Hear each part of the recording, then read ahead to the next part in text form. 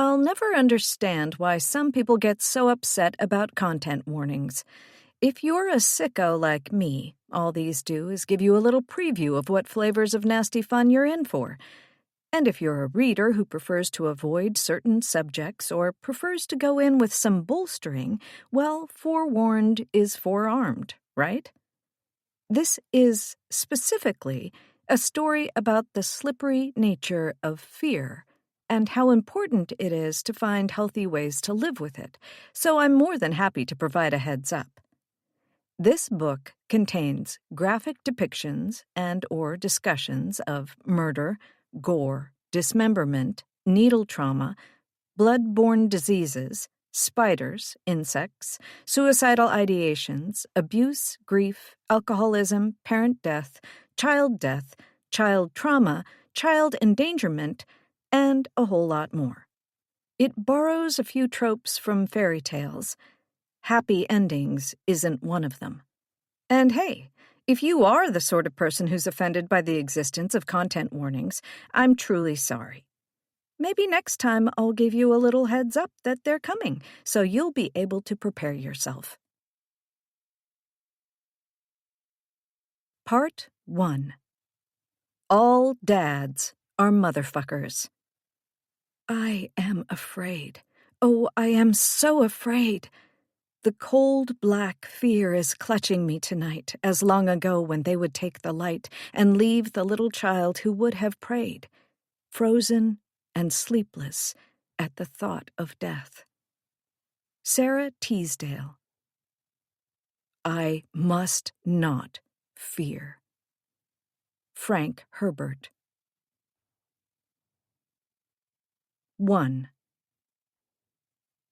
Daddy is roaring, howling, destroying everything in the house, furniture, pictures on the wall, all of it, while he searches for the boy.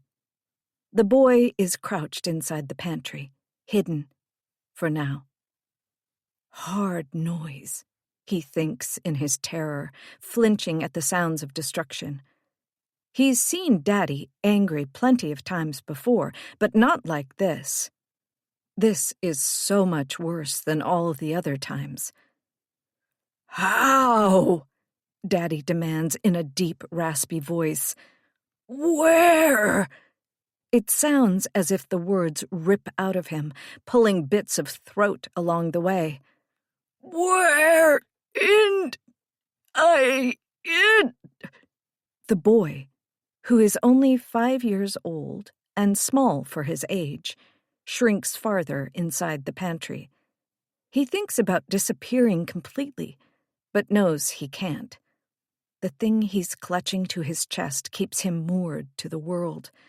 The thing Daddy is raging about. The book. Lately, the boy had been sneaking out a window while Daddy took his afternoon naps. He knew it wasn't allowed, that it's bad and dangerous, but he hadn't been able to stop himself. The call of the outside world was too great, and for all his rules and precautions, Daddy hadn't yet realized the boy figured out how to open that window. Daddy's naps are always the same time and the same length every day, so the boy never went far on these walks.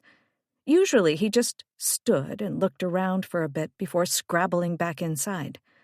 He looked at the other houses, at the cars driving by, the little rocks with bits of sparkle in them, the trees, a lizard, a stray cat, things he'd seen or heard from the other side of the window, usually accompanied by Daddy's dry, detailed explanations of what they were looking at. So you never have to wonder, Daddy always said. But it was so much nicer to experience them, so much more exciting to wonder.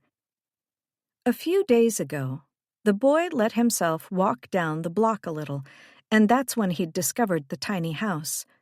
It was in a neighbor's front yard, a tiny house on a short pole. The tiny house had a little glass door, and inside was all books. If the boy could read, he still might not have known what the phrase little library meant, but he thought the teal calligraphic squiggles were pretty. The boy didn't own any books, but he'd seen plenty. Daddy liked to read, except his books were all dull, uninteresting things, flat colors, no pictures, blocks of tiny words inside. The boy had never seen books like these. Some were soft and floppy, with glossy pictures on their covers. Some were sturdier, and their covers even slipped off, revealing the blank, hard covers the boy was more familiar with. One book in particular stole his attention. Old, worn, hard-bound, but its peach-colored cover wasn't blank. It had shiny gold lettering and pictures stamped into it. This book had been loved, the boy knew somehow. The inside was also full of pictures. Beautiful, full-color, richly detailed pictures, some taking up 1 or even 2 whole pages. A boy and a girl finding a house made out of candy. A girl asleep in a bed full of flowers. Another girl with fish fins instead of legs. The boy didn't understand any of these images. He'd never heard a fairy tale, had never seen a picture book. But he was captivated. He didn't know a book could ever be like this. He'd been out too late, had sensed the time slipping away like a physical thing, so he hurried home with the book in tow, making it back into his room just in time before Daddy woke up. He hid the book, his book, under his mattress, peeking at it very rarely and very briefly whenever he was certain Daddy wouldn't catch him.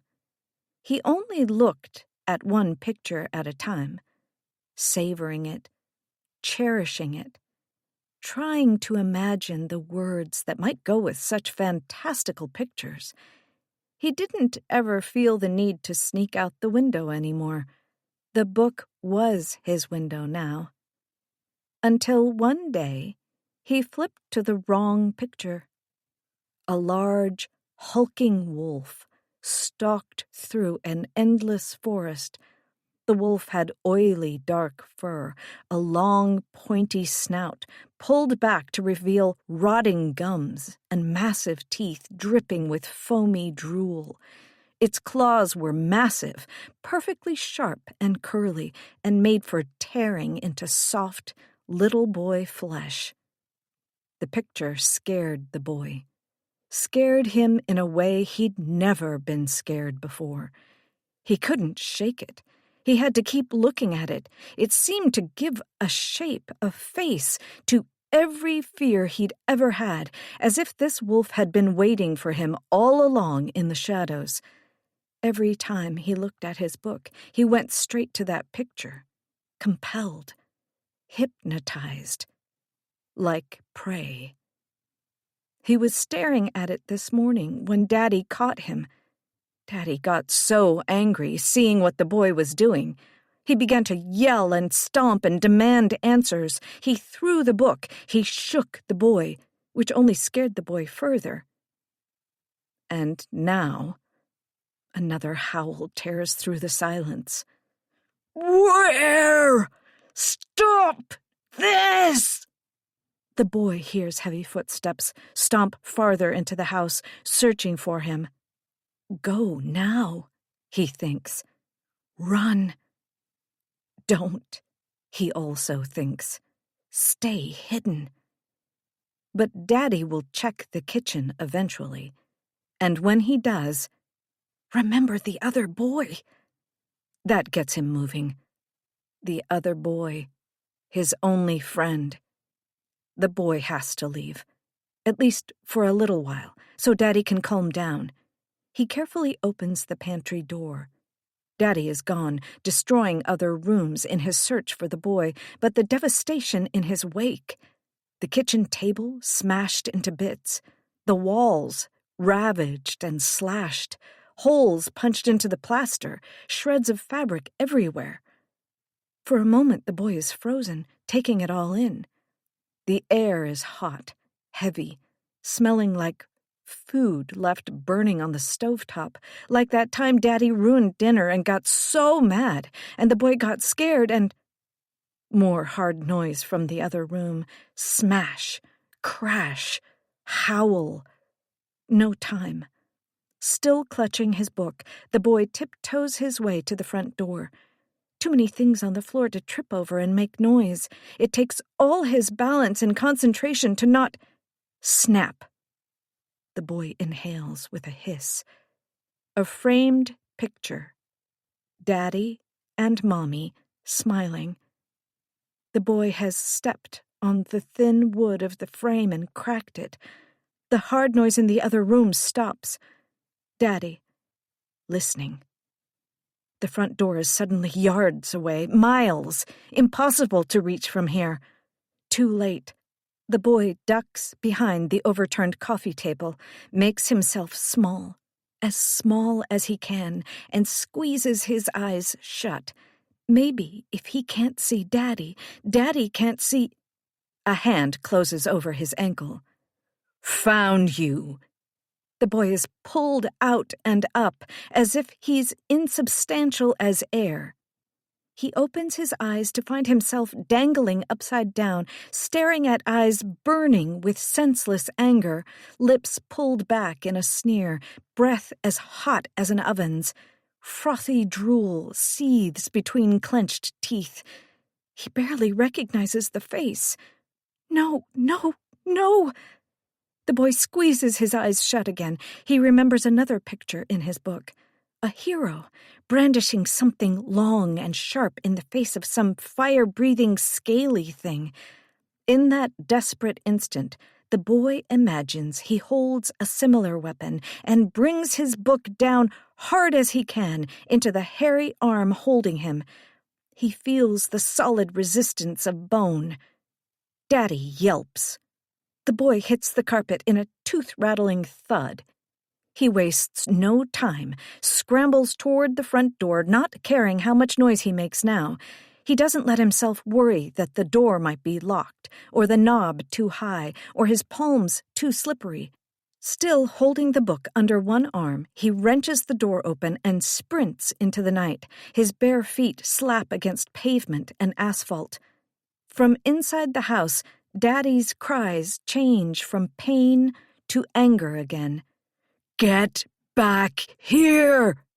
The boy ignores his father's commands. He runs and runs. Daddy will be behind him any second, so he heads for backways, through bushes and culverts, ignoring sharp gravel, hoping his small size helps him disappear. Get back here! Daddy's voice fainter now, the huge world swallowing up sound the farther the boy runs. But the memories of hard noise still crash in his ears, and the taste of fear never leaves his mouth. 2. Oh my God, Jess. What are you so afraid of? Jess cocks a hip, makes a show of considering the question. Chlamydia?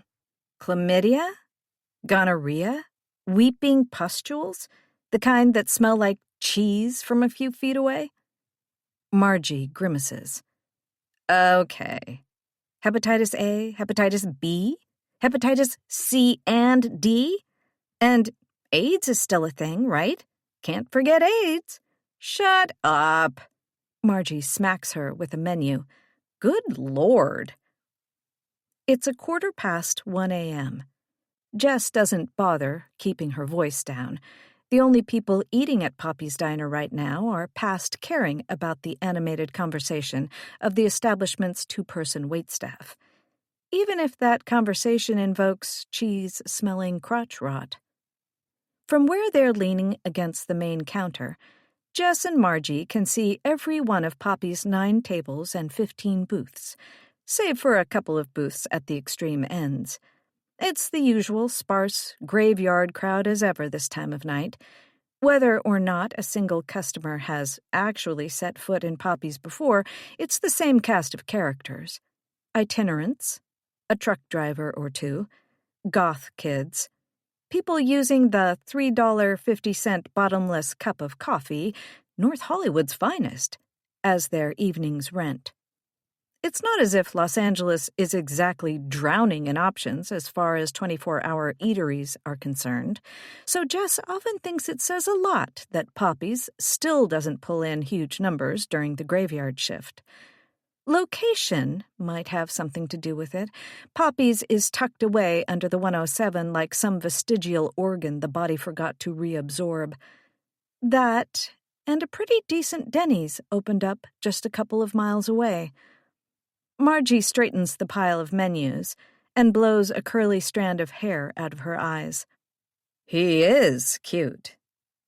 They give one more appraising look at the photo Jess conjured forth from social media of the boy she's crushing on.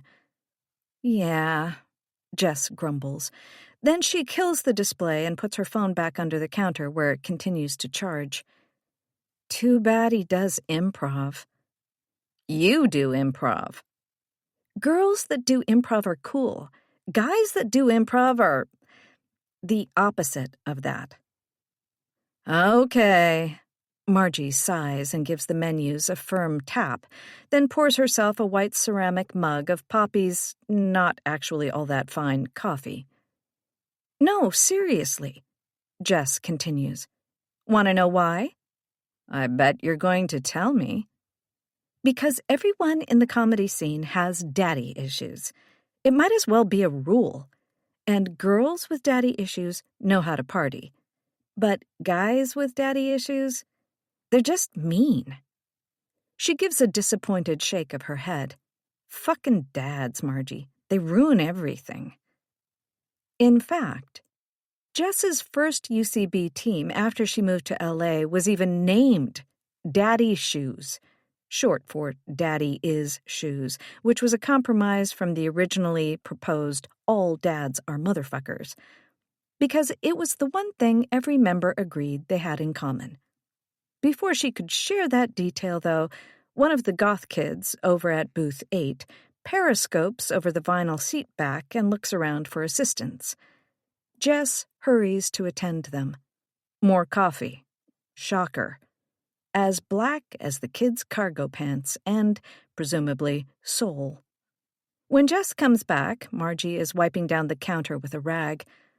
At one point in its history, Poppy's could have been considered a 50s-style diner, all spaceship sparkle.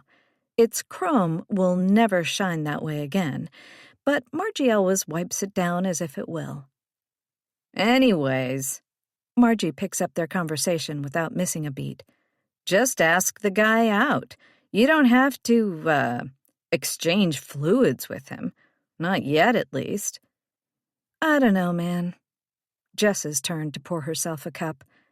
It's been so long, I might not actually have a choice. It might just happen. So long, Margie scoffs. You're young. Long for you is, what, a month? Jess quickly does the math. 3 3/4. Huh. Come crying to me when it's been 6 years. 6 Margie! Yeah. We've got to get you some action like tonight. Jess begins looking around for an eligible candidate. The only action I want is for someone to pick up my bills for the month. I'm a 58-year-old single mother, sweetie. You want to talk VDs? Having a kid is the only VD you're expected to send to college. Hey, I sent my HPV to college. Well, I guess technically it came with me, but still. Margie smacks her with a menu again, and Jess grins. Jess likes getting a rise out of her. In fact, she likes everything about Margie. Of all the staff at Poppy's, Margie's the only one ever willing to riff with Jess. Sometimes Jess even entertains the idea of showing up at Margie's house with some wine and or weed so they can hang out, gasp, outside of work. She knows where Margie lives. A few weeks ago, Margie's car had been in the shop, and Jess had driven her home a couple of nights in a row. Jess has never followed through on these plans, though. something she can say about a lot of things in life. Still, Margie's good people. More than that, this conversation is doing Jess a world of good. This companionship, this distraction, it's allowing her to forget about the static that's been buzzing inside her skull for the past several days. Margie wouldn't know this, but there's a reason Jess has dads on the brain right now. Hers was just found dead a little over a week ago, and she still has no goddamn idea how to feel about it. Fucking dads ruin everything. She doesn't have all the details, which is fine by her, but it appears to have been a fittingly pathetic end to a pathetic existence. He'd been dead for a few days before someone found him, out in Pennsylvania where he'd been living his Spartan, isolated excuse for a life. No foul play.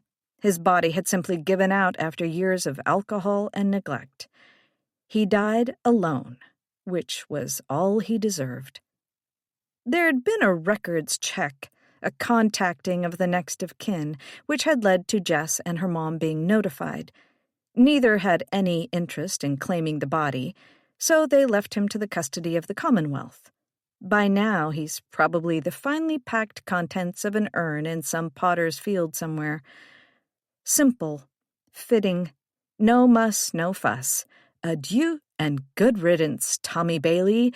We hardly knew ye. Which was your fucking choice. And yet, since hearing the news, something fundamental has changed for Jess. It's like she's been split into two separate entities.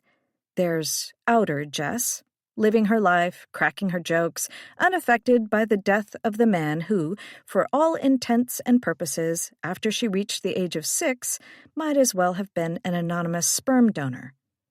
And there's inner Jess, who's busy seeing him everywhere, who's working overtime to force everything into the context of him. I wonder if Dad liked this kind of cereal, too. What kind of music was he listening to lately? Did he put his socks on before or after his pants? Did he ever think about me? Inner Jess is fucking obsessed. Every now and then, there's an additional presence, too. Not quite a voice, it never speaks. A feeling. A bone-deep agony Jess remembers from when she was first told Dad was leaving. From those few, brief, slurring phone calls he'd made before eventually giving up. She thinks of this presence as little Jess, and little Jess just hurts. It's all so infuriating. Honestly, after 2.5 decades of absence, how dare he become so present in her life now? It's gotten so bad, she hasn't even wanted to talk to her mom lately, something she's done almost every day for as long as she can remember. She and her mom used to have no problem not talking about Tommy, not even thinking about him. Now Jess feels like he'd be there on the call with them. She just wants things to feel normal again, to go back to having a dad who was a concept, a few tainted memories, something she could safely joke about. Not this nagging puzzle, not this thing caught between her teeth. Someone's got her daddy shoes laced a little too tight, inner Jess observes.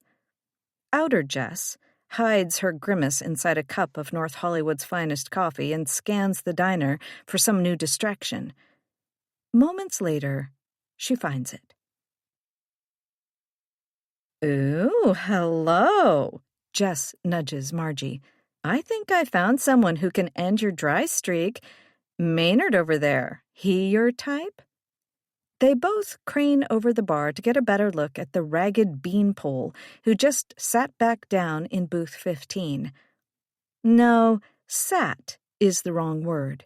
He's come back from the bathroom, coughing, sweating, and has crumbled into his seat. Jess has no idea if Maynard is the guy's actual name. Speaking of Poppy's regular cast of characters, Every patron who looks one day shy of living the Bindle life is named Maynard by the staff. That's just how it's always been, Margie explained back when Jess first started working here. They get a lot of Maynards on the midnight shift. This particular Maynard looks terrible. He could be anywhere between 35 and 90 years old, draped in ill-fitting clothes, the ashy color of neglect and hard luck. He's shivering and damp, scratching at dark spots creeping up his neck. His skin is somehow both red and green, a Christmas ornament of nausea. A faint line of drying crud rings his lips. The unasked question hovers over them. Drugs? Or disease? Jess drops her voice. What do you think he just did to our bathroom?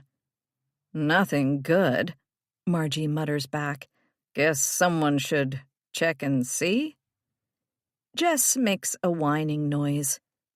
Or what if we don't, and this can be a Rhonda and Freddie problem? But no. Margie doesn't even need to say that if Maynard left the bathroom a mess, they need to know ASAP. The next shift doesn't start for well over an hour. Plus, Rhonda would never miss an opportunity to tell their boss that Jess and Margie failed to maintain even Poppy's loose standards of hygiene and presentability. Fucking Rhonda. Tell you what, Margie says. I can clean up the bathroom. Bless you. If you ask Maynard to leave. A steely glare. Margie, you know I hate doing stuff like that. Take your pick. Margie shrugs. How about this? If you take care of the bathroom, I'll help Maynard leave, and I'll cover the rest of the shift so you can go home early. Seriously? Margie nods. It's totally dead tonight, and my back and knees would appreciate not having to clean a toilet right now. Jess considers. She does have an audition later this afternoon, a commercial she desperately needs to book if she wants to live her fantasies of qualifying for health insurance and paying rent. Getting even 30 minutes more of sleep would be a blessing. Plus, wasn't she just looking for a distraction? If she stays here much longer listening to the steady backbeat of Dad, Dad, Dad in her head, she might get bored enough to tell Margie what's going on. That might lead to her receiving sympathy for her loss, and that might make her actually snap. Ugh, you asshole. It's a deal. 3. Jess looks at the soapy gray vomit sprayed in a fine patina across the toilet and thinks, could be worse. One time, a guy had finger written on the wall in feces, a wizard shit here. The misspellings were almost as upsetting as their medium of expression. Almost. That wound up being a 2-person cleanup job, which could only be done in 60-second bursts because of the smell. Another time, someone wrote a few inches over the toilet paper holder in what she'd prayed was red Sharpie, "No one will be spared when..." The unfinished thought sent literal chills through her body. She thought about it for weeks after cleaning it up. When what? Why hadn't the tagger completed their sentence? Had they been sucked up by a UFO or something? Considering how run down Poppy's often feels, though, cleaning the bathroom usually just means brushing the inside of the bowl. After all, that fine coffee gives some trucker a touch of the old Jackson Pollock backdraft. Or wiping up piss from the seat, tank, and floor, since men apparently feel they have permission to set it on spray whenever they step into this room. This sort of chunky, emetic display is a blessed rarity. Blessed. Right. Like this job is a treat otherwise. Breathing through her mouth, so as to not smell the room and trigger a sympathetic response, she sets down her bucket and sponge and reaches for her phone to put on a podcast or some music while she cleans. Then she remembers her phone is still charging under the counter. Curses. She considers turning back and retrieving it, but the thought of going out, then coming back to face this reeking tableau afresh seems entirely too much. Plus, it's probably wise to spare her phone from the whole biohazardy vibe in here. If she had it with her, she'd feel compelled to soak it in Lysol for hours afterward. "Let's just do this fast," she says with a groan, then starts singing tunelessly, "Make Our Own Kind of Music." Continuing her song, she maneuvers her hands into thin yellow plastic gloves that go halfway up her forearm, then flushes down what the guy managed to get inside the bowl. She closes the lid first, something she does for every flush since reading an online article about bacterial spray. While she waits for Poppy's languid water pressure to work its magic, she takes the bucket over to the sink and starts filling it. Inner Jess pipes up. I wonder if Tommy puked a lot before he died. Was he scared? Did he even know it was happening? Did he think about his daughter? Little Jess stirs in her hiding spot. Outer Jess hums louder. Once the bucket is full, she turns back to the mess sprayed all over the toilet and gets to work. Halfway through cleaning the bowl, inner Jess says something that stops outer Jess cold. But why didn't he want me? It hits her like a fist to the throat. A simple question, almost rhetorical, really. Certainly not a new idea or concept to her. Yet, for a moment, she can't even breathe. It's so overwhelming. Tears sting the back of her eyes, and she has to mentally shove them back into her skull. "Whoa," she says, voice choked with emotion, legitimately surprised at the full-body response.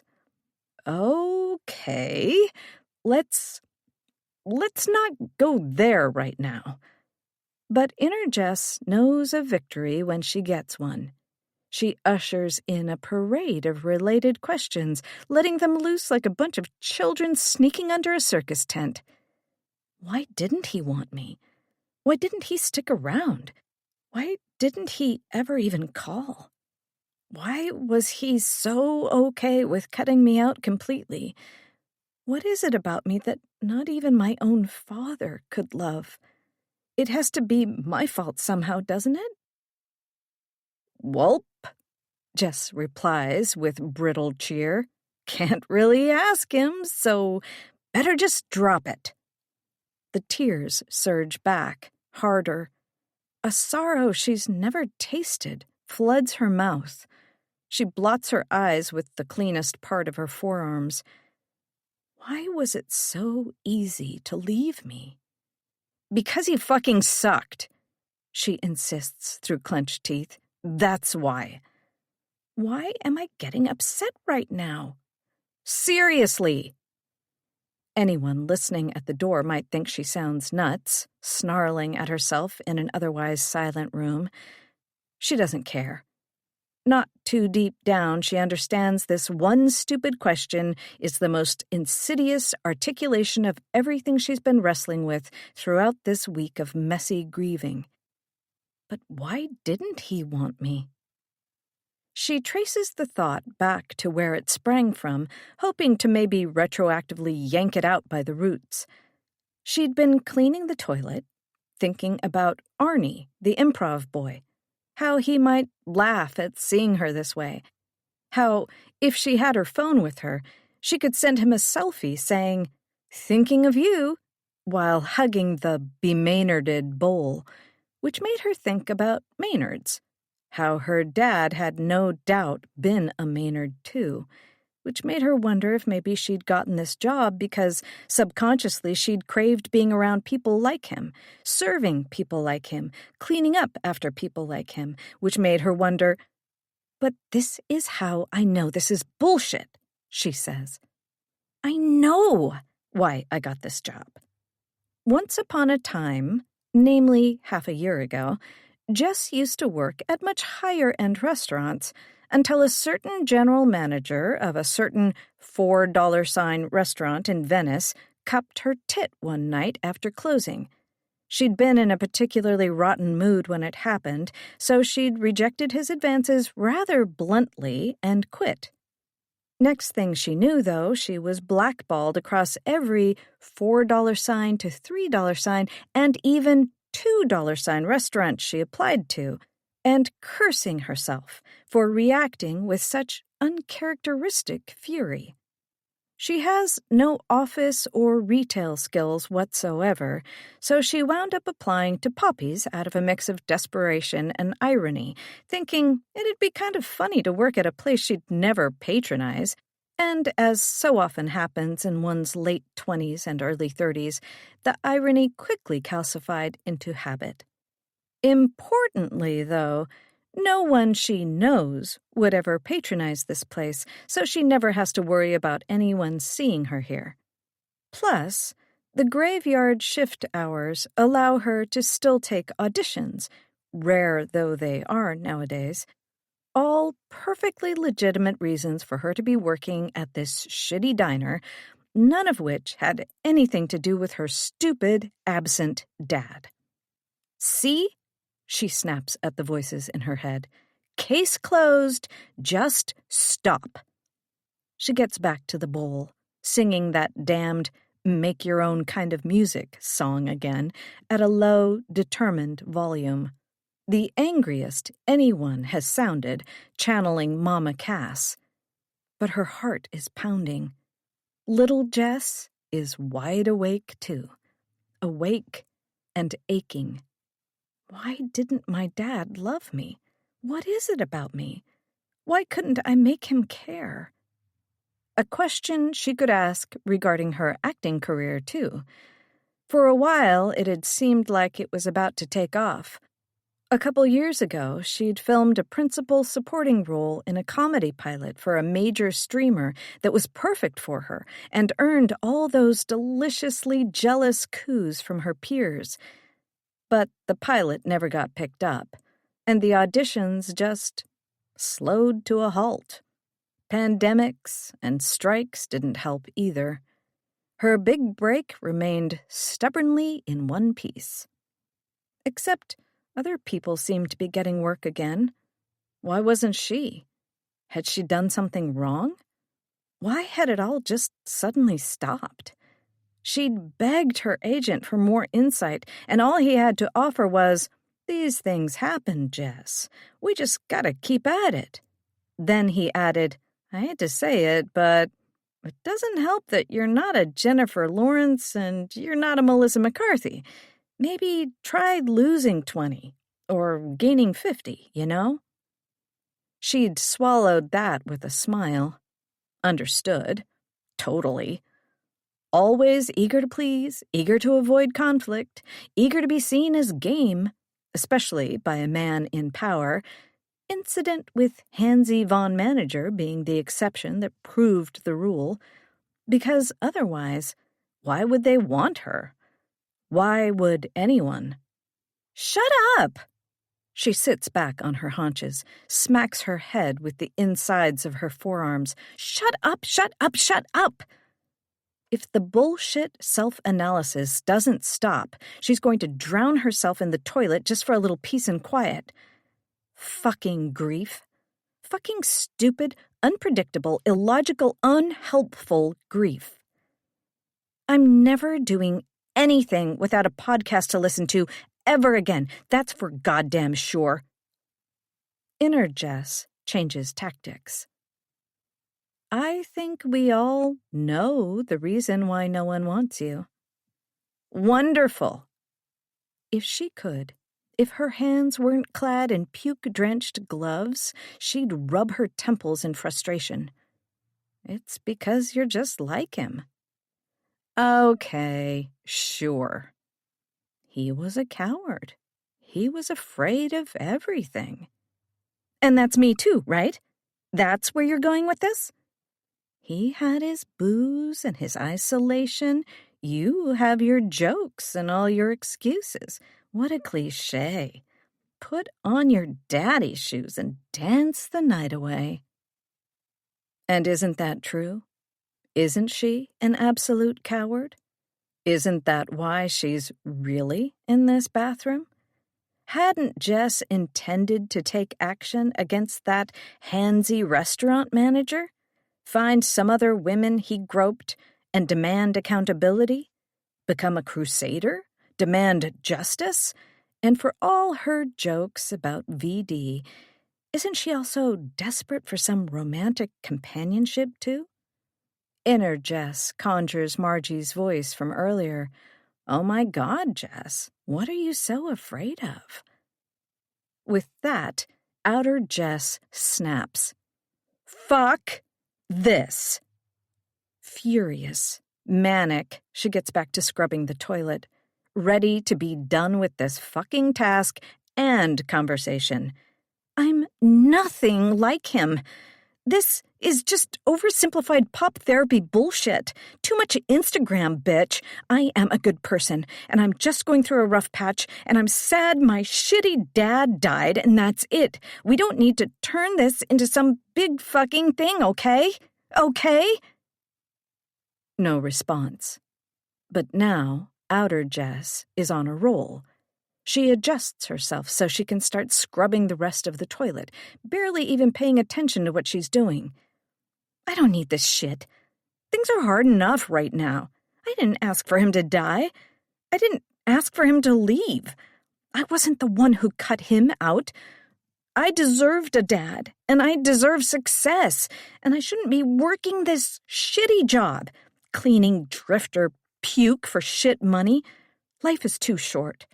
I'm 31 goddamn years old. Working at a place like this was never supposed to be part of the plan. In that moment, clarity overtakes her. So, I quit, she tells the bathroom. Okay, I fucking quit. Tomorrow's my last day here. I deserve something better. I fucking quit. Do you really mean it? Inner Jess asks. Hopeful. Doubtful. Oh, I mean it, outer Jess says.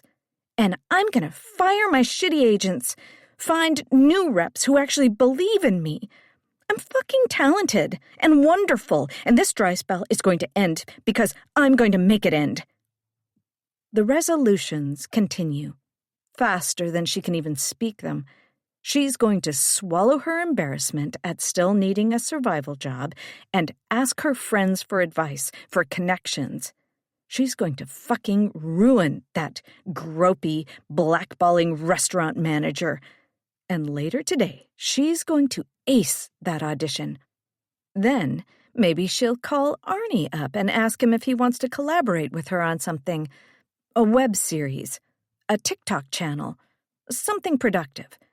Then they can move on to something more reproductive. Ha! Gross. She hates kids. But hey, who knows? Arnie has kissable lips and a scruffy beard and really nice shoulders she deserves to hang off. Life can change in an instant, especially with a little force, especially if you're not afraid. A grim but genuine smile crosses her face as she reaches around to finish behind the base of the toilet. A more thorough cleaning job than she needs to be doing, but fuck it. She'll go the extra mile this one last time. This little meltdown in the bathroom has been a good thing, a galvanizing thing. That moment near the end of the story where our plucky heroine finally realizes what she needs and can start living her goddamn Something bites her finger. Hard. Her smile disappears into a gasp. She yanks her hand from behind the toilet and scoots away on her butt. What the fuck? Her first thought is she cut herself on something structural, but whatever got her felt too thin, too bendy to be part of the toilet. A snake? She stares at the dark spot between the wall and the porcelain, waiting to see if something fanged and venomous uncoils from the shadows. When nothing does, for a moment, she wonders if she imagined it. Then she sees a bead of red blood emerge from a tiny hole in her yellow-clad index finger. She strips the glove off. There's a tiny puncture wound in her skin. Another jewel of blood seeps out. Slowly, she reaches behind the toilet with her other, still gloved hand and feels for the thing that bit her. She knows what she's going to find even before her fingers wrap around it, because she's thinking of how Maynard looked. How sick. She pulls it out into the light. Not a snake. A syringe. A dirty, obviously used syringe. Huh, Outer Jess says. Shit. Welp, Inner Jess replies. You wanted something new to think about. 4. The world gets loud. Every molecule in the air grinding and roaring inside her skull. She can't think from all the clamor. Emergency walls slam into place. That helps muffle the noise. Jess watches herself move quickly and decisively, no longer inner or outer Jess, but some strange robotic hybrid. Action Jess. Imperative Jess. Definitely not going to panic Jess. She rips off a chunk of sponge, sticks it on the needle tip, then wraps the syringe in a thick wad of toilet paper and throws it into the trash. Hopefully that'll keep anyone else from getting stuck. Yes, good. Keep moving. She strips off her remaining glove, trashes both, too. Washes her hands again. Forces the wound to bleed. Washes her hands again. And again. Once it seems like she's out of blood, she dries her hands and wraps her finger in toilet paper, avoiding any eye contact with the mirror the whole time, ignoring the scratching at the walls. The fuck? Next, leave the bathroom. Grab coat and bag. Say goodbye to Margie. Margie asks a question in some language Jess no longer speaks. Doesn't matter. Maynard's gone, too. Doesn't matter. Ugh, the fuck. Now Jess is in her car. Traffic is light, and that's good because the scratching at the walls is getting louder. Hospital. Need to get to a hospital. When she got on the road, she automatically pointed herself toward home. That's okay. There's a hospital not too far from her apartment in Van Nuys. Don't know the exact address, but that's also okay. It's all okay. Just look it up and... I left my phone at the diner, she says in a monotone. Fuck. She can see it, still charging under the counter. All okay. Turn around, get the phone from Poppy's, then go to the hospital. Or don't. There are signs to follow. Don't even need the address.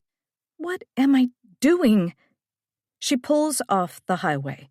Not heading to the hospital and not heading to Poppy's, taking the exit for her apartment. Fingers digging into the mortar, pulling out entire bricks. Ugh, the fuck. Ugh, the fuck. I just gotta... Pulling into her apartment complex's parking lot. The fuck. I just gotta... Fumbling with the keys to open her front door. Whoa, the fuck? Bricks crumbling all around her now. Finally, she gets herself inside and sags against her front door. She has to scream, let it all out. What the fuck? But she can't. Not out loud, at least. It would feel incredible to do so, necessary even, like vomiting up poison.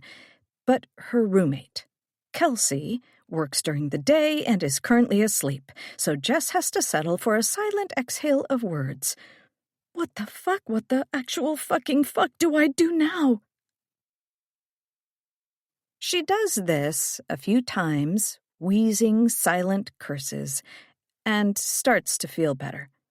Well, not better, present. That rushing, grinding cacophony is gone. The world sounds normal again. No more need for protective barriers. She staggers away from the door. The apartment is dark, so she turns on a rickety floor lamp, her injured finger sticking out like the inverse of a tea-time pinky. She's still a little disoriented, confused almost to be home. The events of the past half hour or so come back to her like memories of an in-flight movie watched during a red-eye. This isn't the first time she's had this sort of response. When she got groped by that restaurant manager, she hucked a righteous wad of spit in the guy's face and stormed out, but didn't really realize what she'd done until about 40 minutes later after she'd gotten home. Another time, when she was 9, she found a stray cat while riding her bike around her neighborhood in Tempe. She picked it up to give it some cuddles, and the cat latched its teeth into the side of Jess's neck. After it sped away, Jess calmly checked her neck for blood, then calmly got back on her bike and calmly pedaled home. It wasn't until she got inside and saw her mom at the kitchen sink that she switched into breakdown mode. An acting teacher in college once pointed out that fight or flight is a myth. There are way more trauma responses than that. I'm a flight with freeze and fawn rising, Jess had cracked. Everyone had laughed at her quick wit. She starts to shiver. Shock, she says. Just a little shock. That's all. I'm okay. Shock-a-doodle-doo. Boom shakalaka. She grabs Kelsey's Mexican blanket off the couch and wraps it over her shoulders. It helps. So stupid coming home like this, but it also feels safe, calm, quiet. I've got to get to a hospital, though. ASAP. Then she remembers her phone. Right. Drive back to the diner, get my phone, then go to the hospital. Right. And then what? She doesn't know. She doesn't have insurance at the moment. Is this visit going to deplete her meager bank account? Does it depend on what kind of horrible, lifelong disease she might have given herself? I should look up what I'm in for. What I should be doing. Don't want to know. Inner Jess starts moaning. Don't want to know. Don't want to know. Oh, now she wants to leave things alone. Her laptop sits on the table that takes up the bulk of the 2-bedroom's dining area. She flips it open, only to discover a black screen. The charging cable lies in luxurious repose on the floor. Kelsey must have unplugged Jess's laptop to charge her own computer, then forgotten to plug Jess's back in. Thanks, Kelsey. A+ roommating. Charge the computer, then look up what I'm in for, then go get my phone, then get to the hospital. Jess connects the charger. It'll take a minute or two for enough juice to boot it up, so she grabs a beer from the fridge. Drinks the whole thing down without taking a breath. It helps so much, she opens another. The apartment's best feature is a sliding glass door that leads out to a patio area. They're on the ground floor, and there's a large communal backyard to which they and the other 6 or 7 ground floor apartments have access. The door slides open with a pleasant shh and Jess steps out into the night. A beautiful October Los Angeles night. Dawn still a few hours away, chilly enough for a jacket, but not unpleasant without one. No Halloween decorations out yet, but the promise of fall crispness in the air. All is silent. Everything's gonna be okay, she tells herself. This happens all the time, I bet. In fact, the likeliest scenario is that Maynard was in withdrawal and he shot something up to level out. That's all. Still awful, but not deadly. Jess probably just gave herself a light dose of methadone or something. Maybe that's why she feels so weird. The odds that he had some communicable, blood-borne disease have got to be slim.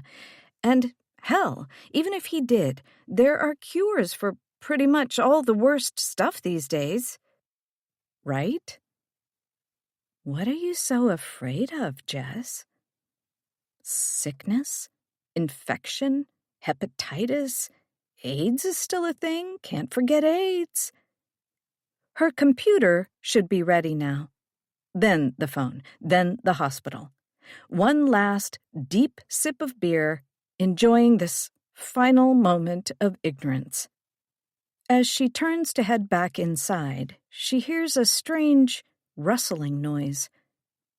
The backyard is long and narrow, made for socializing with its communal grill, picnic table, and ample standing room. It's not entirely walled off. A long concrete wall running parallel to the side of the building serves as its main perimeter. The two shorter sides are open, one leading to the complex's parking lot and the other out into the wilds of Los Angeles. The rustling is coming from that side.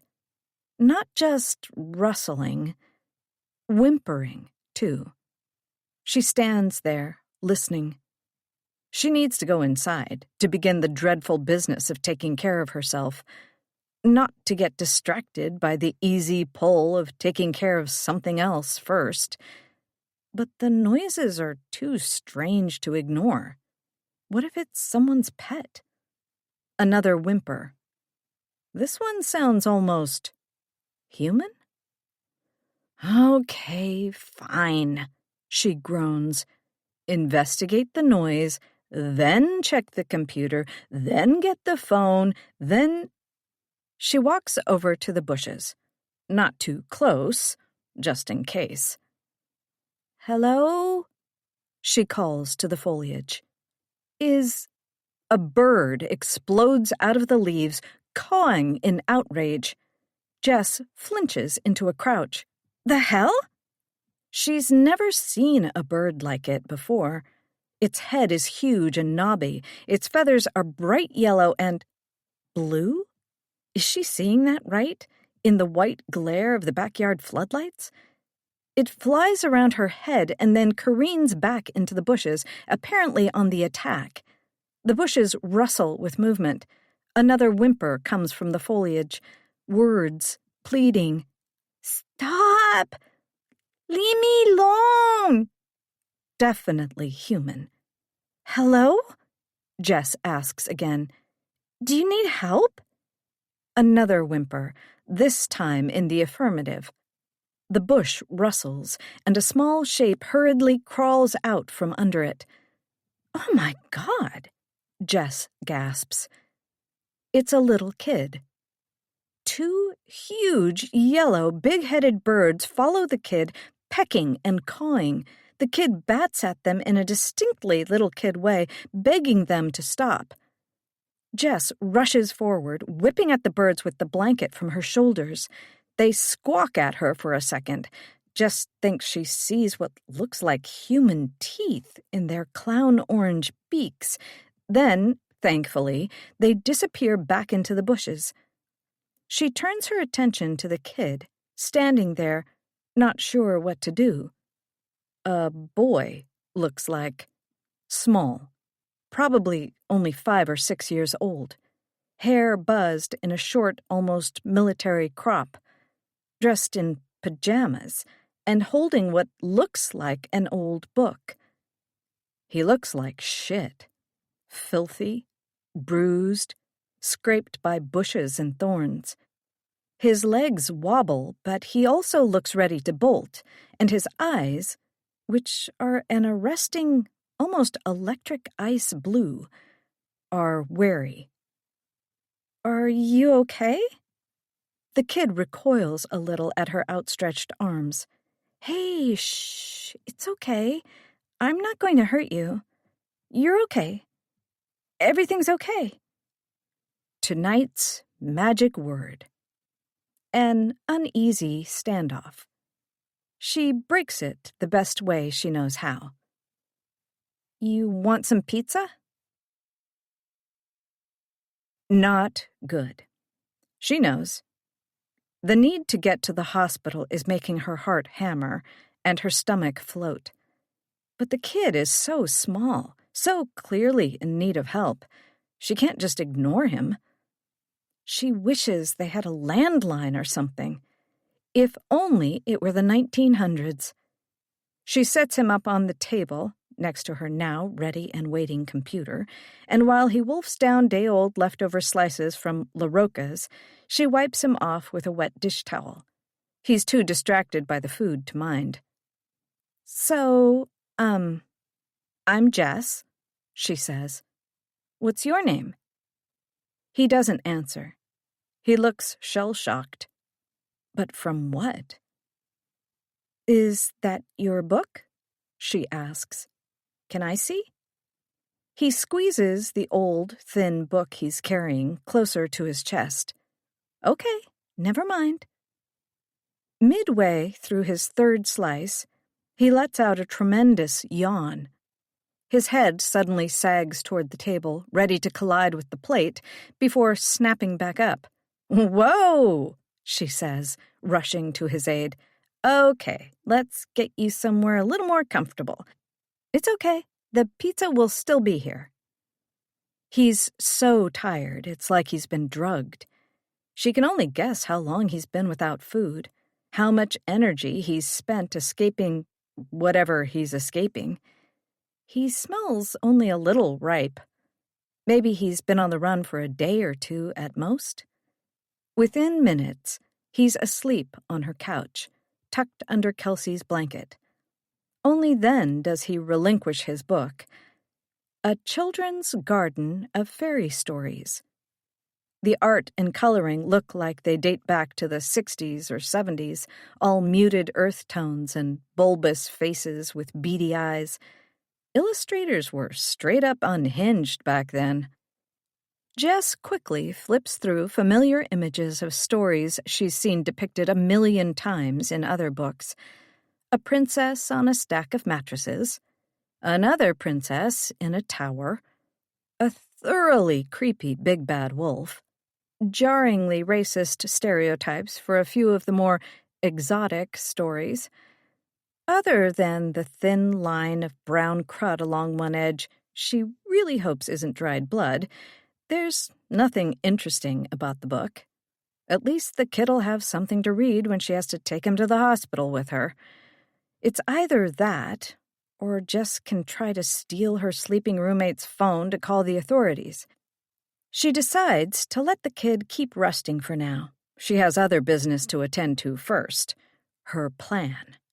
This new co-star doesn't change the overall plot. She finishes her beer, then drops the kid's book onto the kitchen counter before grabbing one more bottle from the fridge.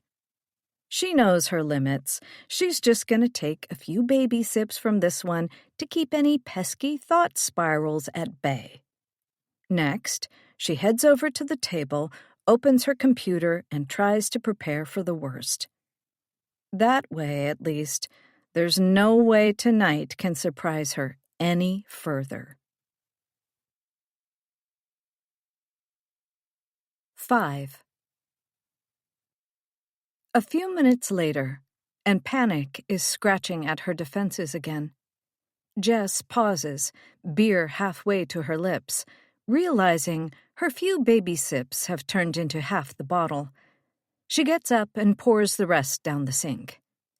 2 tabs are open on her laptop's browser. The first displays results for the search, "What to do if find missing kid." The information is scattershot.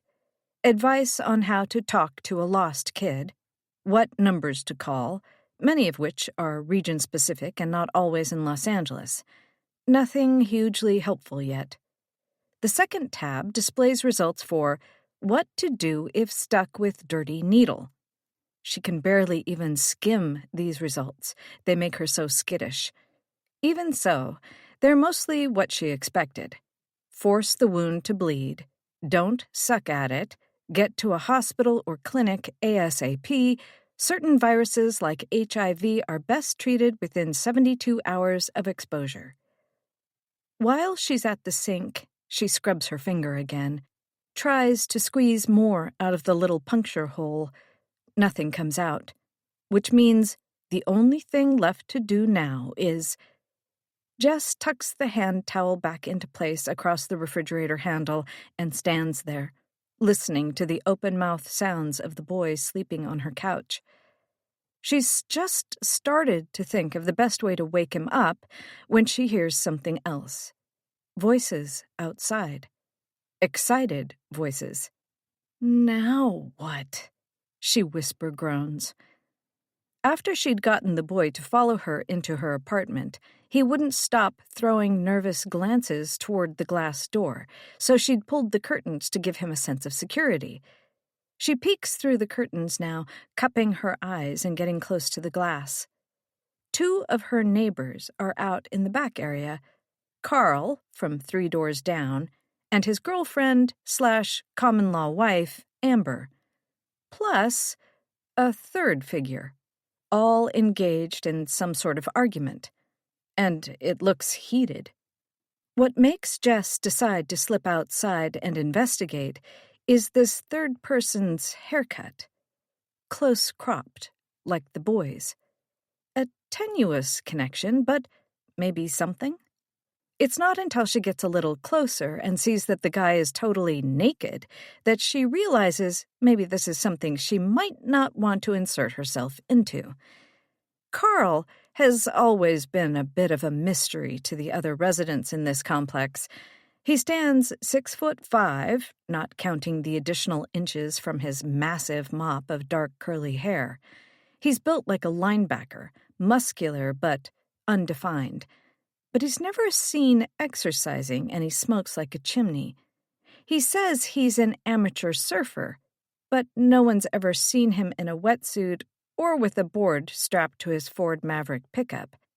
That same truck has 2 decal stickers on the cab's back window, a Grateful Dead bear on one side, and on the other, one of those Punisher skulls with a Blue Lives Matter flag. He's like a pothead and a frat bro melded together, Cronenberg Fly style. He's got a faint, unplaceable accent, too, something vaguely German or Eastern European, which makes Jess wonder if he's really Carl, not Carl.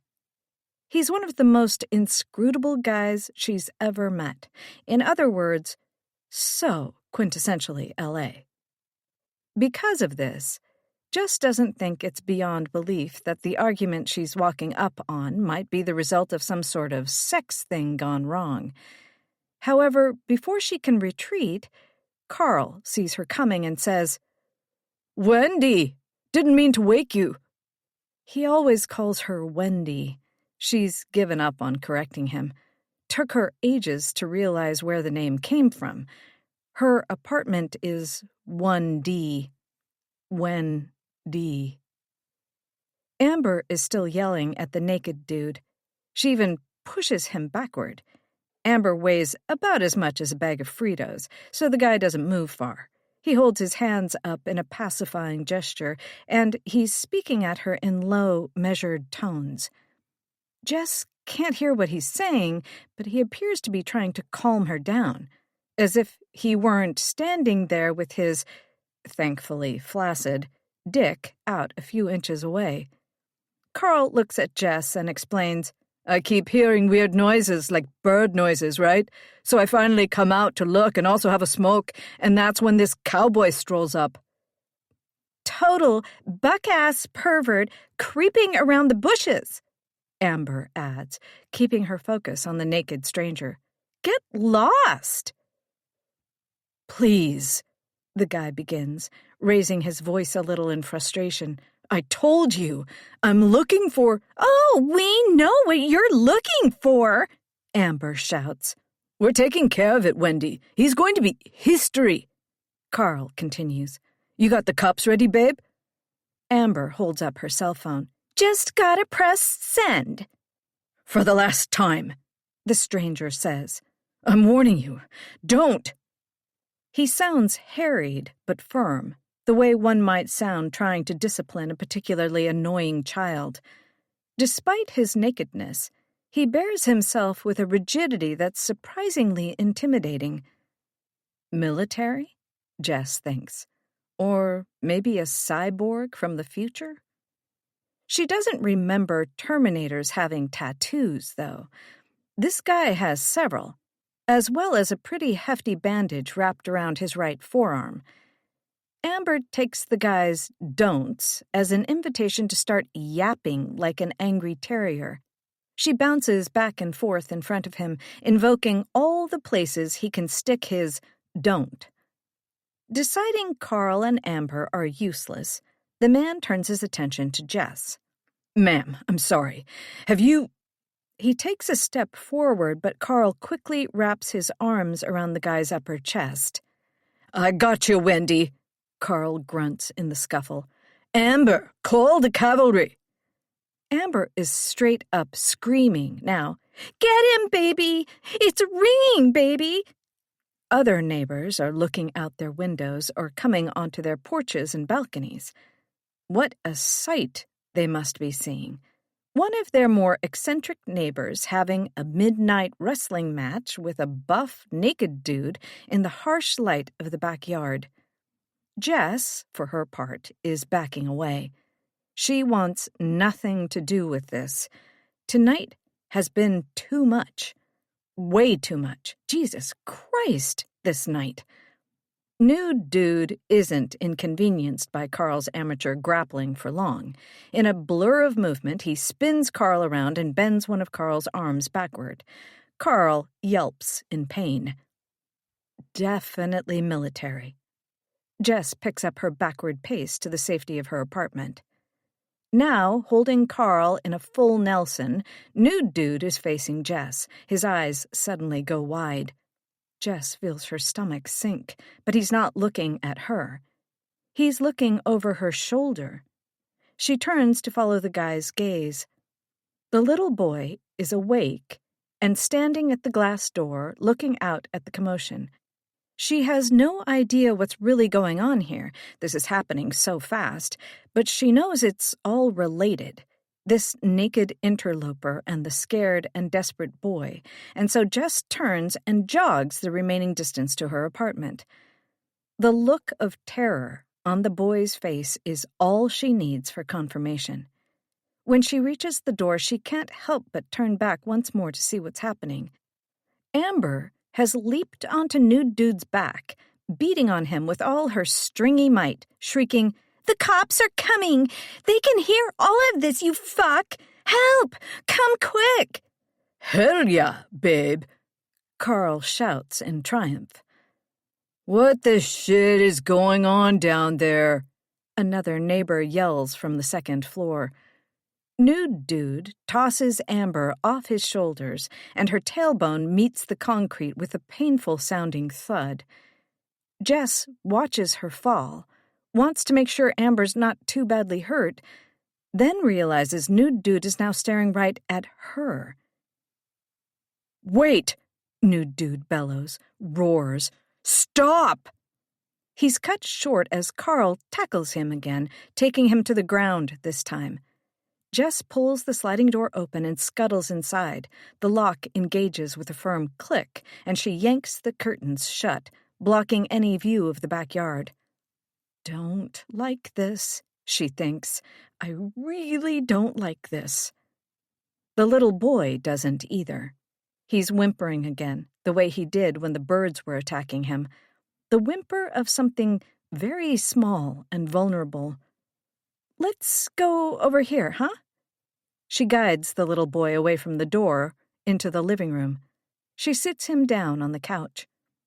The boy looks at her with huge, frightened eyes. "It's okay," Jess says.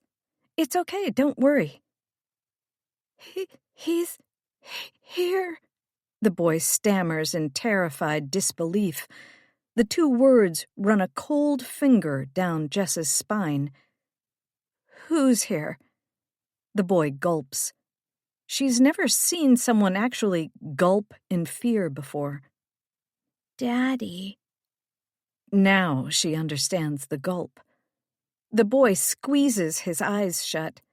She feels a shudder rack through him. Before she can say anything, noises outside take her attention. Carl and Amber, still yelling, interrupting themselves with confused yelps. Those yelps turn into screams. Not just them. Nude dude, too? Screams of pain and shock? What the hell is going on out there? The screams are lopped off by another noise. A howl. A monstrous, bone-rattling howl. It begins in a low register and then twists upward until it sounds almost like videos she's seen of those god-awful shrieks mountain lions make. Everything inside of Jess turns to ice. She spins around, seeing nothing but the closed curtains. Is there an animal out there now? A huge one by the sound of it? Excruciating silence.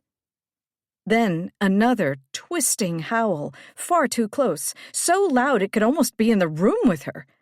The human screams resume, recognizably primal sounds of trying to escape, of terror and agony, and underneath, something wet, something ripping. More neighbors are calling out, freaking out, demanding answers. One shouts that they're also calling the cops. The shouts are met with sounds like manic crunching up the side of the building. Jess can imagine claws scrabbling up stucco and brick, then screaming from one of the second-floor balconies. Glass shattering, more scrabbling, more screams, these cut short with nauseating finality as someone collides with the backyard pavement. Oh, God! She grips the little boy and feels him grip her back.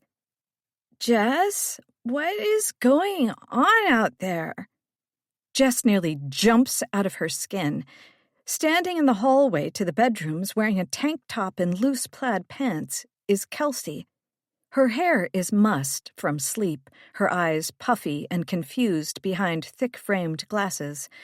Her bedroom faces the front of the building, so she hasn't been able to look out a window and see what's happening. Jess tries to rise to meet her, but the kid clutches her down. I don't know. There's a fight. Some guy was attacking Carl and Amber, and Kelsey looks past Jess to see the kid on the couch. She blinks in confusion. "Is that a kid?" Another agonized scream rises outside, followed by another blood-chilling howl. Kelsey's face goes ashen. "Is that an animal?" "I really don't know, Kelsey." Jess can only whisper this. It's not until she watches Kelsey run back to her room and then come back with something in her hand that Jess finds her voice again. "Whoa, Kelsey, is that a gun?" Kelsey holds up the pistol she's apparently been keeping in her room. "My dad got it for me when I moved here." "You've had a gun in our apartment this whole time?" Jess asks stupidly, as if this is the most unbelievable turn of events so far. "I know how to use it, Jess." She spits the name with annoyance. They've never gotten along great, even in the best of times. More polite ambivalence than anything else. Just then, They all realize how quiet it's gotten outside. "Is it gone?" Kelsey asks. Holding the gun up with one cocked arm, she makes her way to the back door curtain. "Don't!" Jess warns. Suddenly, that closed curtain is the only thing keeping the monster at bay. It's the blanket over the head. If they can't see whatever's out there, then whatever's out there can't see them. Kelsey heeds Jess's warning for about 5 seconds before reaching out and yanking the curtain open. Then she shrieks and leaps backward. "What is that?" Kelsey asks in a choked whisper. The howls prepared Jess to see something wolf-like, or maybe a distressed mountain lion. And, at first, what's on the other side of the glass makes her think of a quadruped balancing on its hind legs, maybe even leaning onto the door. But whatever it is, it's too erect for that, too obviously standing on its own. A massive, hulking animal, more like a bear or an ape, but thinner-limbed, 7 feet tall at least, perched on painfully bent hind legs, shoulders heaving with exertion. In the chiaroscuro of the backyard floodlight, its fur looks black and gray, except for the many places where it's sopping and matted with blood as slick as tar. Relative to the rest of its body, its head is huge and angular, with large, shaggy triangles for ears pointed high, probably catching their rapid, fluttering heartbeats through the glass. Its muzzle is long, lips rippling across gigantic yellow fangs bathed in froth, a rooting snout. The better to dig into your insides and tear into your organs, my dear. And its eyes. Its eyes scan the inside of their apartment and then land on her. Specifically her, Jess is suddenly sure. Only then does she notice one other detail. The animal has something in one of its massive, all-too-dexterous paws. The ankle of Carl's left foot. Still connected to Carl's leg, still connected to Carl's body. The animal dragged him across the pavement of the backyard to their window. "What's it doing?" Kelsey manages. Jess doesn't answer, but she has an idea. It doesn't want to hurt itself jumping through the glass. The animal thing wraps its other hand around Carl's ankle and, like a golfer, like a baseball player, swings Carl's body backward, then heaves it forward into the glass door. The glass explodes, spraying the dining area with jagged shards. The boy is wailing now. Jess scoops him up and looks for somewhere to hide. As she does so, she also sees Kelsey take a wide stance and aim her gun at the oncoming creature. Jess feels a sudden surge of admiration and respect for her roommate's bravery. She's not flinching. She's ready to kill. Holy shit, Kelsey! The monster advances. Not a monster, her rational brain tries to insist. Just an animal. A big, fucked up animal. But she's never seen an animal like this.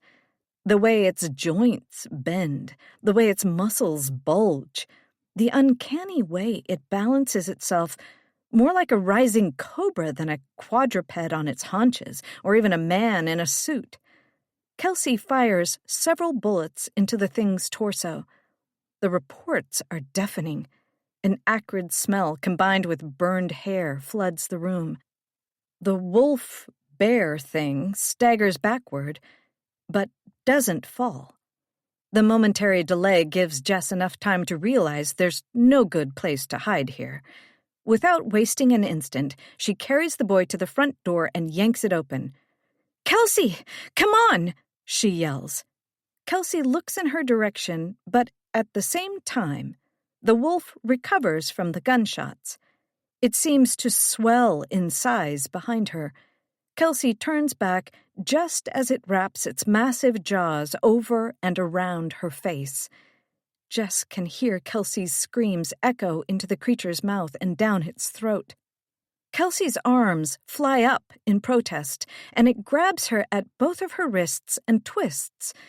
Kelsey's arms tear out of their sockets with a sickening ease, and the stomach-churning, rotisserie chicken sound of snapping tendons.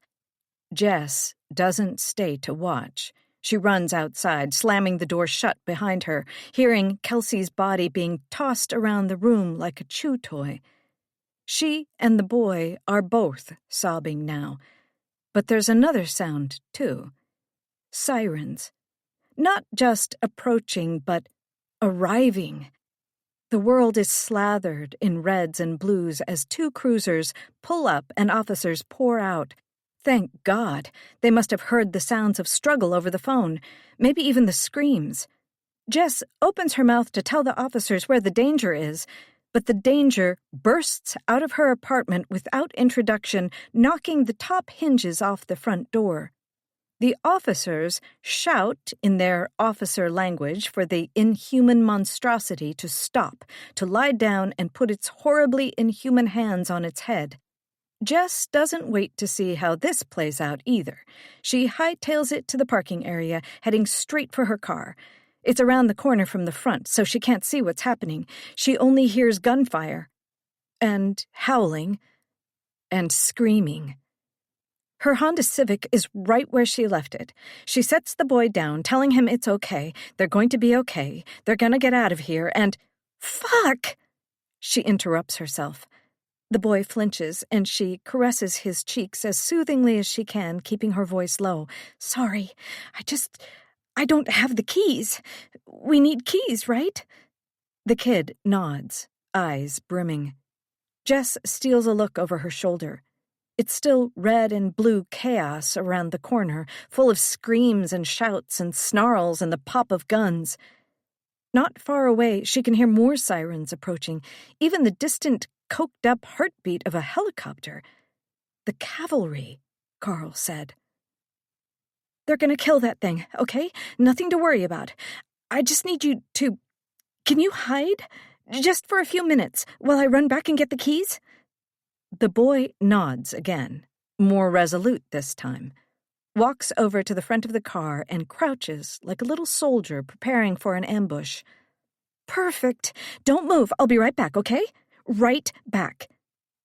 Gonna die. I'm gonna die. I'm gonna die. The phrase scores through her brain like a news ticker. She crouch runs to her apartment, this time via the backyard route. But what the fuck else can she do? Try to steal a car? She doesn't know how to do that, and she doesn't really have time to sit and watch a fucking YouTube tutorial.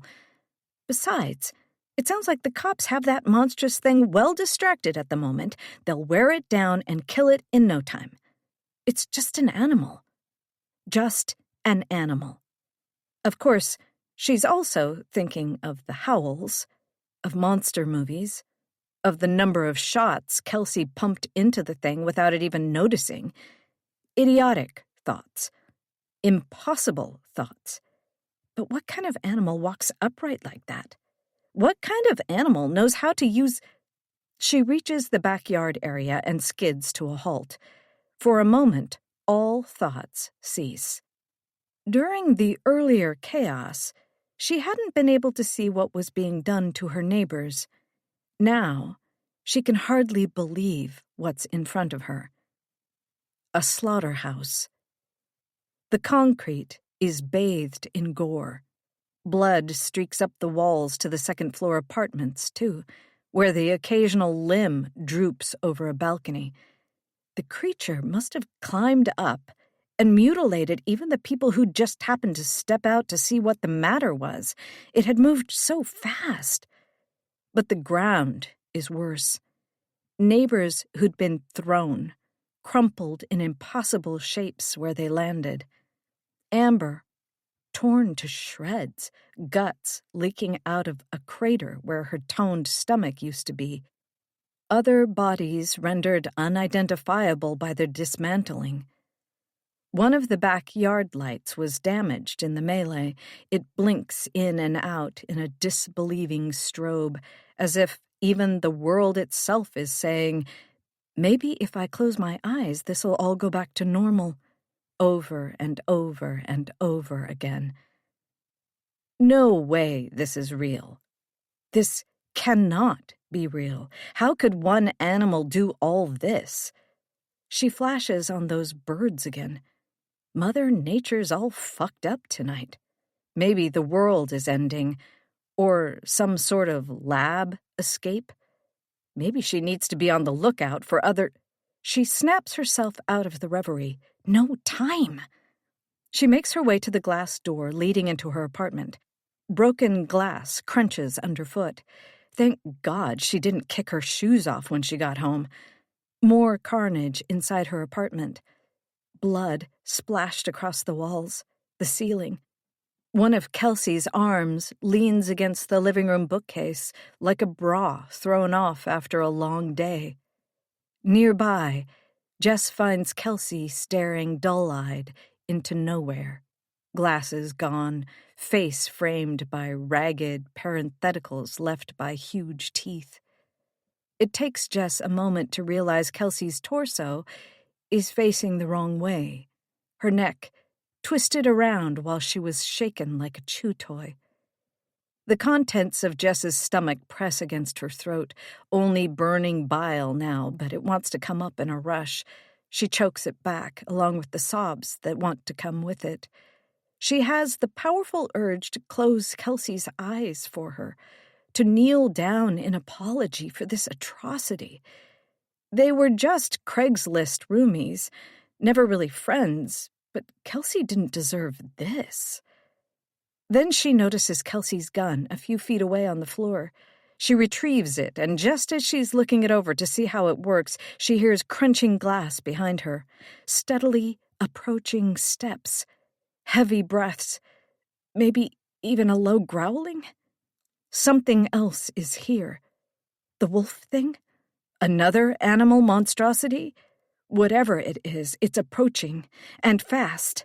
Gonna die, I'm gonna die. Remembering Kelsey's bravery, Jess squeezes her eyes shut in prayer, spins, and fires.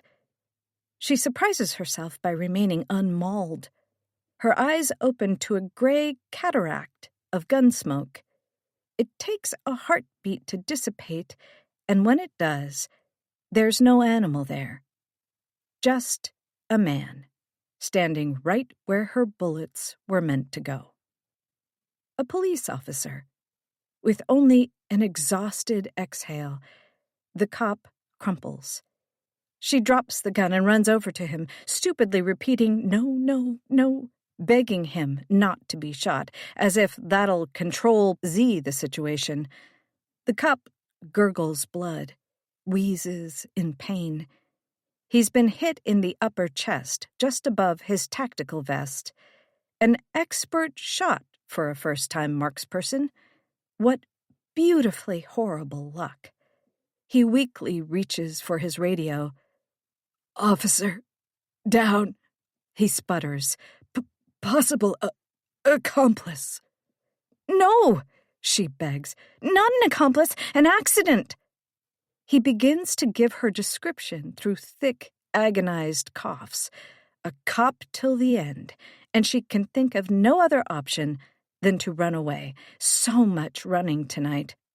That makes her skid to a halt, double back, grab her car keys and bag from the kitchen counter where she'd thrown them 1,000,000 years ago, and then bolt back out the shattered glass door, trying not to think how she might have just killed a man.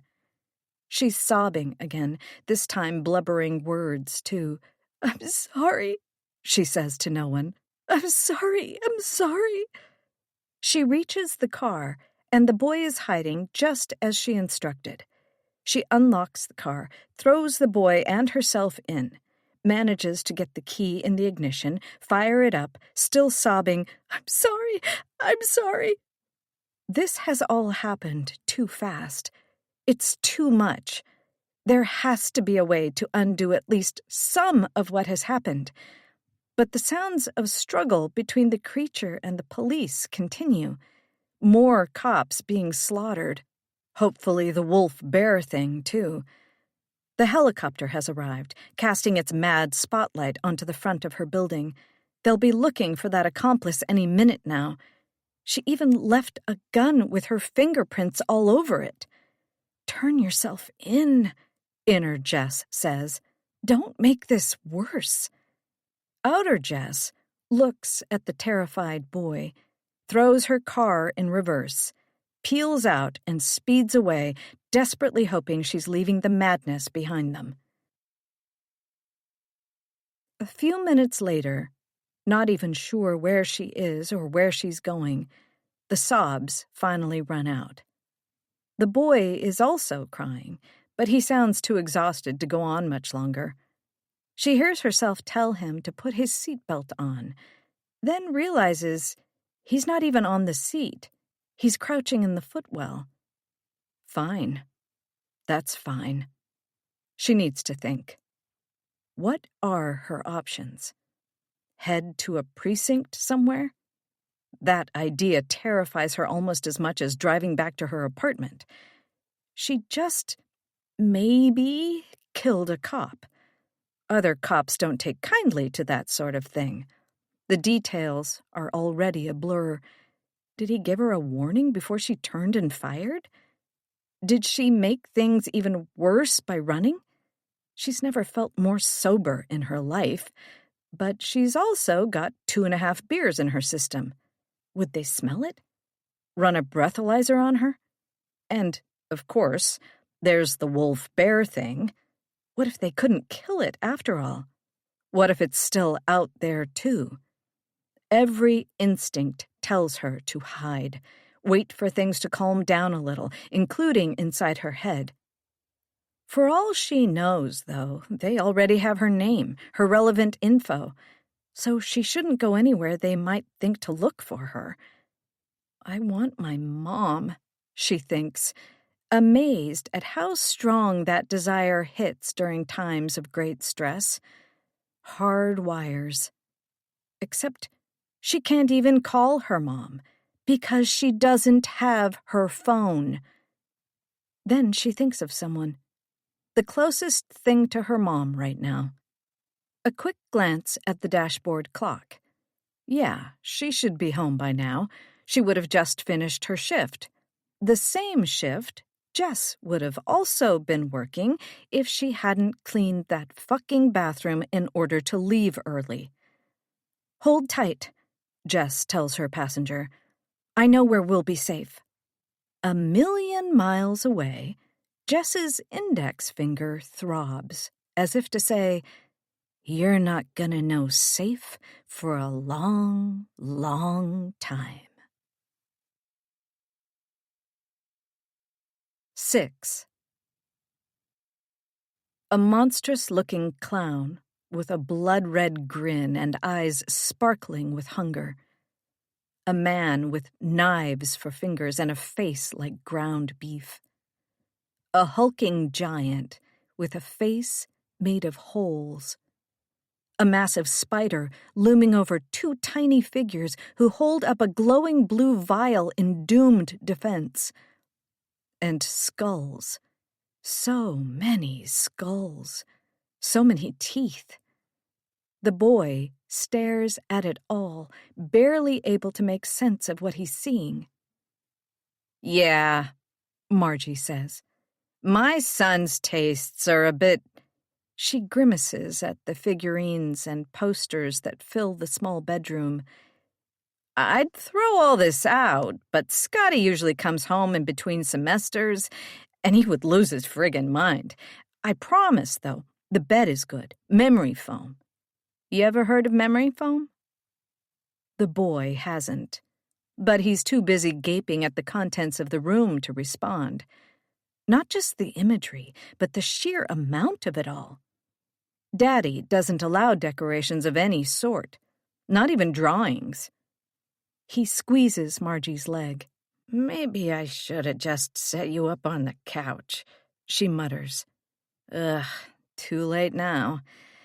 Hey, She squats down to his level, not without some effort. "Some of this is pretty scary, huh?" The boy doesn't need to nod. He just meets her eyes with his big blue exhausted ones. "I hate it too, but you know something? My son wasn't always a fan of this kind of stuff either. He used to get really spooked, just like you. Want to know what we did to help him not be so scared?" "Yeah," the boy says eagerly. With another groan, Margie straightens up and quick jogs out of the room. The boy hears a door open nearby, and then she's back. Ta-da! She presents him with a ratty old blanket, threadbare and dulled from untold washes, but still surprisingly soft to the touch. "What is it?" he asks. "That right there, my friend, is an invisibility blanket. Do you know what invisible means? It means whenever you're scared, if you hide under this blanket, the things you're scared of can't see you." To demonstrate, she drops the blanket over the kid's head. The kid gives a tired, broken giggle that squeezes Margie's heart and pulls the blanket off his head. Static turns his hair into weary exclamation marks. He looks at the blanket, gives Margie a momentary look of skepticism, or what passes for skepticism on his babyish face. "Really?" he asks. He hands the blanket back to her, as if to say, "Show me." "Really?" She puts the blanket over her own head. "I can still see you," he exclaims, confused and a little delighted to potentially catch an adult in a fib. "You're a smart kid," Margie says, and pokes at the boy's belly. "I knew I liked you." The boy can't help but giggle some more. Margie takes the blanket off, smooths her own hair. "I told you, it only works when you're around the things you're afraid of." She hands it over to him and invites the kid to hop onto the twin bed in the corner of the room. "Why would I be afraid of you?" As Margie gets the boy settled, Jess eases her Civic into the single-car garage attached to the small ranch house. She had to back Margie's car out to fit her own, and felt like a real asshole requesting to do so, but this was the only way she'd feel secure. The cops might not be looking for her or her car yet, especially out here in Echo Park, but better safe than sorry. She sits in the dark garage for a moment, listening to the cooling engine tick itself to sleep, sending out a little prayer that things will be okay, that they've found protection even if only for tonight. Hoping visions of Kelsey, of that dying cop, cease their looping autoplay in her mind. Margie's waiting for her, sitting at her dining room table between two beers, when Jess finally hurries inside. "He's almost asleep," Margie says, drinking from the bottle nearest her. "Cute kid. I miss that age. Everything's so much simpler." Then she grimaces. "The hell am I talking about? It's never simple. Gonna share his name yet?" Jess shrugs. "He hasn't told me." Margie groans softly, rubs her temples like that was the answer she was afraid of, takes a swig of beer, indicates the other bottle. "Figured you could use one. I know I can." Inner Jess heartily agrees. Outer Jess stays put. Silence spools between them. Jess can't help but notice Margie's avoiding any prolonged eye contact. "So, what's next?" Margie asks. "You want to take a shower? Get into some clean clothes?" "That would be amazing." "Uh-huh." Margie pushes her chair back and rises. Rather than provide Jess with the things she'd need for a shower, though, Margie walks to the window over the sink. She cracks it open and lights up a cigarette. More tense silence. More furtive glares. Jess wants to sit down, but is suddenly too self-conscious. Margie, again, I can't thank you enough for this. I know it's... Margie makes a noise and holds a hand up. It's shaking a little. You gotta walk me through all this again, Jess, 'cause I gotta be honest, I'm having a real hard time wrapping my mind around everything here. I mean, I'm 2 edibles deep when you show up. I'm just trying to decompress after a long day, and you're covered in blood, and you've got a strange kid with you, whose name you don't even know, and you say you were just attacked by some wild animal? I know it sounds crazy. Ya think? But that's not even the craziest part, because you're also saying you can't go to the cops, and you've got to hide your car in my garage in case anyone's looking for you? I mean, what the fuck, Jessica? I just saw you like 3 hours ago. Jess stammers. I don't know where to begin. I'll tell you everything. Don't you dare. Margie takes a drag, shakes a finger on the other hand. I don't want to know. If I'm asked about this later, I want to be able to say, I don't know Jack. I don't want to be an accomplice to anything. Just tell me, am I safe? Did you put me in danger coming here? Accomplice. Jess winces at the word. No, you're totally safe. And I won't stay here long, I promise. Margie nods, stares at the burning tip of her cigarette. I'm flattered you thought of me as a safe place to run to, Jess, but... She gives a humorless laugh. I mean, I hardly know you, okay? And this is a lot. Jess does her best not to show how much that stings. You're right. I just couldn't think of where else to go. This kid, is he one of your neighbors or something? Jess shakes her head. Leaning against one of the chairs, she quickly tells Margie about the boy. A runaway, found in the bushes. Jess was trying to get his story when his dad showed up, demanding the kid back. But before she could learn anything further... Yeah? Margie asks. Jess is thinking of the guy's eyes when he bellowed at her to wait, stop. Those eyes had burned with such intensity, and were those his eyes she's remembering, or the animal's? The way it scanned her apartment, stared at her through the glass door, so clearly intelligent, almost like, stop. Quit making this more insane than it already is. She shakes her head out of the thought. And then everything went to hell, she finishes. That thing, that huge fucking bear wolf thing showed up and... Margie, I can't tell you. The place looked like a war zone. I've never... Her voice cracks. She's pretty sure she's about to start sobbing, so she finally grabs that extra bottle of beer and takes a deep gulp. God damn, Margie exhales. This is just so... God damn. And none of this has to do with why you left the diner all freaked out. You looked like you'd seen a ghost or something. Jess surprises both of them by bursting out in a laugh. Nope. Different catastrophe, she almost says. Instead, she settles for, no, that was... no. More silence. But at least Margie seems a little calmer, having vented a bit. After another drag, she asks, So, what's the plan? After you get cleaned up, I mean. Any idea where you can go? My mom lives in Scottsdale. I guess I could head in that direction.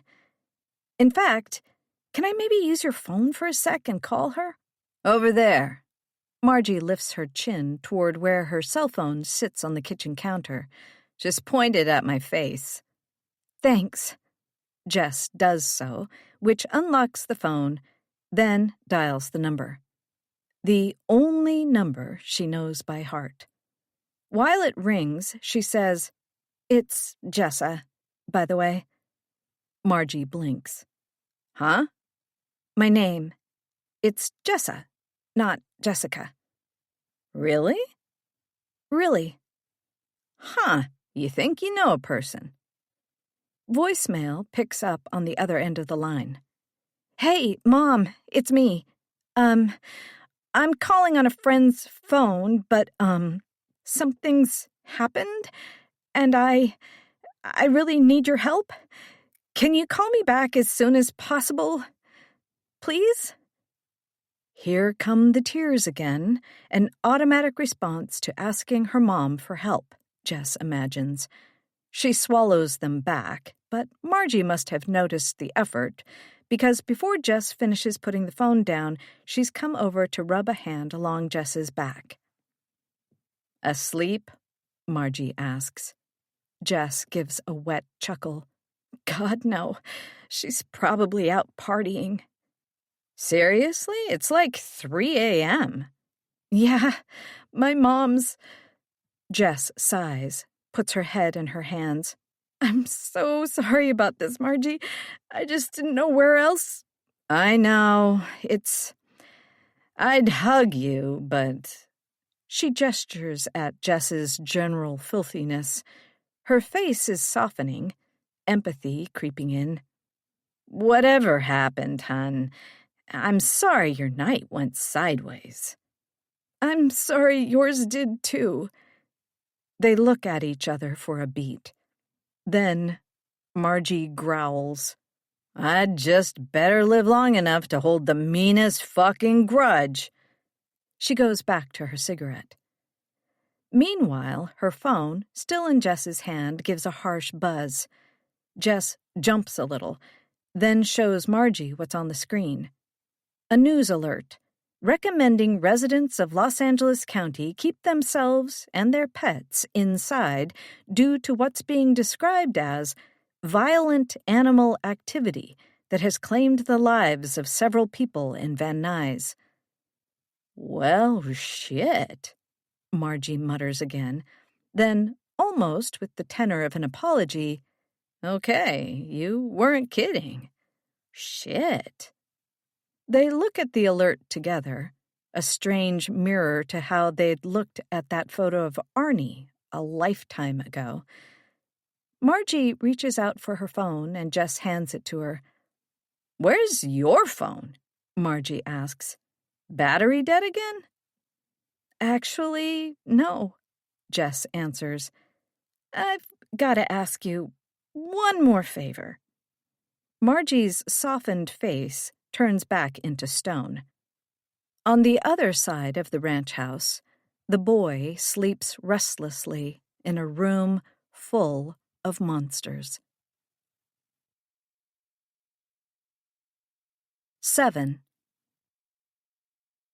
One thing Jess likes, or at least doesn't hate, about the graveyard shift at Poppy's is there's nothing quite like Los Angeles in the dead of night.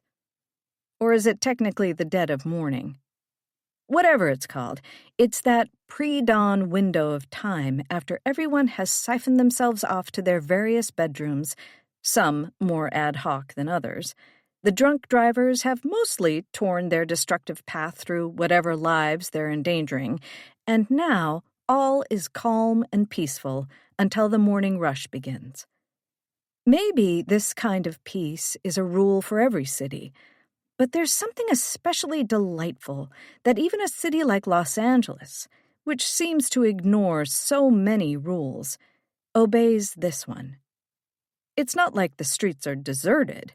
There are still plenty of cars on the roads right now, but there's no gridlock, no honking. Everyone gets out of everyone else's way, understanding that if you're out at this time, you have a reason. That's what it is. There's empathy in the air, a quality Los Angeles isn't known for when the sun is out.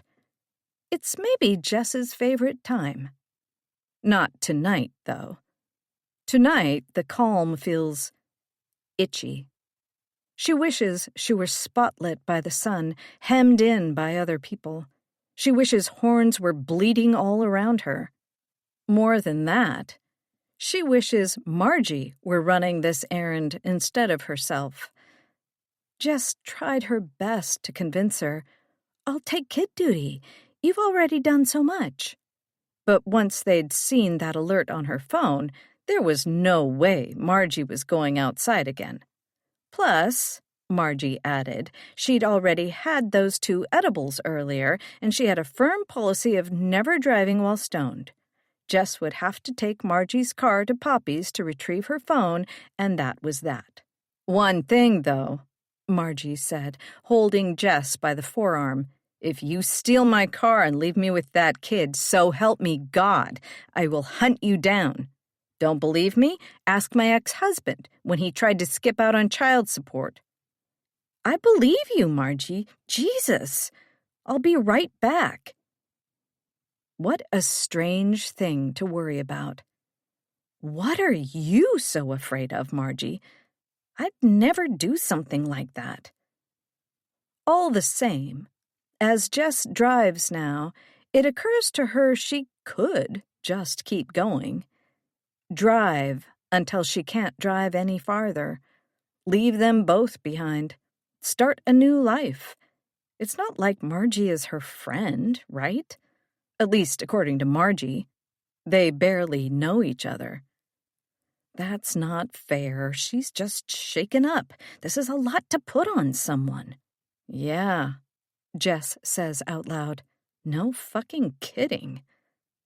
There's a sharp pain in her chest. Not quite betrayal, more horribly, like sad resignation. Another relationship flimsier than she'd thought. Fucking L.A. Fucking stupid, lonely, superficial, friendless town. She turns the radio on to drown out her thoughts. Margie's default station is blaring R&B, which is delightful, but Jess switches over to the AM band for news.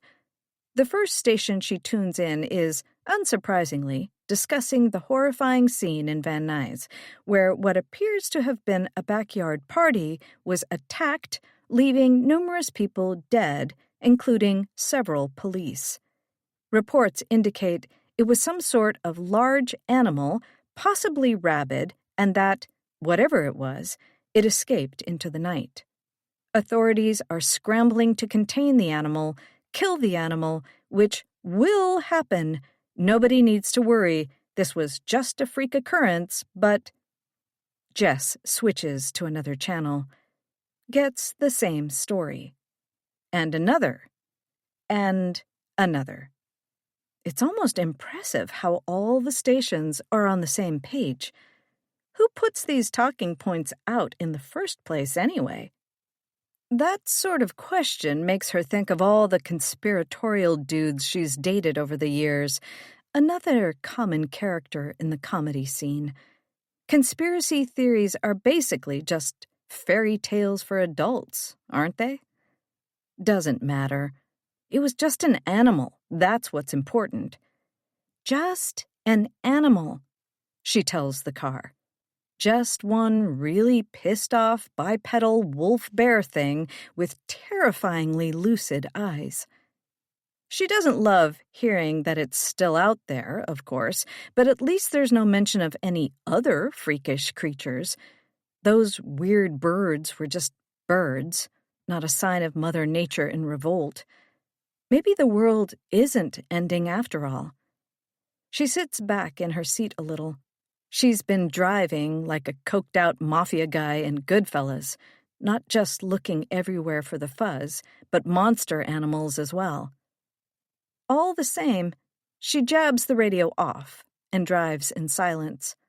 All the better to hear, my dear, throttling the wheel with anxiety.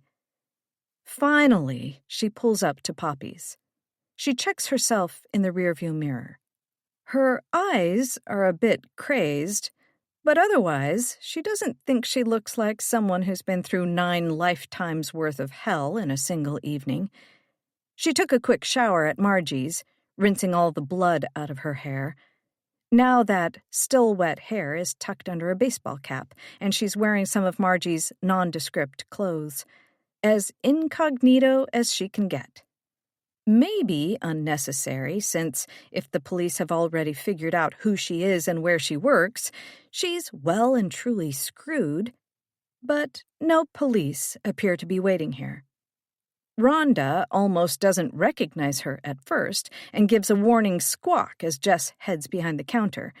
Once Rhonda realizes who she's looking at, she exclaims too loudly, "Oh, Jess! Thanks for cleaning up the bathroom during y'all's shift. That was a nice surprise." The bathroom. Jess's gorge rises at the memory. "No problem," Outer Jess says around a smile, broadcasting as clearly as she can that she's in a hurry. She retrieves her phone from where she'd left it under the counter. "Hey, be safe out there," Rhonda says, following her to the door. "Did you hear? Some sort of wild bear just killed a bunch of people. Crazy, right? Like there's not enough to be scared about these days?"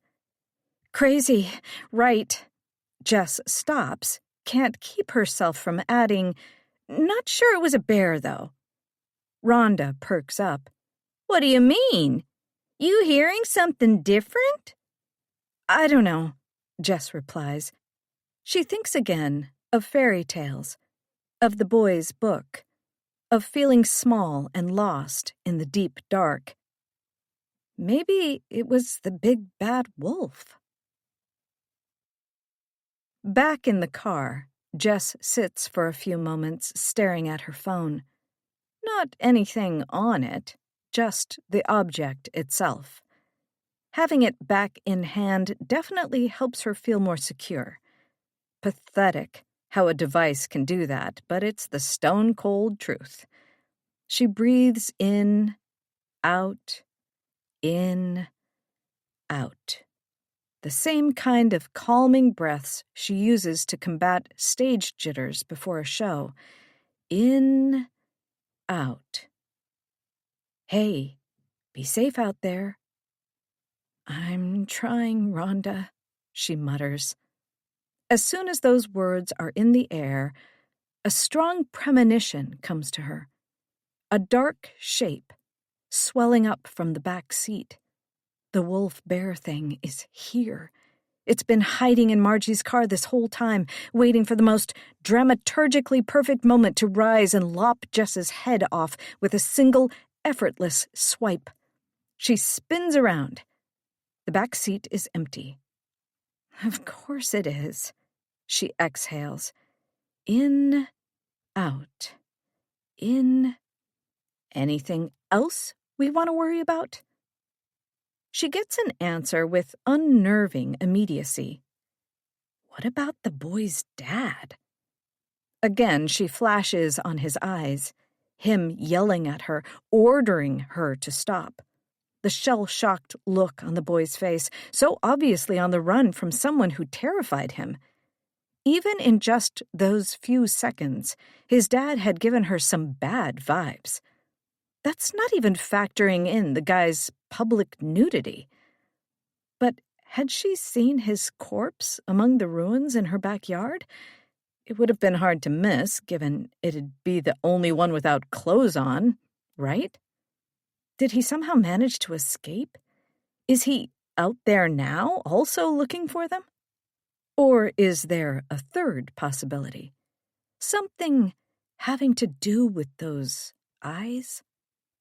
She groans, slaps at her forehead a few times. She's letting her imagination run wild. There's no way the guy survived. Not even people on the second floor survived, let alone some asshole without so much as a pair of boxers to protect himself. He was definitely torn to shreds. And definitely not some sort of movie monster. Those things don't exist. The world is horrifying enough as it is. Fucking dads. She turns the engine over.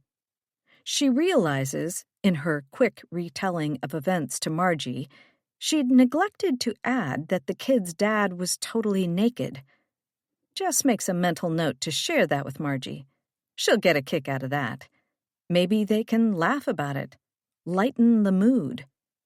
And there's no monster in the back seat, no cops at the diner. She got her phone back with no issues. Hell, her battery's even at 100%. Things will start to make sense again soon. Things are gonna be okay. Looking at the diner, though, one more unbidden thought pops into her head. That old nonsense graffiti that had bothered her for weeks. No one will be spared when...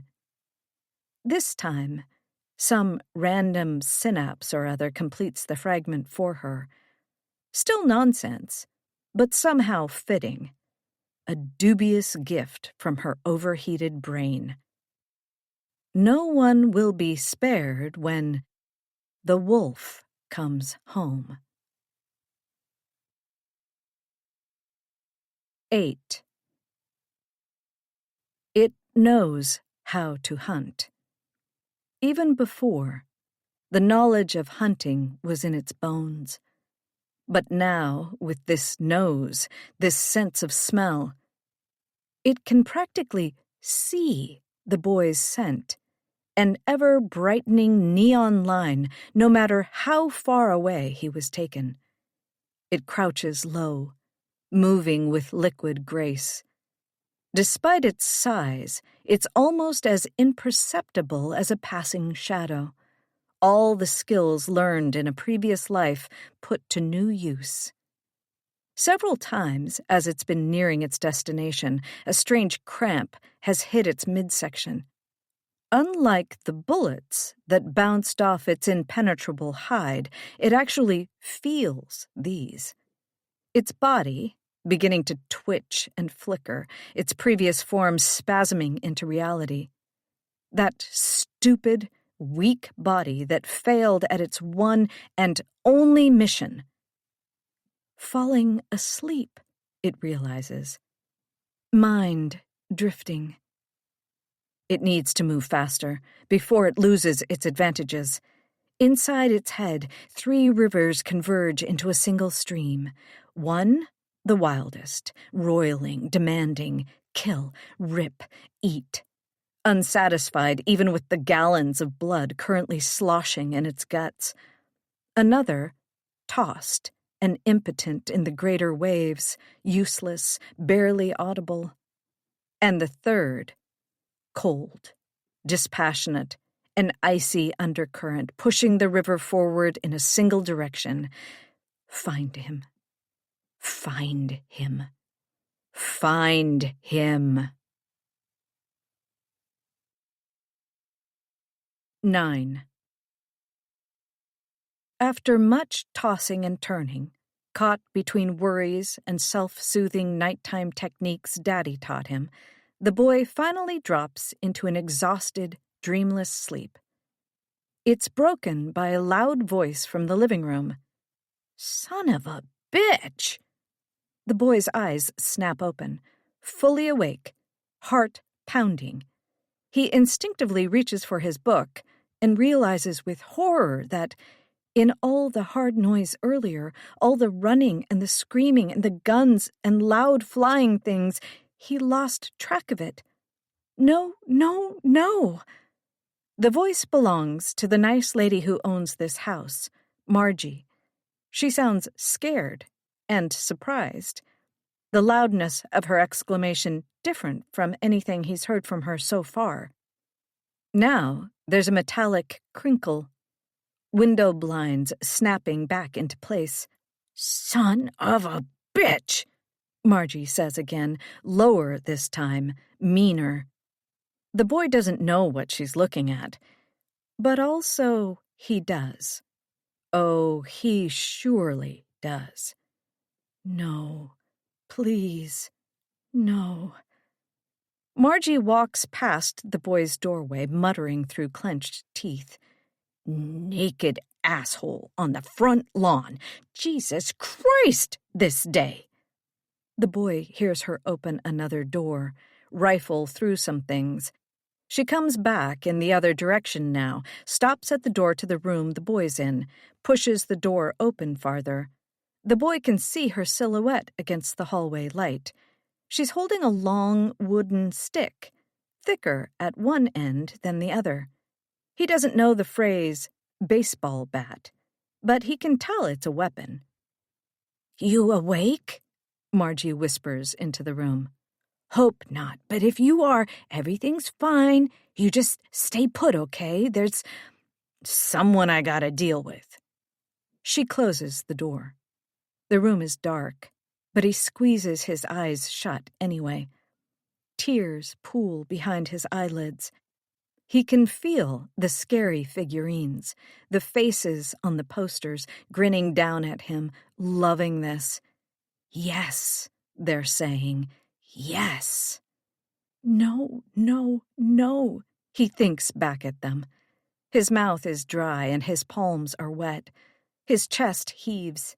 He wishes he could stop what's going to happen next, but there's no stopping something like this, is there? No. The answer is no. The same word he's repeating in his head. No, no, no, no, no. A shiver runs through him as he hears Margie opening the front door. "Hey!" she shouts angrily. A howl rises up to greet her from the front yard. A howl that suddenly squeezes in pain and then begins to twist. Yes, the figurines and posters agree. Yes, yes, yes. Margie screams, too, at what she's seeing. She slams the front door shut, still inside, breathing fast. What the fuck was that? What the fuck? The strange, twisting howl screams continue outside. No, no, no, no. Glass shatters in the living room. The front window. Something heavy thuds onto the living room carpet. Margie is still screaming. She's joined by strange harmonic groans, several mouths in confused, disoriented pain. Noises the boy has never heard before. Then wet, gurgling, choking, ripping, noises he has heard before. The nice lady, Margie, is suddenly silent, her sounds cut short. All is silent, except for that low, harmonic growling. Glass crunches. Footsteps approaching. More than 2 feet. The low growling gets louder, closer. No, no, no, no, no, no, no. He does the only thing he can think of. He throws Margie's invisibility blanket over his head just as the door pushes open, revealing a new silhouette in the doorway. A horrible shape. It sidles into the room. The boy trembles under the blanket. He can hear its breathing as the shape slinks around, searching everywhere. More of that multi-tone, harmonic growling. Not hard noise, but somehow just as awful. One arm lifts up the bed skirt and looks under the bed. Another lifts up the comforter that just a few seconds ago the boy was curled under. The boy has wedged himself into a corner, hiding under the special blanket, seeing the outline of this new horror through a thin layer of well-washed cotton. Its arms, its legs, its heads. Not a wolf anymore. So much worse. It can't see me. Can't see me. Can't see me. The kid's heart thunders. The figurines, the posters leer with glee. But even they can't see me. The shape finally gives up on this room. and scuttles out to keep searching. 10. The changing isn't painless. Quite the opposite. For a while there, it felt as though every bone in its body was shattering, melting, burning, reforming all at once. But its new form feels stationary again, settled. For now, at least. It misses the simplicity of its previous shape. This body is confounding. Its limbs are ungainly, its balance awkward. Certain senses have heightened, others have dulled. Certain hungers have become keener, others less imperative. The undercurrent hasn't changed, though. Cold, steady. Find him, find him, find him. The boy must be here somewhere. Where could he be? It looms over the body of the woman who must have lived in this house. Most of her body, at least. The bottom half of her face is somewhere to the side. Her lower jaw came off so easily with the blade-like appendages sprouting from one of its several hands. Now the woman's tongue lolls out like a short, fat kite string on the floor. Its many eyes stare into her dull ones, still imprinted with that final burst of fear. It wishes it could demand answers from her. Fury roils. Where is the boy? A song begins to play somewhere else in the room. Somewhere in the soup of its consciousness, it knows the song is called More Than a Feeling. The wolf might not have been able to remember this. Its primal instincts were far more overpowering, leaving less room for thought. But this new shape, with all its many inputs, offers a sharpness, even though something internal keeps begging to stay looking at the dead woman's fear-stamped eyes. It turns to pinpoint the source of the music, a cell phone sitting on the kitchen counter. It moves forward awkwardly, loathing its clumsiness. This many legs, this center of gravity? One of its more hand-shaped hands picks up the phone. Someone named Jess, Poppies, is calling. Could it be the younger woman who stole the boy?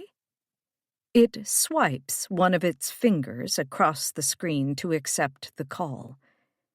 It doesn't quite know how to activate its vocal cords in any sort of coherent way, but thankfully the caller, Jess, Poppies, starts talking without needing much of a prompt. "Margie?" she asks. "Hey, sorry, I think our connection's weird. Listen, I got my phone and I'm on my way back. I told you I wasn't going to run away, but I just wanted to say I'm sorry again about everything.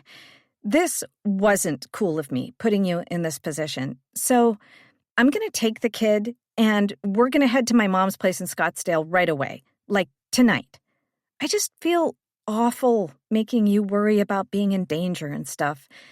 But I think I'm getting a second wind, so anyway, if you want to pull my car out of the garage, feel free. Or I can when I get back. Either way. Also, this is embarrassing, but heads up, my mom might call you. She's the 480 number I called a little bit ago on your cell, so you should be able to recognize it. I just left her another message saying I have my phone back, but since she knows I'm in trouble, she might try to talk to you behind my back and, get your version of events. She's nuts. Just wanted to prepare you. Her name's Cookie, and, the two of you might end up becoming best friends, or... Margie? Are you there? I think I can hear you breathing, but... A giggling steals its attention. It looks down, startled. Its torso, or is it technically a thorax now, is covered by a thin red and green striped pelt, and pressing out from the surface, like breathing tumors, are the shapes of faces. Each face is riddled with holes, empty eye sockets, almost like a hockey mask.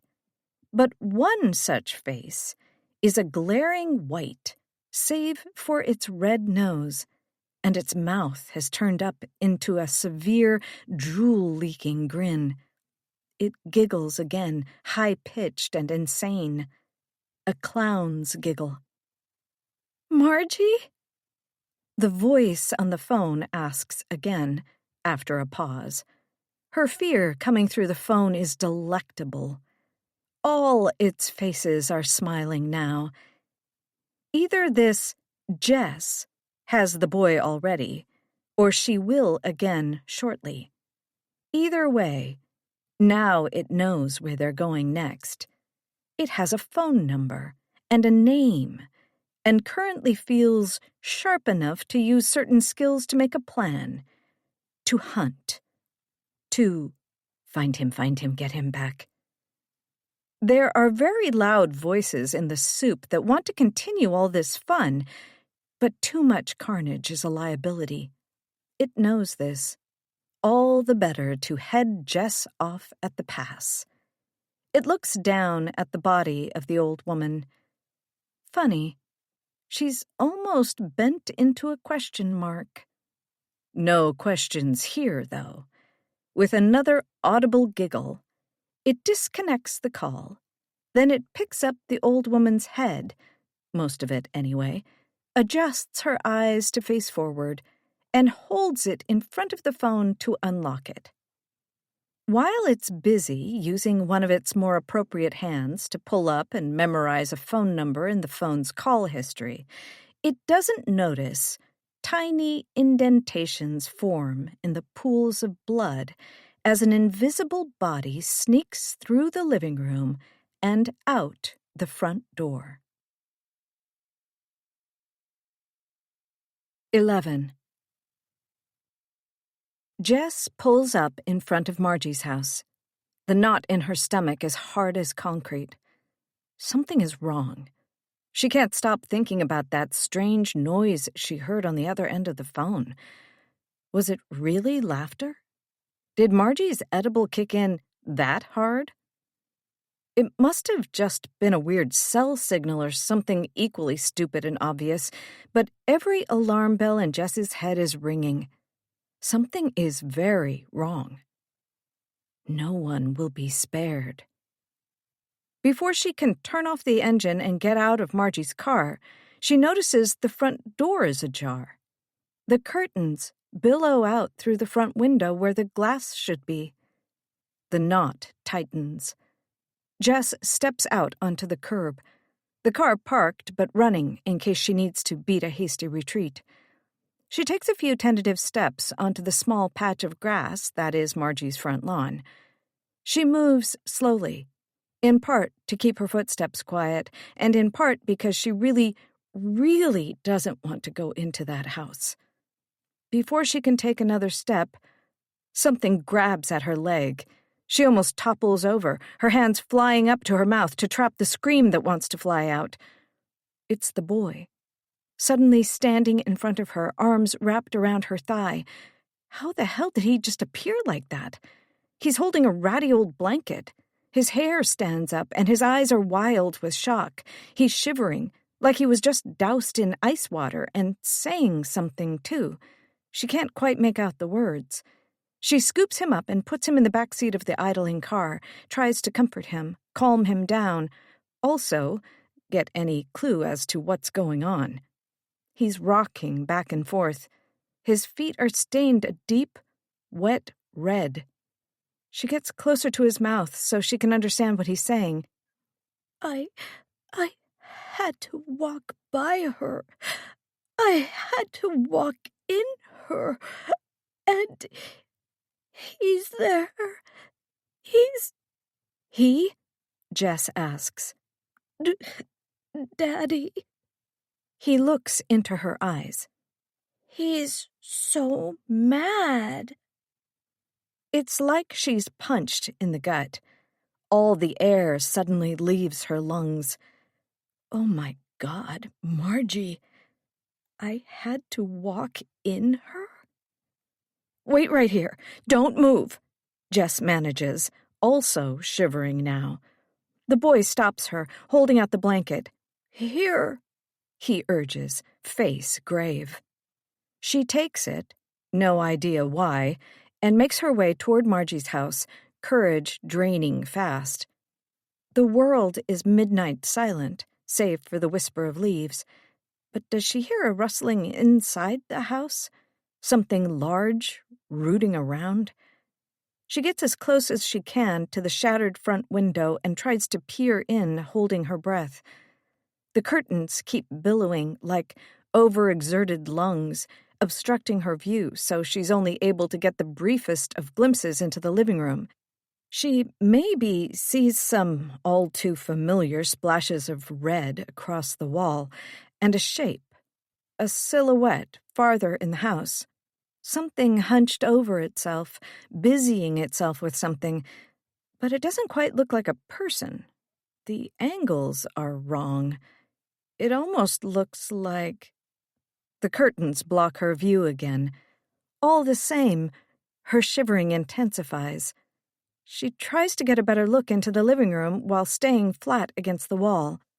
In her maneuvering, she doesn't realize she's accidentally dropped the blanket until the boy hisses from the car in an unsuccessful stage whisper. She can't tell what he's saying. You sit, or use it, or something. All she really cares about is she can tell the silhouette inside has moved. It straightens up, listening. It must have heard the boy, too. Jess wants to be brave, wants to make sure Margie isn't past saving, but the way that shape moves, the impossible outline of it, sends her running back to the car, and the kid is shrieking now, not in terror, but in outrage. "The blanket!" he's screaming. "The blanket!" Rocking back and forth in his seat like he's on fire. She slams the rear car door on his pleas, then hurries to the driver's side. Behind the wheel, she steals one more glance at Margie's house. Whatever's in the living room has definitely heard them now.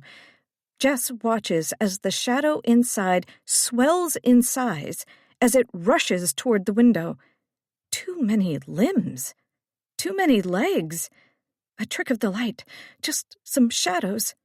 All the same, she doesn't stay to make sure. The tires scream as loudly as the boy in the back seat.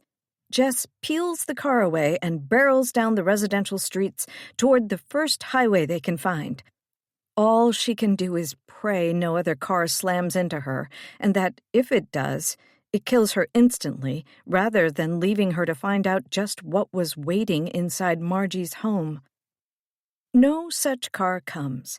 They make it onto the highway, and Jess hopes they never have to stop again. 12. The kid won't stop screaming and hammer-kicking her seat.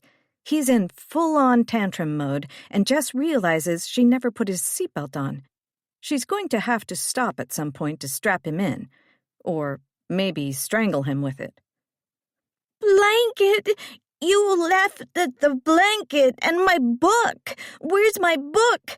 I need them! I need them!" More kicking, thrashing. Jess hears herself offering apologies, useless solutions, none of which land amid this shrill tornado. "I need them!" His voice is high and piercing, like knitting needles in her ears. "I need them!" Finally, she yanks the wheel and steers them to an off-ramp before throwing the car into park on what she hopes is a safe side street. "Hey! Hey!" She turns around in her seat to face him. The kid stops screaming, but his breaths come in big, hitching gulps that let her know more screams are waiting for deployment. She keeps her voice calm and low. "I know you're upset right now, but I'm about 5 seconds away from throwing you out of this car and driving away. I'll let whatever was in that house come get you. Do you want that? The hitching breaths become more controlled. No, he says with determination. Good, he's taking her threat seriously, because she really kinda meant it. Thank you, she says, already feeling terrible. Now, do you know how to put on a seatbelt? He shakes his head. Of course not. She gets out and opens the back passenger door to buckle him in. Hurry, he pleads in a soft, frightened voice that melts whatever disciplinarian steel she'd galvanized to yell at him. Less than a minute later, an interminable minute, full of visions of a malformed silhouette appearing over the horizon and rushing toward them with lunatic speed, she's got them back on the highway. It's quiet enough now to think, but she's forgotten how to do it. Her mind is a chaotic leapfrogging of questions. Where are we going?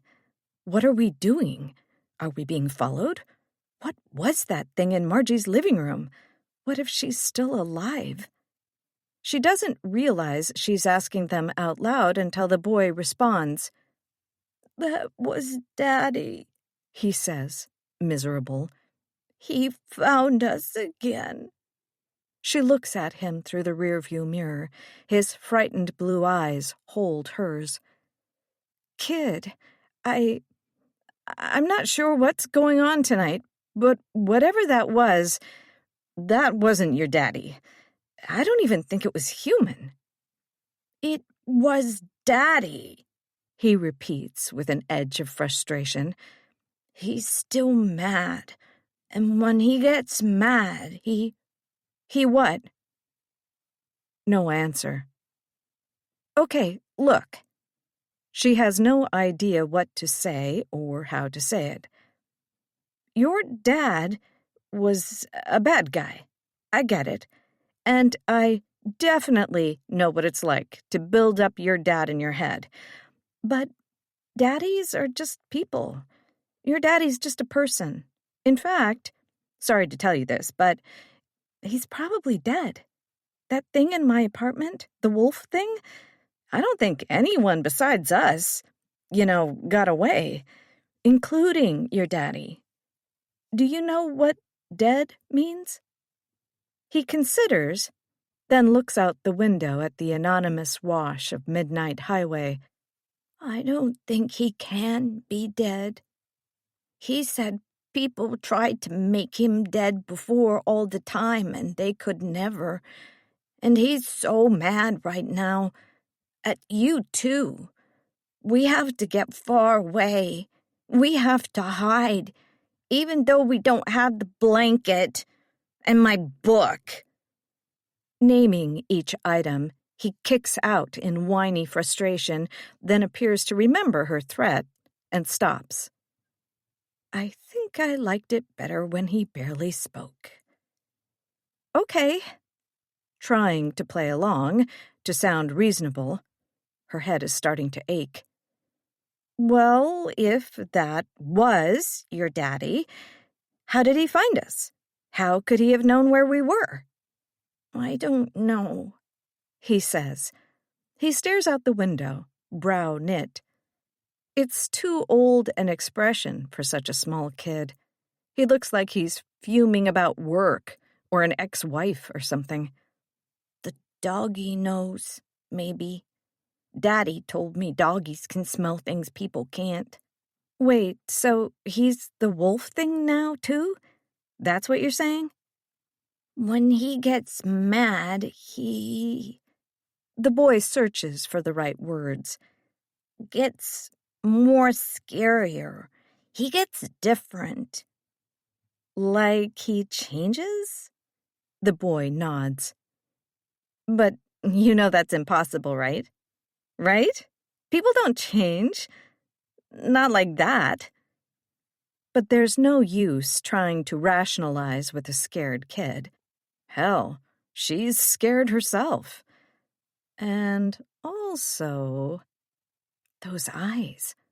The wolf's eyes were too... Stop.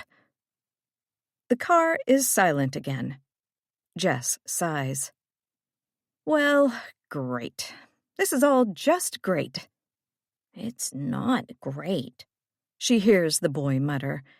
It occurs to her he's actually showing a surprising amount of discipline for a kid so young. His tantruming gave way to passive-aggressive sulking with impressive speed. Then she realizes why. The kid's dad probably beat that discipline into him. Even if he's not a monster, that guy was probably a monster. Fucking dads. A familiar ache blooms within her chest. Little Jess joining the fun. She wrings her sweaty hands against the steering wheel. One thing at a time. Where are they going? What's the immediate plan? She looks at the clock. It's only 3:37 a.m.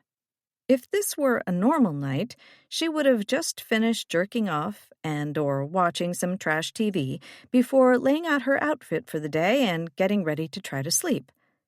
Pretty sure I'm not making that audition later, she thinks, and for an intense microsecond, she feels bubbling, hysterical laughter at the back of her throat. Then she remembers that giggling on the other end of the phone, and the impulse dries up as quickly as it came. Guilt overtakes her instead, a massive wave of it. Oh, Margie, I'm so sorry, I'm so sorry. Tears sting her eyes. Fuck. She never checked to see if Margie was still alive. She stole her car and left her, just like Margie'd been afraid she would. But that silhouette, all that blood on the walls. I think we have to go to the cops, she says at last, hoping that hearing herself say it will give her the resolve to follow through. There's nowhere else we can go. The kid offers no opinion on the matter. He might not even be listening. What stops her from looking up the nearest precinct, though, isn't just her fear of getting punished for her shoot-and-run. The kid's obviously over-imagining what's happened to them tonight, but suppose he's at least right that something is after them. Suppose, on the slimmest of chances, that everything hasn't just been a series of nightmarish coincidences. It's not like the dozens of officers at her apartment offered much protection. And what if she turns herself in and gets thrown in a cell while the cops deliberate over her story? She'd be trapped. The boy, too, probably. No way to run, nowhere to hide. It's too silent again. She forces herself to unclench the wheel, looks through the rear view at the boy. Huge, silent tears slip down his cheek, catching the scattered streetlights. He knows how to suffer in silence. Hey, she clears her throat. Everything's going to be okay. Okay? She's starting to hate that word. Silence. I'm really sorry about your blanket. Silence. Tell me more about your daddy. Do you really think he... Before she can finish her question, the car is filled with a buzzing sound. Jess gasps in surprise, and the car swerves dangerously out of its lane. Her brain catches up with her nerves quickly enough, and she's able to steady the vehicle before catastrophe. It's just her phone, vibrating inside her bag on the passenger seat. Keeping one hand on the wheel, eyes darting back and forth to the road, she digs it out. The display reads, Cookie Momster. She puts the call on speaker. Mom? She practically shouts. Well, hey, you stranger. Long time no speak. 13. If Mona Doll weren't being such a petty twat-waffle, Cookie wouldn't have needed to leave the party early to decompress. Goddamn Mona Doll and her nonstop monologuing about her stupid neurosurgeon's son. directing each sentence straight to Cookie, as if to say, see how some children can be? Cookie had wanted to invite Mona to sit and spin on the old middle finger whirligig, but of course she held her peace. For now. After all, Cookie is hosting this week's bridge night, and it wouldn't be wise to stir the pot. It'd make people feel like they had to choose sides in order to attend, blah, blah, blah. Besides, Cookie knows that Mona is really just jealous that Cookie and Bob Bradford have been hooking up for the past few weeks, while Mona sits in her room with a cooch so dusty it would take one of those Mary Poppins chimney sweepers to clear all the bats out. God, it's all so exhausting. Like being in high school again. No, worse. Living at the Blue Sky Senior Freedom residences is like goddamn elementary school again. Only instead of, my dad can beat up your dad, it's, my kid is more successful than your kid. Good for you, Mona. I'm so glad your little Bradley just made attending neurosurgeon at the hospital he spends 23.75 hours of every day at. Big fucking whoop. A rich white kid raised by two rich white parents got a promotion. Quelle surprise. Cookie never feels the pathological need to brag about her own kid like that. She does brag, of course, but she doesn't need to. She can read the fucking room and talk about other things. It's called being a human goddamn being, Mona. Besides, there's more to extol about your kid than artificial career metrics. Cookie doesn't mind that Jess's career is struggling. Jess is just finding herself. And Jess is cool and funny, and most importantly, she's kind. The other residents never want to hear about that stuff, though. They just want to know about her auditions, her bookings, her celebrity sightings, blah freaking blah. How about this, Mona? My daughter was raised by a single mother on a legal secretary's income, and now she's out in California living her dream, and she's not a total fuck-up. A little bit of a fuck-up, sure, but who isn't? At least Jess is still able to think about other people's well-being from time to time. Plus, unlike a certain someone's neurosurgeon son, my kid doesn't look like Charles Lawton after being stung by a bunch of bees. Cookie isn't above being petty.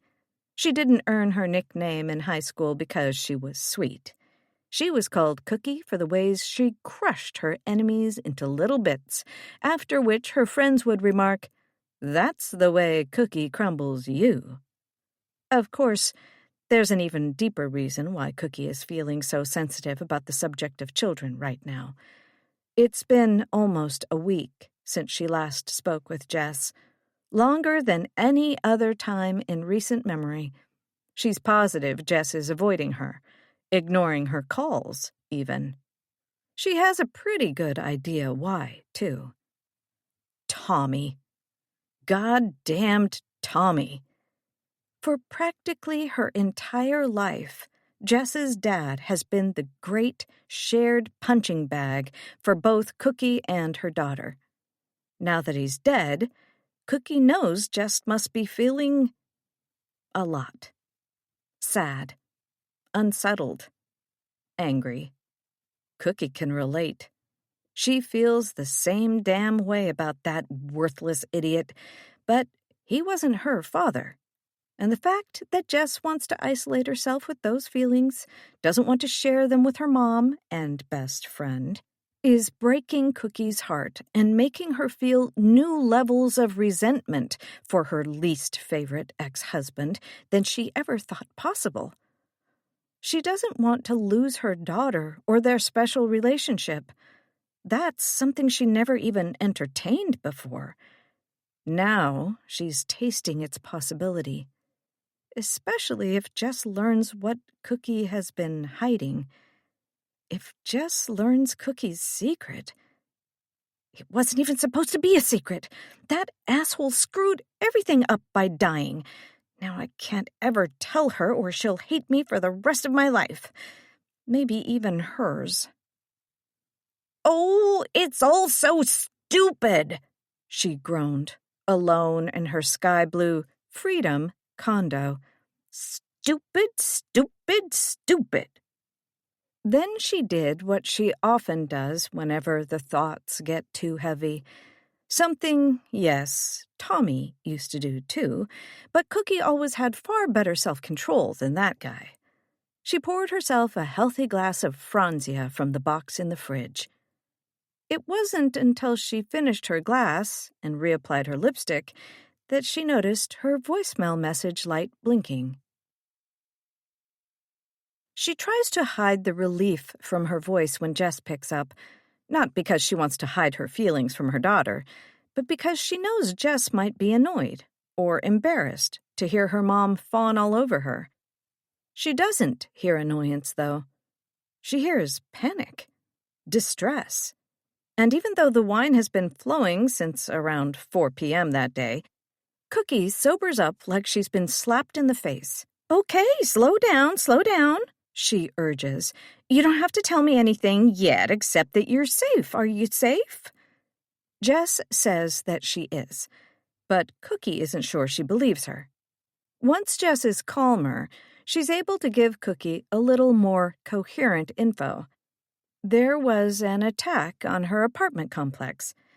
It might even be on the news where you are. But she got out okay. The only thing is she needs to get as far away as possible, and she can't go to the cops. "You can't go to the cops? Why not?" There was... Mom, I'm so fucking tired. Can I just tell you about it tomorrow? Yeah, great. This totally sounds like a thing I'm going to be chill about. Mom, don't mom me. When your daughter calls and says she can't go to the cops. Mom! Jess! They fall into a brief tangle of sounds, some of which are words, before ultimately rising to a climax and then falling silent. A common duet for the two of them.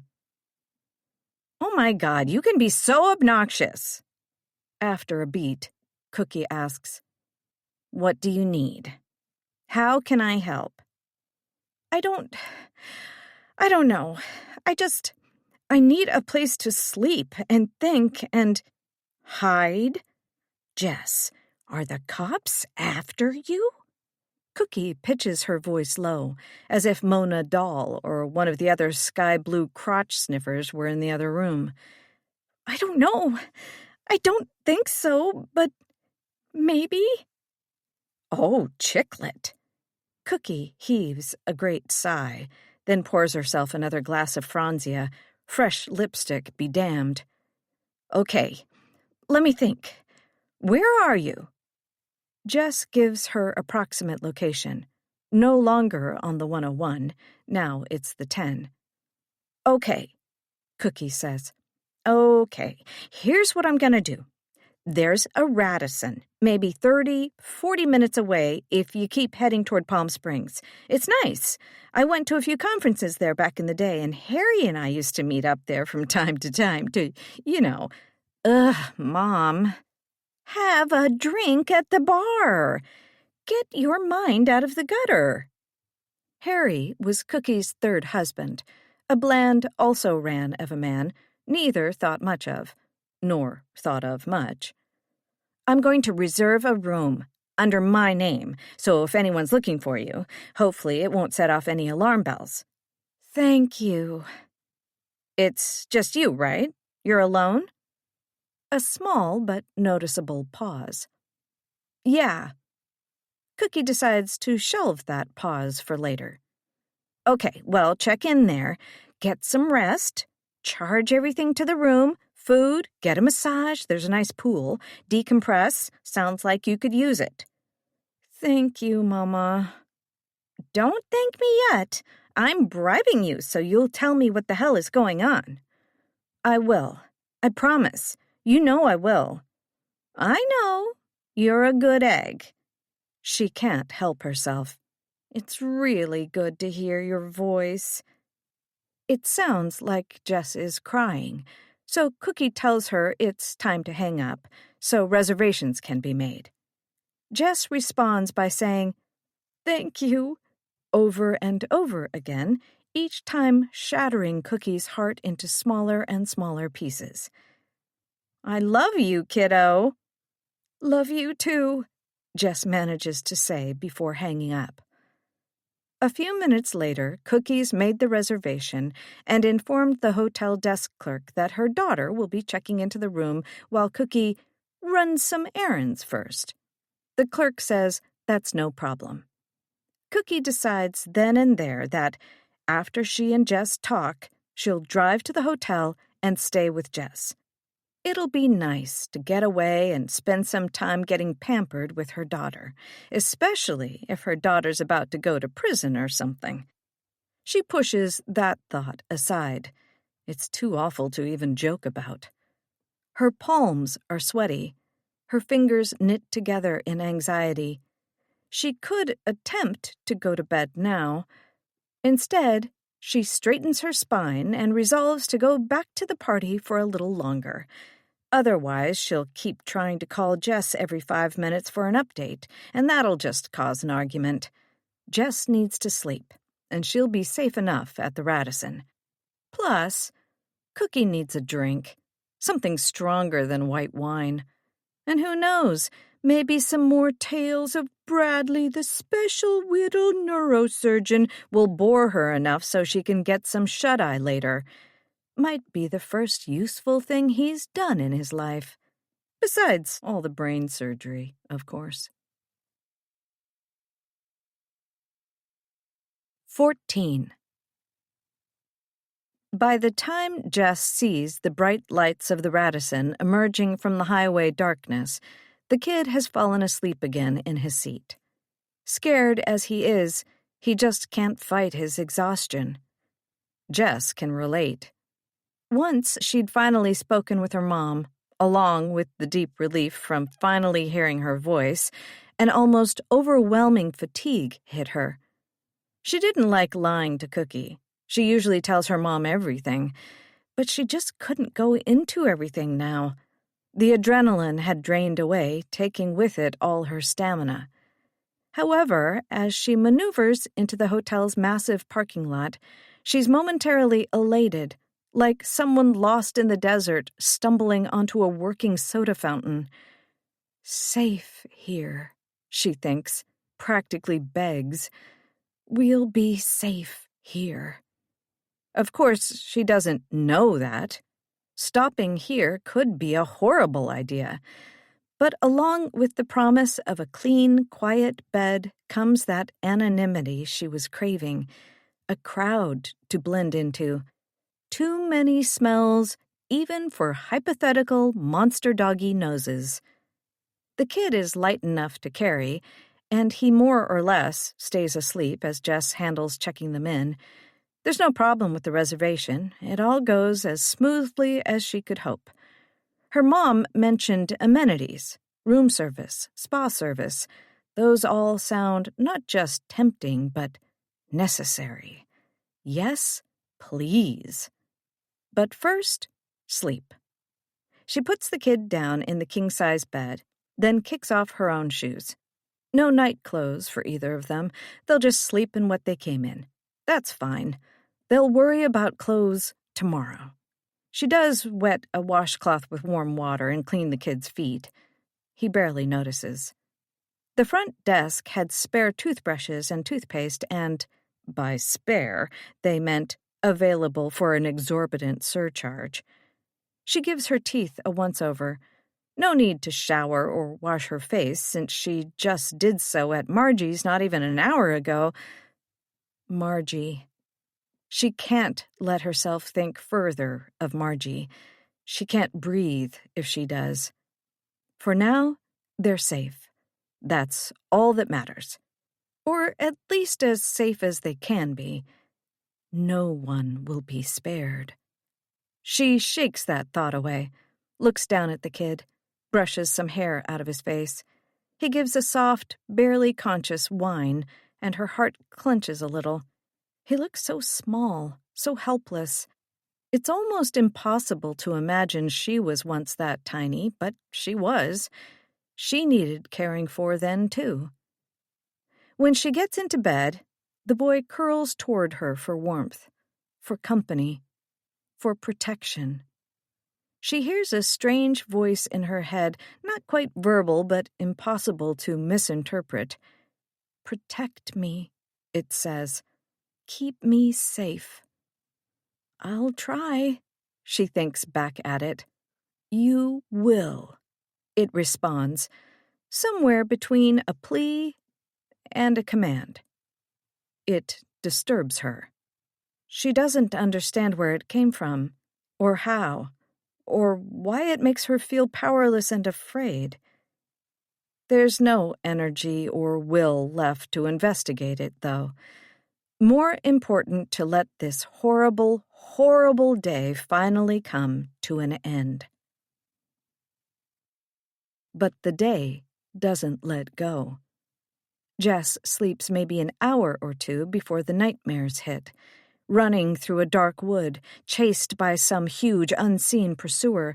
The trees are vast, impossibly tall and dense, and she is so very small, barely 6 years old, about the age when she was informed that her daddy was leaving.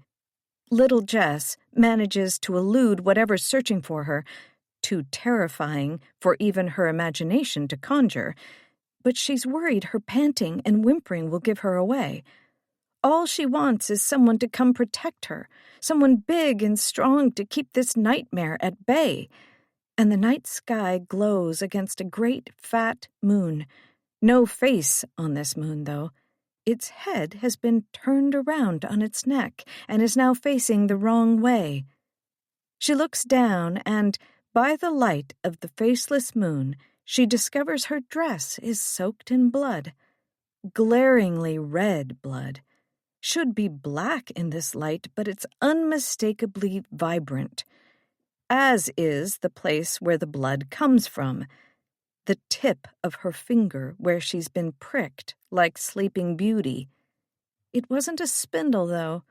It was a dirty hypodermic needle, which she still holds in her other hand. She tries to drop it, but it's stuck to her palm by tiny, grasping legs all along its sides, like some hideous insect. She shakes at it desperately. It refuses to fall. Instead, it scrabbles up her arm to her shoulder, her back, piercing her all the way with its contaminated stinger. She shrieks, all thoughts of her pursuer gone, battling at the needle, spraying blood from the still oozing wound at the tip of her finger. Not just blood, clotted, noxious pus, fatty, yellowing flesh. She's rotting from the inside out. It starts from that still bleeding puncture wound. The skin around her fingers swells, slick and purulent, before belching itself inside out into cream-colored rivers. The stench is ghastly, hot and sweet like a shit-smeared diner bathroom.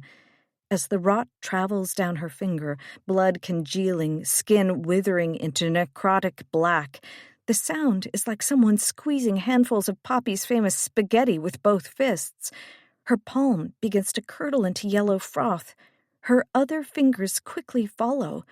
Her veins become a highway of poison, the I-10 of decay, spreading death through her body, her bloating, sweating, rapidly disassembling body.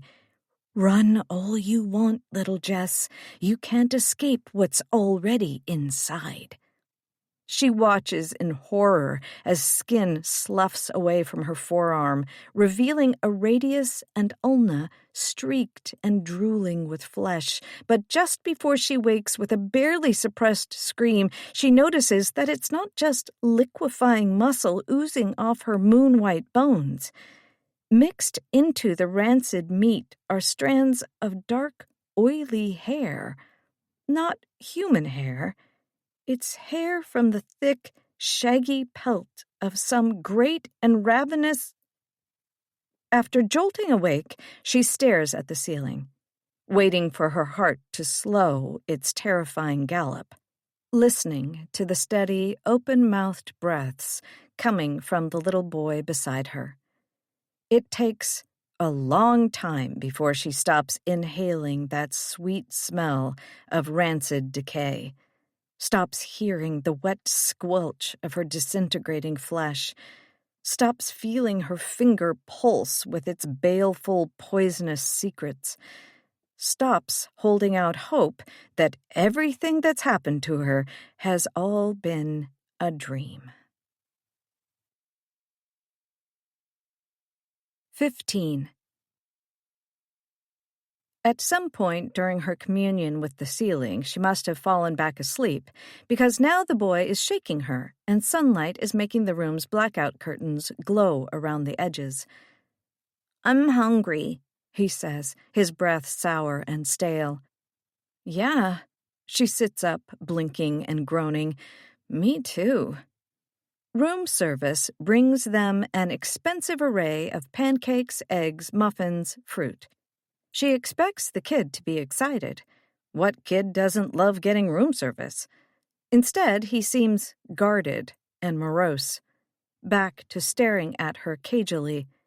It all must be sinking in for him, how his life has changed, how he's stuck with this stranger. Come to think of it, she's feeling pretty fucking morose, too. Sore and achy, not just physically, but mentally. Too many things to think about. Too many traumas to process. She's come to a decision, though. A plan for this morning. Risky, but necessary. She knows they need to hunker down, stay out of sight. But if she doesn't cross at least one item off her list of anxieties, her chest's gonna cave in. A thought keeps buzzing inside her head like a trapped fly. What's the point of running for your life if you're just gonna let something else kill you? The boy takes a small plate of food and sits as far from her as he can get. "Did you sleep okay?" she asks. He shrugs. "Bad dreams?" He thinks, then shakes his head. "That's good." She tries to sound bright and upbeat, tries not to think about her own nightmare, distracts herself with a cheese Danish. They eat in silence. "You're still mad about the blanket?" she asks the boy. "And the book," he grumbles around a mouthful of toast. "Right." He needs to take a bath. Or a shower? Do kids his age take showers? She has no idea. But he's filthy from his time hiding in bushes, and there's undoubtedly dried blood spray all over him, too. Can he do it himself? Does she need to help? So much she doesn't know about a kid this age. Hell, about a kid at any age. She's almost relieved he can handle solid food. She's also got to tell him about the plan. She decides to start there. "Hey, you know we're safe here, right?" He looks up at her, listening, weighing what she's saying. "This is a big, safe place, full of people. No one can find us here, not even doggy noses." After a pause, he says, "Okay." He sounds like he believes her. "So, all we gotta do is hang out for a little bit, wait for what's chasing us to be caught, and then..." She trails off. "And then" is still a mystery to her, too. She does know it'll involve them staying at this hotel for as long as it takes. Considering what happened to Margie, there's no way Jess is going to risk going to her mom's place. "Unfortunately, that means you and I are going to get to know each other real well. So I hope you'll stop being mad at me soon. But that's okay. I'm not going to rush you. I respect your boundaries." Another pause. Then he nods. "Okay." "Okay. Can I finally get your name, maybe? I should probably know your name if we're going to try to be friends, right?" He gets up and makes himself another plate of food from the array laid out on the hotel room's table. "I don't know," he says at last, sitting back down. You don't know if friends know each other's names? She feels like she's on a children's show, play-acting incredulousness, trying too hard. They totally do. I know all my friends' names. And I already told you mine, remember? I don't know, he says, irritated. It takes her a second to process what he means. You don't know your name? He shrugs, pays more attention to his plate. How is that possible? You've got to know your name. Daddy never uses it, he says, so I just don't remember. That's the saddest fucking thing I've ever heard. It's out of her mouth before she can stop it. The kid doesn't seem offended, though. He just gives another shrug and tries a grape. Jess puts her kids' show happy face back on. Well, okay. I could give you a name in the meantime if you want. Maybe it'll jog your memory. Is there a name you've always liked? Tyler? Matt? Batman? Super-duper mega-pooper? He shakes his head. Ouch. Not even a smile. A familiar low tremor in her stomach. That hardwired desperation to make her audience like her, even if it's just an audience of one. Old habits, she supposes. But also, if they're going to be stuck together for the time being, the idea that it'll be in tension makes her all itchy. Come on, kid, work with me here. I'm fucking fun. Okay, well, how about for now I just call you Kiddo? That okay? He nods. A slightly more engaged nod, so that's something. She eats a few forkfuls of rubbery eggs. Funny, they tasted good a few seconds ago. She clears her throat, takes a sip of coffee, not looking forward to this next part. Anyway, listen, kiddo, there's a lot we've got to talk about and a lot we've got to figure out. But first, how comfortable would you be hanging out here if I went to run a quick errand? An errand? Errand. It's like a task, a thing. Just a quick thing I have to do. I guess I could also pick up some new clothes for us, too, or we could order some online to be delivered. I don't know. I'm thinking out loud here. She shakes her head, starting over. Something happened to me last night before I met you, and I just need to make sure I'm okay. We're safe. I just gotta make sure I'm safe, too. From this other thing, unrelated. He stares at her blankly. She has no idea if she's making any sense. She presses on. I'll only be gone for a little bit. I did a little Googling. What's Googling? She thinks about how to best explain it. Jesus. What's Jesus? Never mind. I did some research. I found a place I can go that's only like 10 minutes away. It's early enough that there shouldn't be a line either, so I bet I can be in and out in like 30 or 40 minutes tops. I'll just need you to wait here and behave and not, do anything. Is that okay? Can I ask you to do that? Already, this plan, the prospect of going back out into the world, fills her with low, simmering terror. As much as she needs medical attention, and soon, according to all the websites, she almost hopes the kid says no. Instead, he hops down from his seat and goes back to look at the food. Okay, he says. Not doing anything is pretty much all I ever do. That makes her chest cramp with a feeling she can't quite define. Disappointment? Pity? Sadness? Relief? Great! Thanks, kiddo! She has the urge to reach out and tousle his hair. Then she stops herself. We also gotta get you clean. How do you normally get clean? Do you take baths or— No, no, no! He whips his eyes to her, shaking his head forcefully, the most emotional reaction she's gotten out of him yet this morning. No baths! Okay, so what? Daddy uses the shower on me. I don't like baths. The hole. She laughs. She can't help it. He looks so horrified. I get it. Worried you'll get sucked down, right? The kid doesn't respond to that, but she senses, or perhaps imagines, he's holding back a memory he doesn't want to talk about. That's okay, she assures him. Totally normal fear. I had it too. Okay, we'll use the shower, if you're okay with that. Okay. Because you're filthy, kid. Yeah, gross. I am.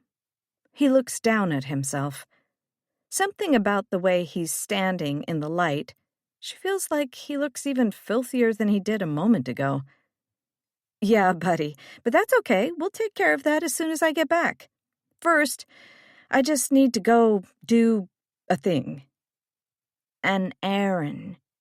She bites back the urge to say that she has an ex-boyfriend named Aaron, and he definitely revealed himself to be a thing she wouldn't ever be doing again.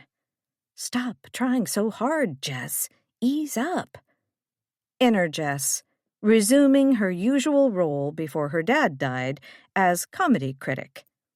She really should just get this over with. Rip it off, Band-Aid style. They're a good distance from both her apartment and Margie's place, the crime scenes, she realizes. So, if anyone or anything is looking for them, they should be far enough away for now. Just a quick blood test, and the results can hit her email inbox while she and this weird-ass kid hunker down and wait for the shitstorm to pass. One more thing occurs to her. Shoot, before I go, I should see— She grabs the remote and turns on the room's medium-sized flat-screen TV. She flips to the first local news channel she can reach. The bear attack is still the top story. Understandably, since in the sane world it only occurred like 5 or 6 hours ago. The anchors seem equal parts baffled and bloodthirsty about the event. An animal expert is scheduled to appear next to assuage the public's fears, but not so much that they feel it's safe to change the channel. Down by the news scroll, there's an on-screen graphic of a grizzly rearing in attack mode. Looking at it, Jess is struck by how little it actually resembles what she saw last night. No mention by the anchors of any accomplice, though. No mention of Margie, either. Jess realizes, with a sinking sensation, that Margie might not even have been discovered yet. Oh, God, her son. Someone's going to have to tell— She forces those thoughts away for now, as well as the nauseating guilt that comes with them. Tries to find a little solace in the fact that her own name isn't being mentioned on the news. Neither is the cop she shot. For the first time, she starts to consider that maybe the scene was so chaotic, they might not even really know what she did. She's about to turn the TV off when she hears the boy ask in a hushed, awestruck voice, "What is that?" She follows his gaze. He's staring at the screen the way someone might stare at a UFO blotting out the sky. What? The TV? You don't know what TV is? TV. He gets even closer, puts his hand on the screen. What is it? It's a box, obviously, a screen, and it shows stories. How does it work? Do you know what a camera is? Photos? Pictures? He thinks, then nods. Daddy has pictures of Mommy. The word comes out, pictures. Well, there are also cameras that take moving pictures of people, moving and talking, and the TV plays those kinds of pictures so you can watch them, like stories. She flips through the channels. See? These are all stories you can watch. Some are boring, some are trying to sell you stuff, some are true stories, some are not true stories. It's like books, right? I know you know what books are. But with pictures? He takes the remote from her and copies what she did. Yeah, like picture books that can move. That makes him stop. Are there other books with pictures too? Of course. Wait, did your daddy not let you have any picture books? No. Her jaw somehow drops even farther. What? Daddy has his own books, but they don't have pictures.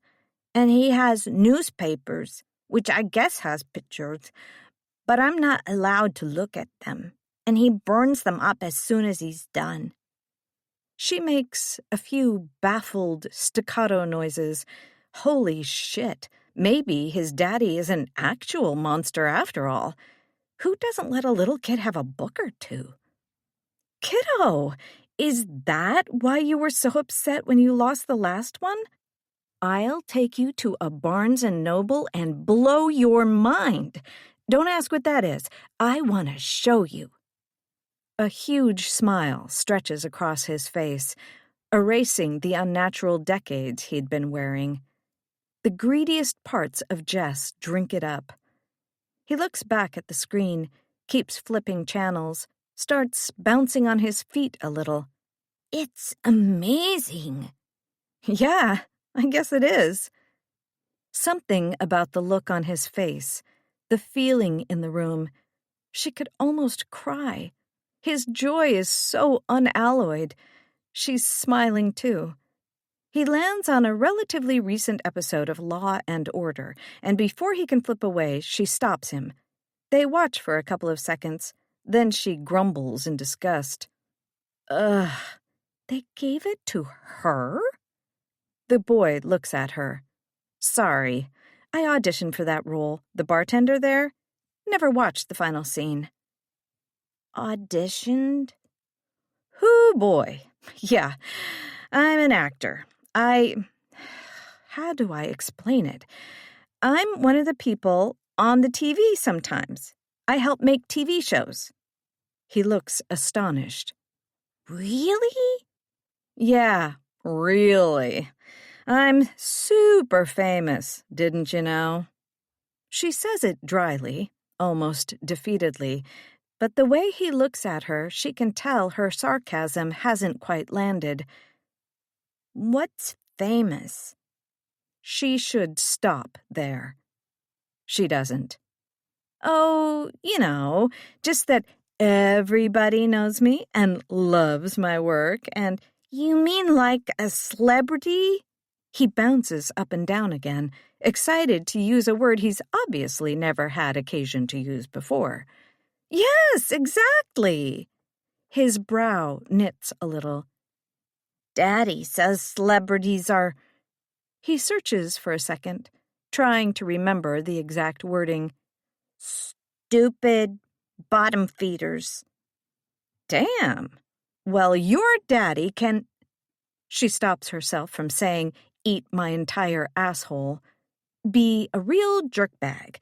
As we've established. Do I look like a stupid bottom feeder to you? He considers, shakes his head, smirking a little at the heresy of someone calling his daddy a jerkbag. Thank you. No, I make people happy. She dials up her exaggerated, oh-so-fancy voice even further. I tell them stories and entertain them, and that's why they all want photos of me and my autograph. They bring me cool gifts. She gestures to their food, to the hotel room, as if her mom wasn't paying for all this. I'm a pretty big deal, kiddo. So you see, you should be happy you and me are together. You pretty much hit the jackpot. Okay, he says, and for the first time this morning, he seems like he's actually glad to be in her company. What's a jackpot? She lets that question go unanswered. Embarrassment has won a tug-of-war inside her. She can feel herself turning red. All right, enough surfing. Let's find you a good babysitter. He gives up the remote, and she flips through the channels looking for something fun he can watch while she's gone. Nick Jr. and Disney are both showcasing loud and obnoxious preteens screeching at each other in Dutch angles. The kid recoils when she lands on them, which she supposes makes sense considering how little stimulation he's used to receiving. More hyperactive crap on another channel, this one animated, which causes the boy to make a confused grunting noise. Based on his expression, he doesn't like what he's seeing, so she keeps searching. She lands on a show that features a freakish CGI baby of some kind, all giant eyes and one huge tooth. Another one where adult faces poke out of huge foam Mother Goose costumes. Yeesh, these are terrifying, Jess says, shuddering. She resigns herself to going back to find the least unsettling programming, but then passes a cable channel currently playing a familiar movie from the late 80s, the one about the cartoon rabbit and the hard-boiled human detective. Jess squeals. Oh, man! You ever seen this? No? What am I saying? Of course you haven't. This movie is so cool. See?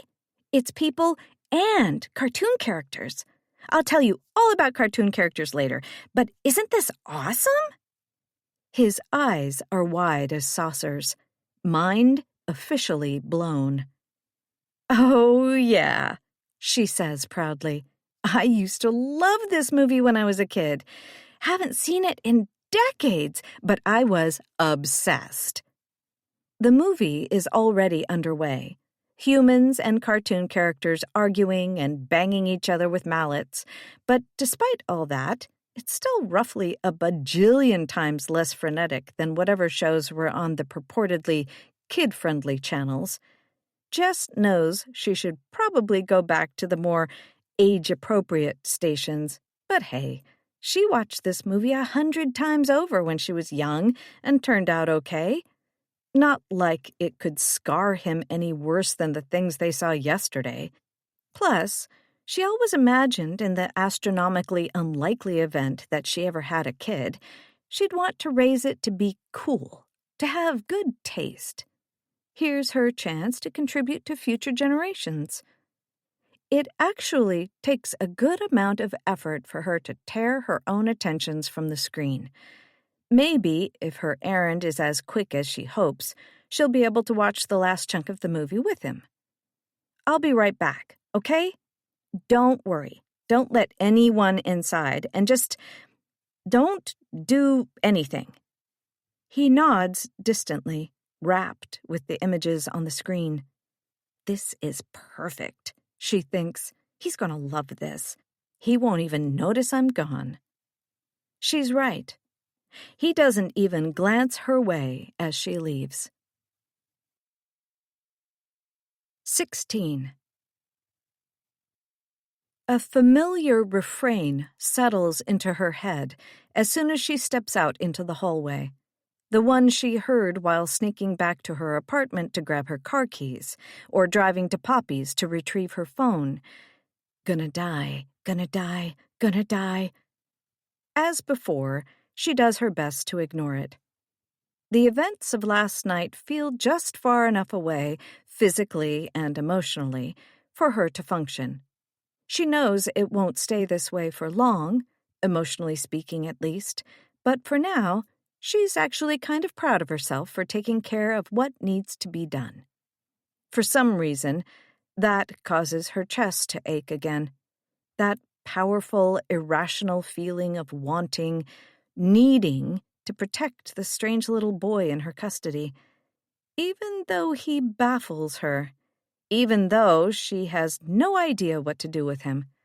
Her sense of purpose is helped by the fact that it's a gloriously sunny morning, the kind made for keeping thoughts of death at bay. Despite it being early October, it's almost beach weather, and any odd autumnal decorations seem almost laughably anachronistic. Traffic is a little gnarly. People living their California lives, unaware that there are actual monsters out there.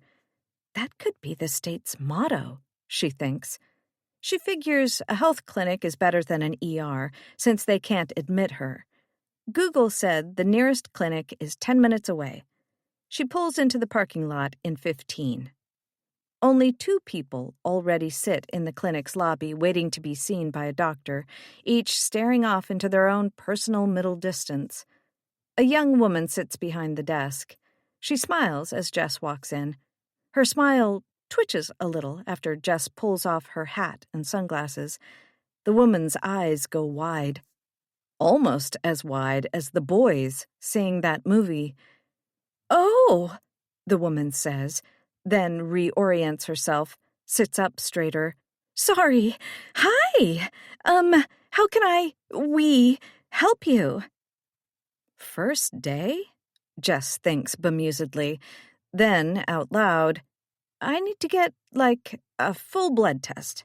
Last night, The receptionist stops her with a quiet, almost embarrassed laugh. "You can explain all that to the doctor in private.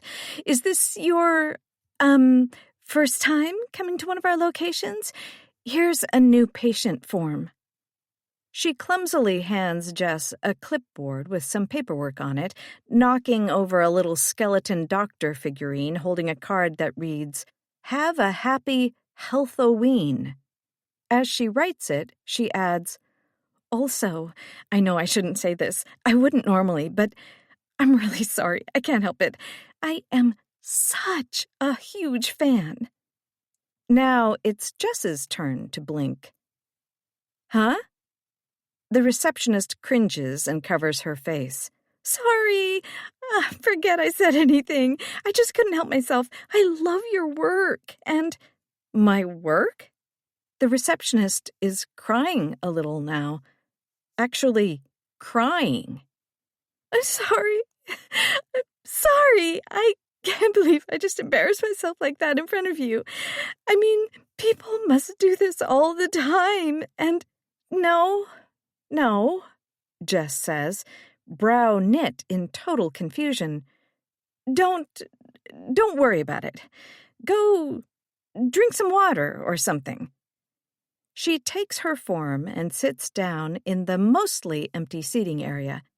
What the fuck was that? She tries to concentrate on her form. A sudden realization. Maybe she should use a fake name, fake address. The cops might have some sort of APB out on her, not that she really knows what that is. Shit. She pulls out her phone, starts the process of setting up a new Gmail, then stops. The receptionist is staring. When Jess looks up, the receptionist's eyes dart away. Whispering pulls Jess's attention over to the 2 strangers in the waiting area. Jess had no impression they were there together, but now they're leaning toward each other, over the chairs between them, talking quietly. She can't tell what they're saying, but Jess thinks she hears the words, "That is her." Is she being pranked? Is her luck really that bad? After all that happened yesterday, has she wandered into a taping of Punk'd Reboot or something? Dread settles in the pit of her stomach. Something isn't right. She shouldn't have left the safety of the hotel room. Gonna die. No, just being paranoid. Focus. She decides on a fake name, the name of the character she played in that pilot she'd filmed. No one will recognize that. Then sets up a dummy email account and starts filling out her forms. A few minutes later, she hands it to the still beet-red receptionist. "We'll make sure you get seen right away," the receptionist says in a choked voice. "Awesome," Jess grunts and sits back down. There's a TV mounted on one of the walls playing some talk show or whatever. Jess tries to give it her attention, but the smiles and banter seem demented, a pantomime put on by aliens making fun of the human race. The show cuts to commercial. More products for an insane world Jess no longer feels a part of. No mention of what to do about those pesky, shape-shifting monsters, or slaughtered friends, or strange little boys with ice-chip eyes and no name. A shapeshifter? Is that what we think that was last night? Maybe, she answers herself. Seems impossible in the light of day, but maybe. She's so wrapped up in her thoughts that it barely registers when, rather than go back to the talk show, the commercials segue to a news desk. A handsome reporter with breaking news. Inside sources report that the location of last night's bear attack wasn't just some random apartment complex. It was the North Valley home of beloved icon Jessa Ray Bailey, he says to the camera, and on the screen is her picture. Jess bolts to her feet. The fuck? All the eyes inside the clinic are on her. She can even feel stares coming from the back rooms, the doctors and nurses. Ignoring everyone, she slowly approaches the TV, hoping what she's looking at is just a hallucination. But no, that's her picture. One of the dramatic options from her most recent round of expensive headshots. The reporter continues, saying now that Ms. Bailey's been identified, police are actively trying to get in touch with her for questioning. Peripherally, Jess notices one of the patients in the waiting room, a middle-aged man, has stood too. He nervously approaches. "Jess?" he asks. "Jess, I'm sorry, but could I ask you for a photo? It would mean so much to my daughter." The other patient is on the phone, texting away. Their camera comes up in a not-so-subtle gesture, pointing at Jess. Jess looks over and sees the receptionist is also on the phone, covering the mouthpiece with one hand. "You'll never guess who's in here right now," she's saying. "What the fuck?" Jess says again, louder but somehow with less oxygen. Screeching outside. Through the front windows, Jess sees a van speed into the parking lot way too fast for someone visiting a health clinic. It ignores all the lines painted over the asphalt and instead pulls to a halt at an angle near the entrance to the building. "Jess, please. My daughter, she worships you. It'll just take a sec." Jess looks past the imploring stranger and sees that doctors and nurses have emerged from the back rooms, eyeing her hungrily. She turns back to the window. Men wearing cargo shorts and hoisting cameras pour out of the van. Jess lunges for the door, yanks it open. The health clinic patient follows her. "Okay, I lied. It's me. I worship you. Please, just one photo. I promise I'm not sick or anything. I just have a foot fungus." The men with cameras are also shouting her name as she runs past them to her car. "Jess! Jess! Do you have a minute to talk to us? Jess, please."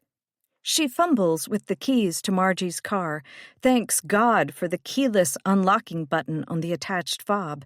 Once she's inside the car, hands slap against the windows, trying to get her attention. The bright lights of cameras cover her like a lecher's breath. "Jess!" They're clamoring as one. "Jess! Over here! Can we? Jess!" She turns over the engine, peels her car into a fishhook turn, nearly taking out whatever idiots approached her from behind. Hopefully, they manage to get out of the way. Otherwise, "Film at 11. Impossible celebrity runs over paparazzi with murdered woman's station wagon." She tears out of the parking lot and speeds back to the hotel, no longer finding comfort in the workaday traffic, now desperately wanting to be alone, to hide and never come back out again. The "Gonna dies" have been replaced by another refrain. Now it's the one she heard after leaving Poppy's bathroom in a daze. What the fuck, what the fuck, what the fuck? She's still got Margie's baseball cap and sunglasses, so when she finally gets back to the hotel, she hopes she looks generic enough as she runs into the lobby. She tries not to call attention to herself, tries to slow her gait and not appear like she's a woman beset by a cloud of bees. The hotel clerk is gaping at her all the same. "What?" Jess snaps, waiting for the elevator, stabbing the button with a vengeance. "Nothing," the clerk, a 20-something blonde, responds. Then, after a beat, I'm a big fan." "Oh, fuck you," Jess snarls, pressing the elevator button harder. Maybe she needs to run to the stairs? "I want you to know," the hotel clerk adds sheepishly. "I didn't tip them off, Jess. It was one of the other clerks. I swear." "Them? Oh, fuck. Did someone here let the police know where she was?" Jess wants to round on the young woman and scream her into pieces, but the elevator doors finally open, and instead, Jess practically throws a family of 4 out of the car, one by one, like heavy luggage from a struggling plane. They squawk in outrage until they see who just manhandled them. All 4 family members fumble for their phones, cooing with love and apology to the idol who just deigned to abuse them. As the elevator doors close around her, Jess sees a tide of strangers hurrying into the hotel lobby looking for someone. Looking for her. She gets to her floor, explodes out of the elevator, hurries down the winding, carpeted hallway to her room. Behind her, she hears other elevators, and the stairwell doors open, a clamoring crowd shouting her name, the shutters of camera apps clicking. How is this happening? She reaches her hotel room door, hoping to slip in before they see which room is hers. Where's her card key? She pats her pockets, forgetting where she put it. Fuck! Finally, she digs it out, only for her shaking hands to drop it to the carpet. As she picks it up, she hears the crowd rounding the corner. They see her. Jess! Jess! Jess! They pick up speed, volume, hunger. She hurls herself into her hotel room, just as they reach the door, knocking and pounding against the wood while she activates every lock available. Her pulse hammers against her throat, but she can finally catch her breath now that she's alone. Wait. Why is she alone? The door does little to muffle her pursuers' voices, but she's suddenly aware of how quiet it is in here. The TV is off, and where is the boy? "Hey," she whispers. "Hey, where are you?"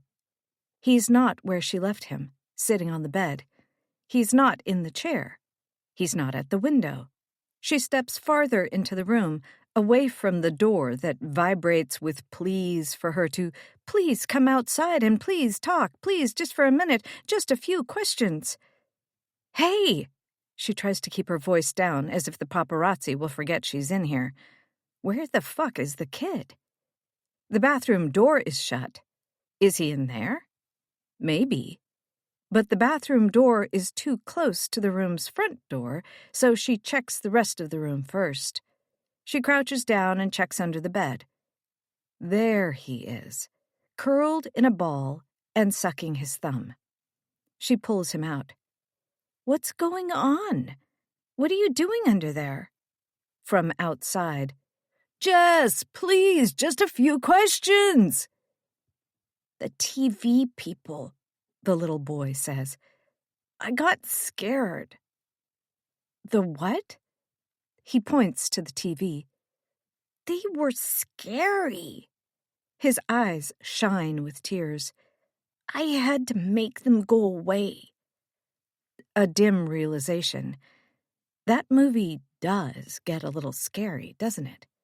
Fuck. She traumatized him. Oh, well, no time to talk about that now. The hands on the other side of the door become more insistent. "Jess! Jess! Come on out and talk to us! Jess! She tries to keep the panic from her voice. Something is going on, and I don't know what or how. They won't leave me alone. I don't know what's happening. Jess, can't we just get a picture? Just a few photos, Jess! He looks at her, not understanding why she's so upset. But you're a celebrity, he says, as if it's the most obvious answer in the world, as if he can't fathom her confusion. They want your picture. She blinks at him. What? I'm not. The two of them stare at each other. But you said, the boy insists, a vague clicking in her mind. Impossible, inchoate connections being made. Jess, come on, please. Jess, is it true your apartment was the scene of the bear attack last night? Something about this blank-faced confusion at her confusion. Something about his ice-chip eyes. She asks the boy, Did you make this happen somehow? Jess, why are you living in an apartment anyway? Are you having money problems? Still not fully understanding, feeling like her mind is about to tear out of her skull and float into the sun, she grabs the boy by his shoulders.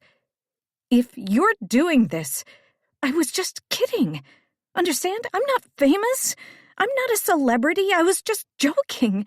If you're doing this, you gotta make them go away. Make them go away! She's shaking him, not trying to hurt him, just emphasizing her words, and now he's telling her to stop, too. You're hurting me! Jess, please! I'm not a fucking celebrity! Make this stop, please! She lets him go. His face curdles with confusion and disgust. His lower lip trembles, and huge tears gather inside his eyes. But the tumult outside has stopped. Jess hurries to the peephole. The reporters and photographers and whoever else they might be are standing outside looking at each other like, what the hell did we come here for?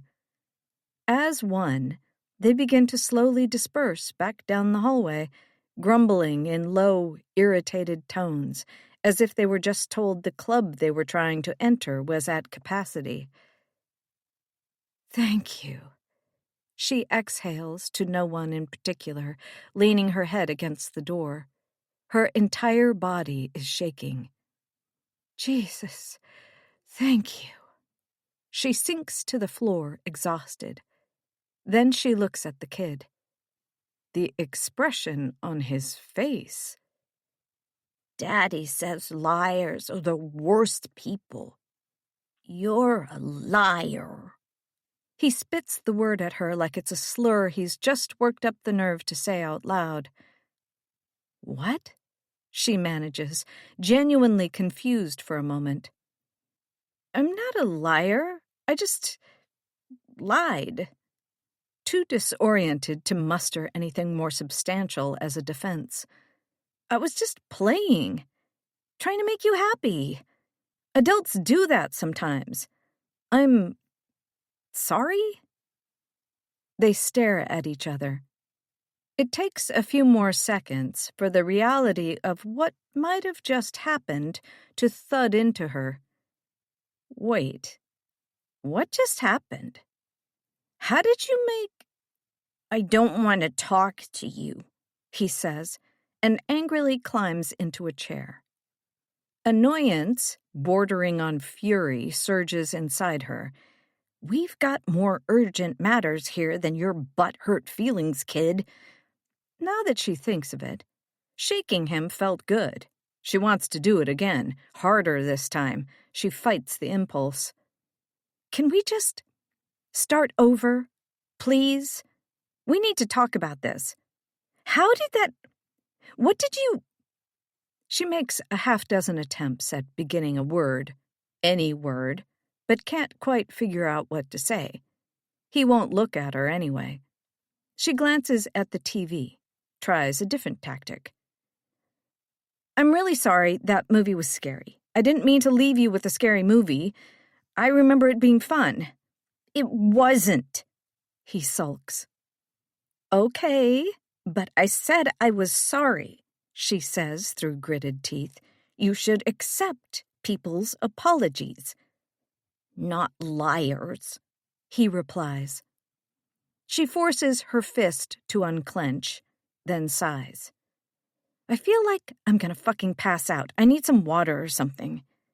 She heads over to the bathroom door, puts her hand on the knob to open it. Suddenly, the boy screams, Don't! Just as she turns the knob, it's ripped out of her hands with a force that makes her fall forward onto her hands and knees. She lands in the bathroom, and a shadow falls over her. The wolves come home, she thinks wildly. But when she looks up, it's not the wolf. Standing in the bathroom is a man in a long black suit, with a small sprig of white hair on his egg-shaped head. Holy shit. That's what's-his-name from Back to the Future. Christopher Lloyd. But his eyes. Oh, God. His eyes. No! She hears the kid shrieking. Don't let them out! Flanking the actual movie star are two anthropomorphic weasels in garish yellow zoot suits. They're holding gigantic knives and hooting with ghoulish delight, and they fall on Jess before she can draw breath to scream. 17. I'm not seeing this, Jess thinks. This is impossible. I'm not seeing this. She shoves herself onto her butt, then rabbit kicks at her assailants. Impossible or not, her feet connect with solid mass, and the two weasels fly backward. As quickly as she can, Jess scuttles out of the bathroom. The weasels are undaunted. They hoot and holler and bounce up and down, slapping each other with towels, getting caught in the shower curtain. Christopher Lloyd continues to loom over her. Only, no, it's not Christopher Lloyd. It's his character from that fucking movie. His name escapes her, but it's really him. And his eyes are bright and wild and malevolent and animated. Actually animated. Same with the weasels. They're cartoons. Actually fucking cartoons. Two-dimensional drawings, colored with bright garish yellows and reds and browns, outlined in black. But here in the hotel room, in the real world with them. Her brain cramps in agony trying to process it. They don't look exactly like the characters from the movie, more like they've passed through a round or two of telephone and are somebody's memory of the characters. Little details are off, the angles are wrong, but not as wrong as their existence. The kid continues to shout, I saw them on the TV and they scared me, and then they came out of the TV and I trapped them in the bathroom and you let them out. Jess manages to get to her feet, but her legs shake. She really might pass out, or piss herself, or most likely both. Not Christopher Lloyd takes a step forward, and she realizes he's flat as a pancake, walking in that horribly uncanny way that only now she's remembering did terrify her when she was little. Why did anyone think this movie was safe for kids?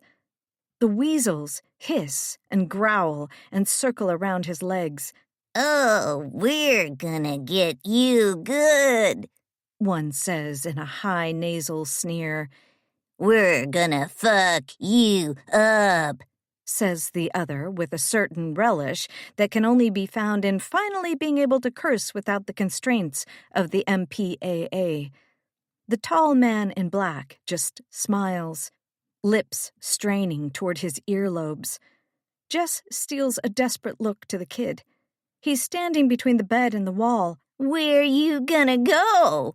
One of the weasels taunts. Nowhere to run, its partner adds. Jess tries to keep her distance, nearly trips over the bed, then crawls over the mattress to the other side. She's with the kid now, with the bed between them and the three characters. "Can you crawl under the bed and get to the door?" she asks the boy. He nods. "Do it when I say, okay?" One of the weasels jumps on the bed, waving its massive knife in her face. As it lunges toward her, Jess grabs its wrist and throws it as hard as she can into the nearest wall. Its mass is solid and real, but still strangely cold and flat, and she feels another part of her sanity flake away. "Ooh, you drippy little slit for brains!" The other weasel begins to approach. "Go!" she whispers to the kid.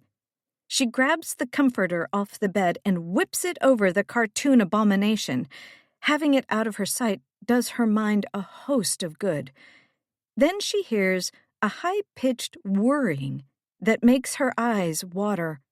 The man in black is still here, grinning as if this is all going according to plan, and his hands have turned into buzz saws. He waves them leisurely back and forth, turning chunks of the wall, the bedposts, into particle sprays. Jess can taste the excruciating sound of the blades in her fillings. Meanwhile, there's only one way out of this room. She waits until the blades are busy tearing into the walls again before she jumps onto the bed. At the same time, the kid emerges from underneath and runs toward the door. The man's awful cartoon eyes fall on her as she launches herself forward. He's close, too close, but she's got too much momentum to stop or redirect herself, so when her feet touch down on the carpet, all she can do is try to duck as she runs past him. The next thing she knows, she's sprawled on the ground, her back on fire. "He got me. Oh, God, he got me." She can feel where the serrated edge of his saw ate at the muscles between her shoulder blades. "No!" the kid screams. "Go!" Jess manages. "Hurry!" No time to wonder how badly she's hurt. She forces herself up, feeling hot, real blood gushing out of her, hearing the whine of the saws. "Please open the door, kid. Please open the door." But there are too many locks. She scrambles up next to the kid and disengages everything, the buzz saw buzzing what sounds like inches away from their backs, and then she yanks the door open, and together Jess and the kid flail out into the hallway. She runs out so quickly that she slams into the opposite wall and hisses in pain. She glances back into her room just as one of the weasels cuts himself free from the blanket and the other pulls out a massive Tommy gun from his coat pocket. The man in black's bendy legs give him almost a floating, ethereal vibe as he steps leisurely after them, blades carving gashes into the hallway walls. "That way!" she gasps to the kid, indicating the elevator bank. The kid runs and she lurches after him. A few of the paparazzi types are still milling around in the hall, probably comparing notes, trying to understand their earlier furor. They turn to look at the noise. "Oh," one of them says derisively. "There she is." Another one pulls out a recording device and points it at her. "Jess, right?" he asks, as if in the process of forgetting her name. "Care to comment on why you defrauded the public? Anything you want to—" "Run!" she yells at him as she shoves past him. "What the hell?" one of his companions grunts. The cartoon weasels burst out of her room, bouncing off the walls with manic glee. The weasel with the Tommy gun fires at the reporters. Large cartoon bullets fly out of the barrel, each with huge eyes and hungry mouths. The bullets scream, "Bang, bang," in a gruff, raspy voice, and when they reach their target, in this case the reporter who was holding his device out to Jess, they use their mouths to chew the guy to shreds.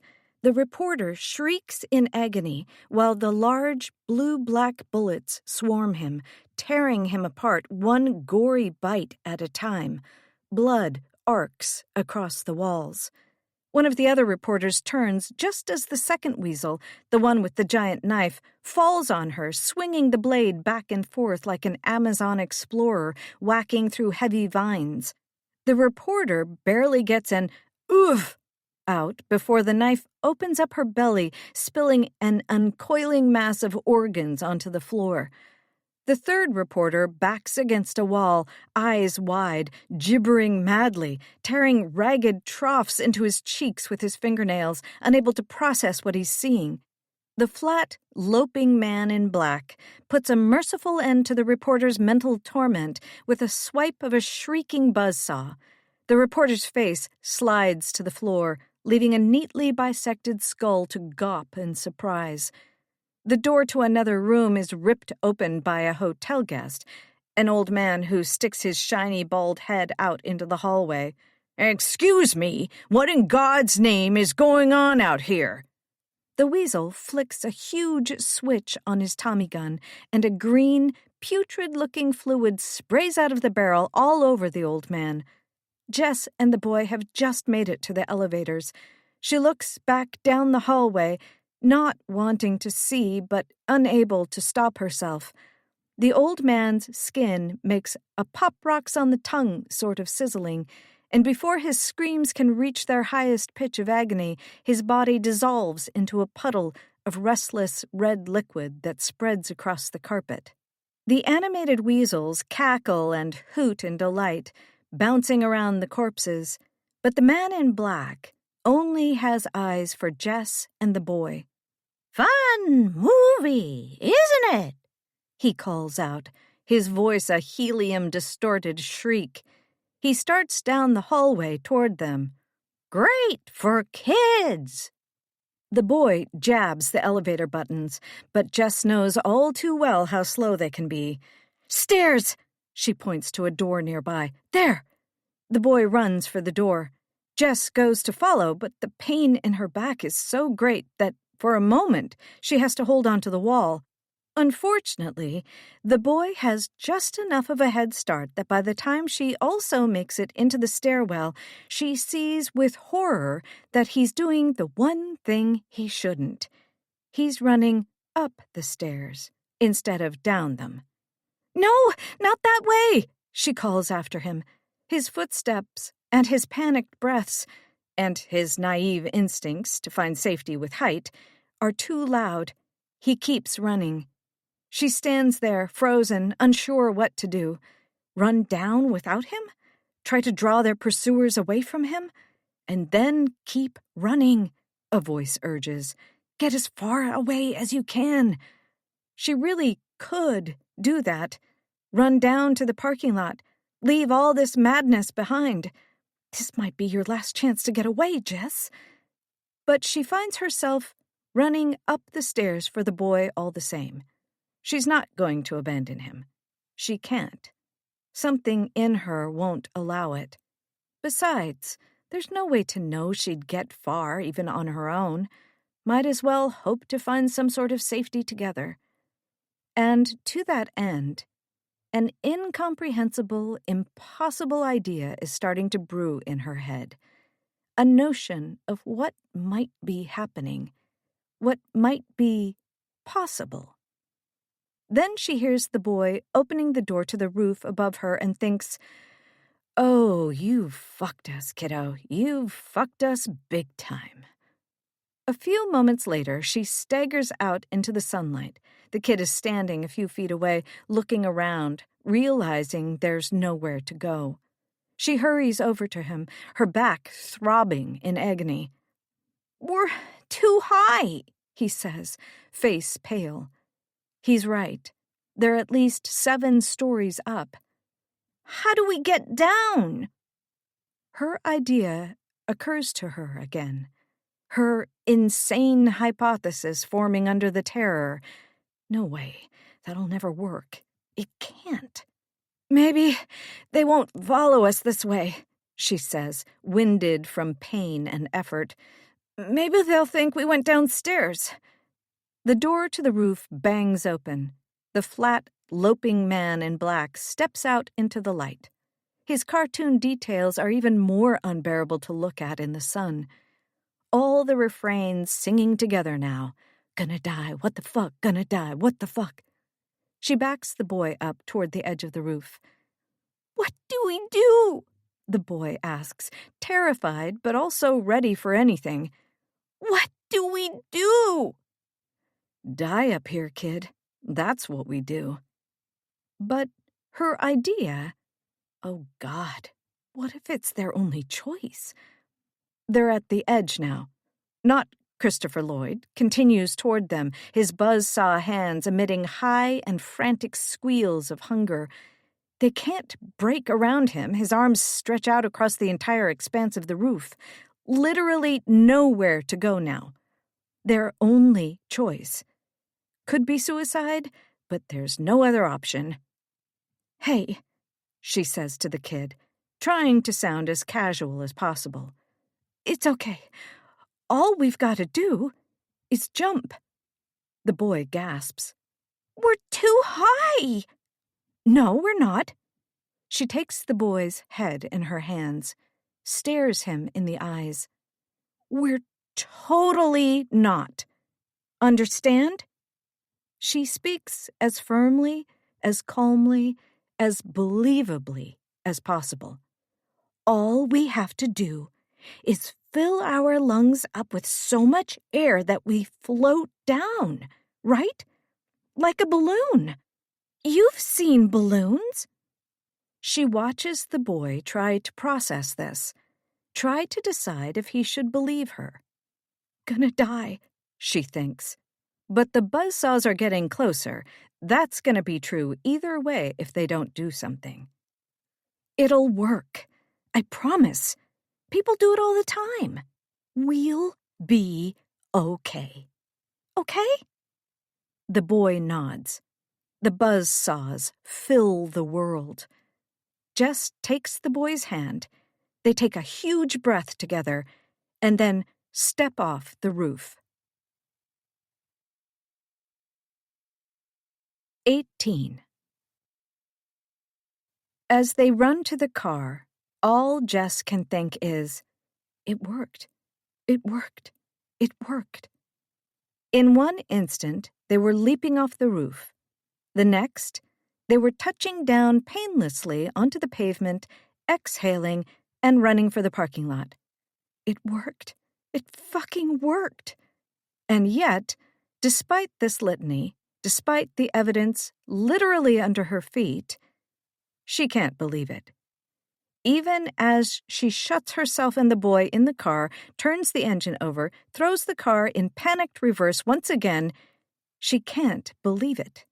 It's impossible. And yet, it worked. It worked.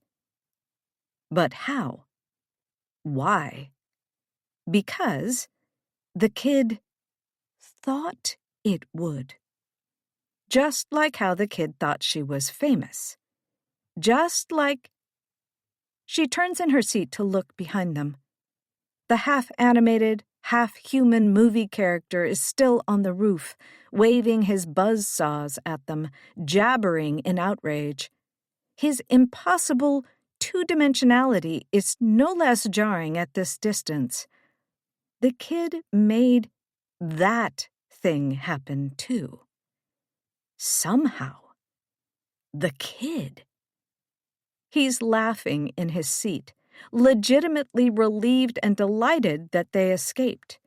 She can feel laughter of her own bubbling up in her throat, laughter she dares not let out in case it's as reedy and insane as she suspects it might be. The danger recedes in the rearview mirror as they drive away. They're back on the open road again. Her mind is white and slippery with terror. She's amazed she can drive so competently. She tries to steady herself, remind herself that they're alive. They escaped. They leaped off a goddamn roof and survived. Her back is coated with blood. She can feel it pooling in her seat. But even her injury is miraculously not as bad as it could have been. The danger is behind them. And yet, for all they've managed to survive so far, she steals another glance at the kid, who's now attempting to buckle himself into his seat, mimicking what he saw her do earlier. Jess has a feeling She's never been this physically close to true danger in her entire life. Part 2. Yes and. Men fear death as children fear to go in the dark. And as that natural fear in children is increased with tales, so is the other. Francis Bacon. The only thing we have to fear is fear itself. Franklin D. Roosevelt.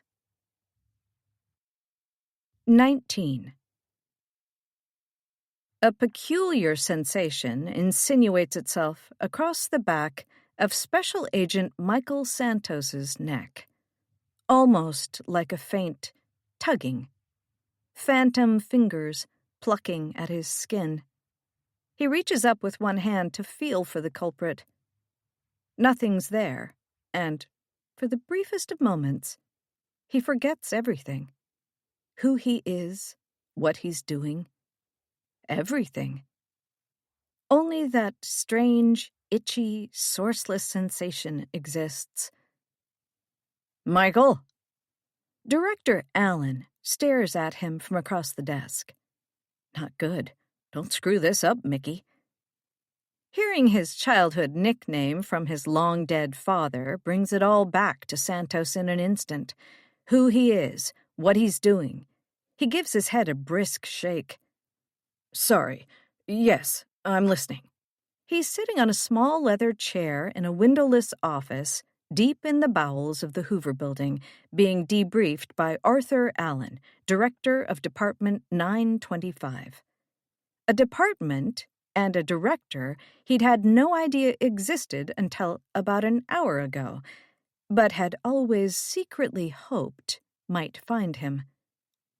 Good, because here's where it gets weird. A rabid bear attacked on an apartment complex isn't weird, sir? Director Allen smiles. He's an older man, trim, with a snowy push-broom mustache. There's something innately, essentially paternal about him, which makes Santos both like him and crave his approval. He suspects Allen knows he has this effect on people and uses his smiles strategically. A couple hours later, this happened. Allen pulls up a sound file on the tablet he's holding, then sets it on his desk. A whispered voice, obviously too terrified to speak loudly, calling 911, babbling, crying, saying they just saw what looked like a massive spider crawl out of a neighbor's house and chase after a car. The 911 operator is, as always, impressively unimpressed, but Santos has never been so convinced he's hearing the sounds of someone having a nervous breakdown before. He can't even tell if the caller is a man or a woman. Their voice is so corkscrewed with shock and fright. Allen picks the tablet back up. Then, this morning, in a hotel near Palm Springs, there was this. When he puts the tablet back down, it's showing a video. Santos feels himself sitting up straighter in his chair. Suddenly, the histrionics of the 911 caller make sense. Santos himself wants to start laughing and crying. In a low-definition security feed, he's treated to a bird's-eye view of what appear to be two figures. Two animated figures? Cavorting around a hallway, attacking several flesh-and-blood human beings. Santos can tell they're flesh and blood because flesh and blood is what they're reduced to, all over the hotel walls and floor. He intends to ask if this is a joke, but as he opens his mouth, one of the hotel guests is sliced into chunks with a large, cartoonish blade. The blade almost looks like something out of a 16-bit video game, thanks to the low-quality feed, but what sprays across the hallway walls is unquestionably real. No, this isn't a joke. If anything, he's glad the footage isn't high def now. He watches in silence, then finally manages to speak. What am I? What is this? Alan smiles again. Told you it gets weird. 81 minutes ago, Santos received a phone call from an unlisted number. He'd been working for the Bureau long enough to know that unlisted calls weren't ones you wanted to ignore. As luck would have it, he wasn't home. He was at the office, banging his head against the Wilkes cartel case. Collating entity names and pass-throughs, combing through reams upon reams upon reams of bank statements. No, scratch that. Luck had nothing to do with it. There's nothing lucky about his commitment to his work. A 3-year greenhorn at the Bureau, he's been clawing his way up the ladder, slowly and steadily, happy to take whatever menial grunt work he can find to act as another rung. Some might say he's pathological. Santos prefers ambitious. Given how Director Allen greeted him over the phone, Santos has also apparently made no effort to hide the kind of cases he'd really like to be investigating.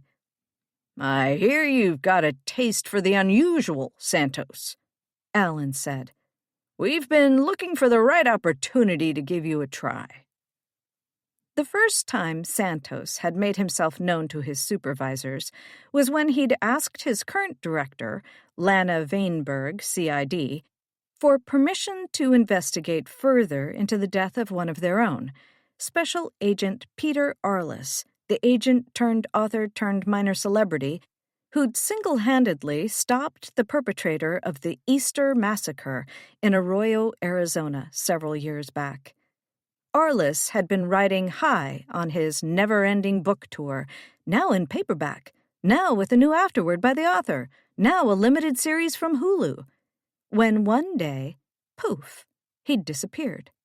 Nothing in his house except for a mist of blood spray on the walls. Eerily similar to how he'd described the scene of the killer's final spree. Santos had been convinced there was something unnatural about Arliss's disappearance. It was just too much of a coincidence. There'd also been a spate of incidents in New York City that somehow seemed related too. Random acts of bloodletting and disappearance without any traceable perpetrator. He'd asked Director Vainberg for permission to follow up. Vainberg responded brusquely, Sorry, Santos, that's beyond your pay grade. Just a joke, right? Santos didn't think so. Vainberg was notoriously not the joking type. She'd say no if no was all to be said. Santos took that as confirmation. Those kinds of investigations were somebody's pay grade. There were other sides of the Bureau to which he wasn't privy. Not yet, at least. Then and there he decided to start poking around. Not obtrusively, not in a way that might compromise his actual workload, just a background interest in tracking wherever the weirder stuff landed to see if the truth, so to speak, was out there. Had he watched too much X-Files and Twin Peaks as a kid? Maybe. Had his poking around yielded any actual answers? Not really. But it also made sense to him that secretive departments would be made even more secretive in the wake of certain pop culture depictions. Then came today's call from Director Arthur Allen of Department 925. Every other department and division in the Bureau has a name. Acronyms. CTD, CD, OTD, LD, CIRG, PsyD. But a department that's just a number? He'd never even thought to look for such a thing. Even the name Arthur Allen seems designed to be overlooked, forgotten. Santos had to fight sounding like he was smiling triumphantly as they finished up that phone call. Now, In Director Allen's tiny, isolated office, Allen pulls out a crystal jar filled with what look like pink and white pills. "Good and plenty?" he offers Santos. Santos shakes his head, and, undeterred, Allen pops a few into his own mouth. "It's okay. Licorice isn't for everyone. Personally, I'm an addict." He holds one up. "You know, one of the ingredients for the dye in this coating is made out of crushed-up beetle shells. Don't know why, but whenever I think of that, it always makes me crave them harder." A crunch comes from inside his cheeks. "Guess I'm into weird stuff, too. Anyway." Allen continues his debrief, telling Santos how the hotel incident has been explained away.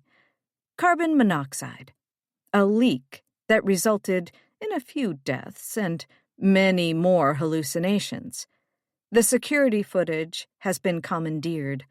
Witnesses have been contained.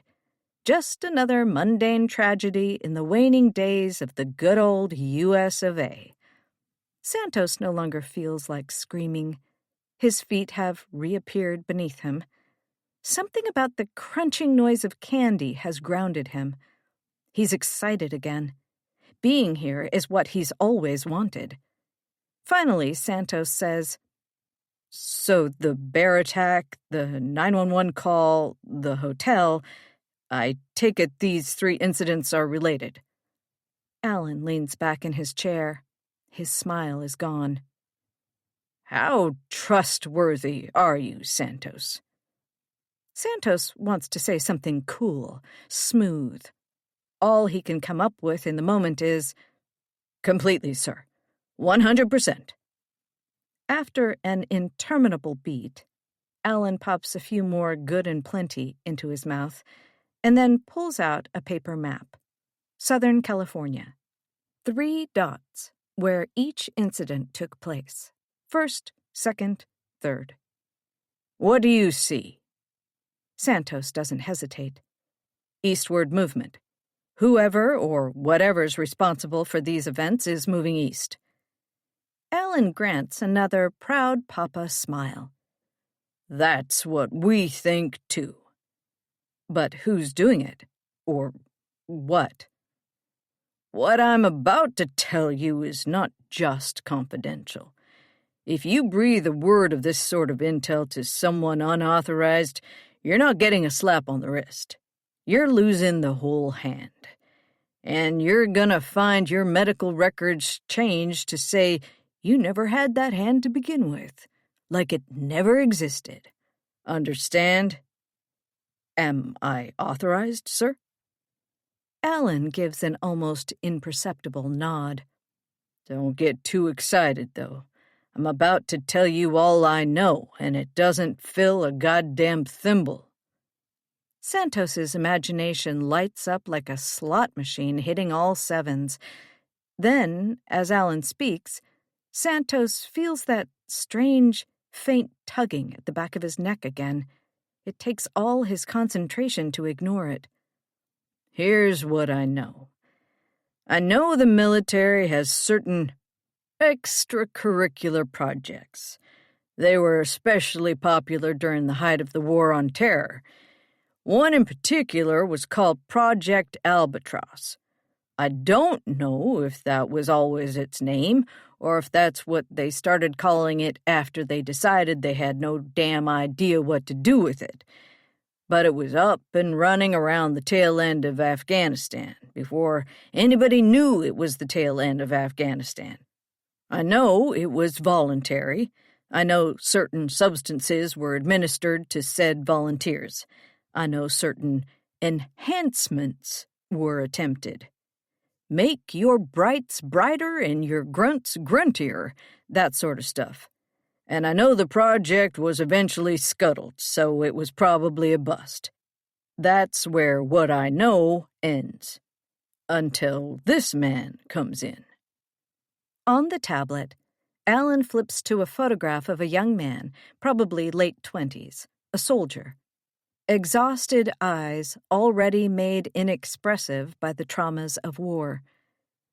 Peter Calvert, Sergeant First Class. He was ending his third tour when he volunteered for the project. Maybe he needed the extra money. Maybe he thought it would help him advance. Either way, somebody screwed up. See, whatever was done to these soldiers, there was one side effect they were all supposed to exhibit. Not that they were told this, of course. Anyone who signed up for Project Albatross was meant to be rendered sterile. Calvert's reproductive system apparently didn't get the memo. A few months later, he sent home to his wife, and about a year after that, they have a kid, a son. Same name, so Junior, obviously. And this kid, almost immediately, it was clear something was different about the baby. For a while, Calvert was a good soldier. He let the military intelligence hold on to and monitor the kid. More security footage, high and tight from the upper corner of a small institutional nursery, focusing on the room's single bassinet. The room isn't well lit. It must be nighttime, or at least sleep time. The video feed isn't the highest resolution either, but there appears to be distortion happening in the solid blacks of the shadows around the perimeter of the room. The pixelated darkness shifts ever so subtly, like oil on the verge of boiling. A nurse walks in to check on the baby. Before she can make it to the bassinet, though, a black tentacle separates itself from the walls and wraps around her. There's no sound, but Santos imagines her screaming as she's pulled into the shadows. It wasn't low-resolution distortion after all. The darkness around the room was alive. She was okay, Alan says, chewing on some more candy. Someone pulled her out of there pretty quick, and she was just shaken up. Another nurse wasn't so lucky. More footage. A different day. The nursery has now been fitted with soft nightlights, dotted across the floorboards, keeping the shadows at bay. A nurse, apparently a different nurse, her back is to the camera, so it's not obvious, walks over to the bassinet. She moves without urgency, leading Santos to believe the baby must be asleep. The entire scene seems as peaceful and serene as security footage can seem, until the nurse leans over the bassinet. After a few seconds, her shoulders suddenly jerk and her hands spasm against the rim of the bassinet like she's been jolted with electricity. With horrifying grace, the nurse arches backward away from the crib, a swan dive in reverse. She's moving blindly because, as Santos sees when she turns in the direction of the camera, her entire face is gone. The front of her skull is smooth as an egg, no eyes, no nose. Santos realizes, even if the video had sound, this surreal display would be silent because the nurse has no mouth with which to scream. He thinks of the title of an old Harlan Ellison story, and his stomach twists. I have no mouth. The nurse has no way to breathe. Her hands appear to be clawing at her face, trying to rip open some sort of ad hoc airway. It's not long before she collapses to the ground and begins to spasm the way dying things do. My God, Santos whispers. The child, Alan says, pausing the video on the nurse's body, has an ability. It took a little while to really suss out the specifics, but by this point, they couldn't deny it. Santos finds his voice. What's the ability, sir? Alan gives a humorless chuckle. I've rehearsed this in my head dozens of ways, but it's no good. It always sounds... He waves his hands to erase the thought, then looks Santos dead in the eye. Fear. His ability is fear. Whatever he's afraid of becomes real. Santos's voice has left him again. He sits in silence, processing this. Alan leans back in his chair, strokes his mustache. Now, it may be that's something of an oversimplification. There are other instances where fear doesn't appear to be the primary instigator. I could show you one video where he makes a male attendant sprout tits and begin lactating. Another one where he tries to make the entire room rock in an attempt to, self-soothe. But by far, the most common incidents appear to be some sort of adverse reaction to threatening stimuli. He's afraid of something, and it manifests. There's some sort of mental trigger that gets pulled. We don't think it's automatic, but during extreme emotional moments, it might as well be. My opinion? He's still young. He's figuring out how to use, everything. In time, he might be able to control it, focus it. But until then, kids get scared. Their minds run wild. Santos has a million questions. He surprises himself with the first one he's able to ask. Where's the mom in all this? Didn't make it through the birth. Was that because... Alan nods. Birth must be terrifying for an infant, don't you think? And I can only imagine whatever happened in the delivery room was horrifying enough for Calvert to bring the baby in for further testing, so... He helps himself to another piece of candy. Anyway, you're almost caught up, Santos. Unfortunately for us, for everyone, Calvert may have been an unexceptional soldier, but he still has plenty of skills. Around a year into sharing custody with the United States government, he decided he didn't like what was being done to his boy. He was able to enter the facility and remove the child. Then he and his son disappeared. They've been living off the grid ever since. We haven't found any trace of the kid. Until this morning. Alan taps the map of the 3 incidents. You think the kid is responsible for... A small child about the age Calvert's kid would be now was seen fleeing the apartment complex by a police officer and also fleeing the hotel by the staff. Also, Alan pulls the hotel security video back. These characters, don't they look familiar to you? Santos nods. They're not quite right, but yeah, I remember being freaked out by that movie when I was little. Wait, are they still running around now too? Alan gives a patient chuckle. No, best we can tell, there's a sort of half-life to these projections. Guess that's the one saving grace for this kid being so young. As soon as his mind fully moves on to other things, poof, back to normal.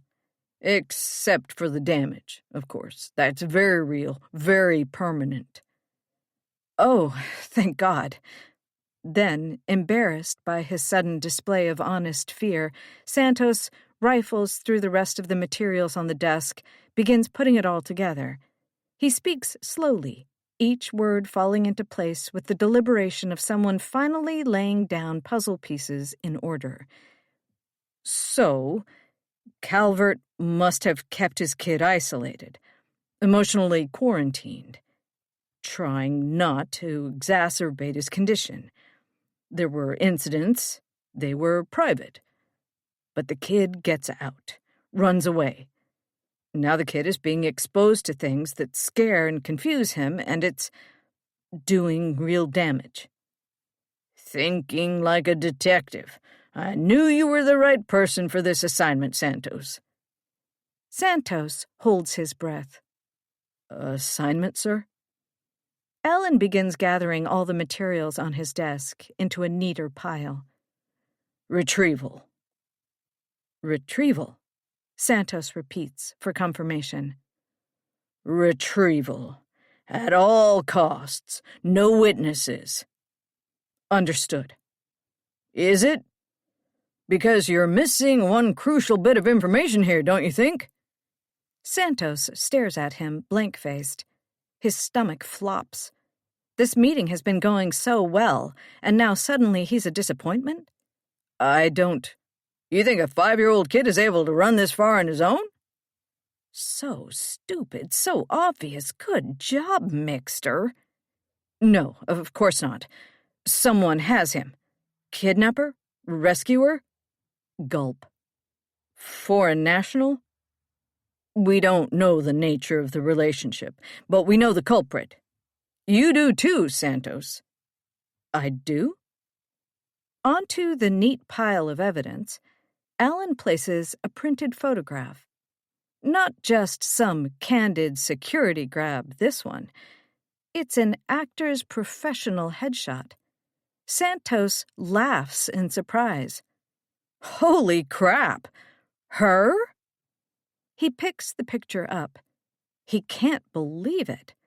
What are the odds a celebrity is wrapped up in all this? Just as instantly as that reaction, though, he has another one. I have no idea who this person is. Her name, her backstory, gone, like the details of a dream upon waking. Where do you know her from? Alan asks with a leading tone. I'm not sure. I thought I did for a split second, but now I'm blanking on why. She's famous, right? Or does she just look like someone famous? His head aches with the confusion. No, I don't know her at all. Jessa Bailey, Alan says.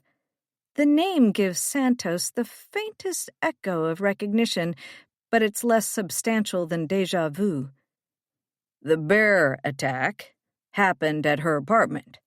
She was also seen at the hotel, but more than anything, it's that feeling in your head right now, the one that's making you feel like you can't quite place where you know her from. That's how we know she's involved with this. She's why there were reporters and photographers at that hotel. Santos stares at her picture. Alan continues. By all accounts we can gather, she is a nobody, a failed actress. Then she gets a hold of this kid, and suddenly, for a few minutes at least, she's the most famous person in the country. You think maybe she found out about the kid's abilities somehow and tried to use them for her own benefit? Alan shrugs, as if to say, go on. But then it went away, right? She's not famous anymore. So, how? Alan leans back in his chair. Maybe she did something to piss the kid off. Maybe he stopped believing her. I don't know, Santos. But this is as much of a lead as we're likely gonna get. Find her, and you should find the kid. What about the dad, Sergeant Calvert? Alan is silent for a moment. Let's hope he's dead. And let's hope he stays that way. Alan's chair creaks as he sits forward quickly, face conveying nothing but utmost seriousness. We can't send a big team on this, Santos. We cannot risk scaring this kid. We can't let him know we're coming. We need someone with curiosity and adaptability and hunger. Someone like you. Alan picks up the tablet and gestures with it. Last looks. Santos shakes his head, declining the offer. Alan flips to a settings option, reveals that he's about to completely wipe the tablet's contents, and reset it to factory settings. That done, he throws the tablet and all the papers on his desk into a box at the foot of his desk. Hazardous materials, biochemical waste. Santos must have raised an eyebrow because Alan notes his expression. Can't exactly put burn box for secret documents on the side, can we? Anything related to Department 925 gets mixed in with stuff nobody would ever dig through, and then usually incinerated. We keep our secrets close here, Santos. But who knows? Pull this assignment off and you might get to take a peek. Santos grabs a piece of good and plenty from the dish, grimaces as he chews it, thinks of beetles and the harsh, unapologetic taste of black licorice. Alan looks on approvingly. Santos floats back to his desk, head spinning. He's able to find a good amount of background on Jessa Bailey, the pseudo-quasi-celebrity. Ephemerally famous or not, even a quick Google search reveals an ample amount of info to go off. God bless social media. It never asks for a warrant. Hearing about her in Alan's office, Santos felt an immediate dislike for her. Actors. Nothing but trained liars, cultivating superficial relationships just to mimic human behavior. Borderline sociopathy right there. Except, he begins to notice Jess doesn't have many relationships, superficial or otherwise. Not a lot of repeat faces in her photos. Captions saying, "So excited to join this team for a show, one night only." Large gaps between posts. Either she's one of those people who lives a good portion of their lives off social media, or she doesn't have much to post about. No romantic partner, few friends, close friends, the kind you regularly do things with. Santos can actually relate to that. There's only one really regular repeat face, and it takes Santos a while to realize the woman is Jess's mother. She goes by the name Cookie. Cookie looks surprisingly youthful. They could almost be sisters. They party together. They go to bars together. Cookie's in town. You know what that means. Lock up your sons and horses. They're best friends. He opens up another search tab. A few keystrokes give him Cookie's address. A condominium complex in Scottsdale, Arizona, which appears to be some sort of active adult community, complete with medical resources on campus. An upscale assisted living situation?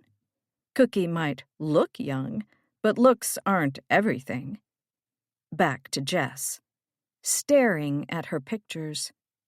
Santos grew up loving to read. He'd even tried his hand at writing his own stories for a few years, mostly fantasy and sci-fi.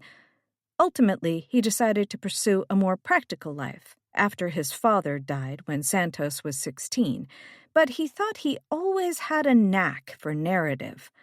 It's one of the many reasons he knows he'd be a great field detective if only he could get the shot. This is the shot. What are you doing, Jess?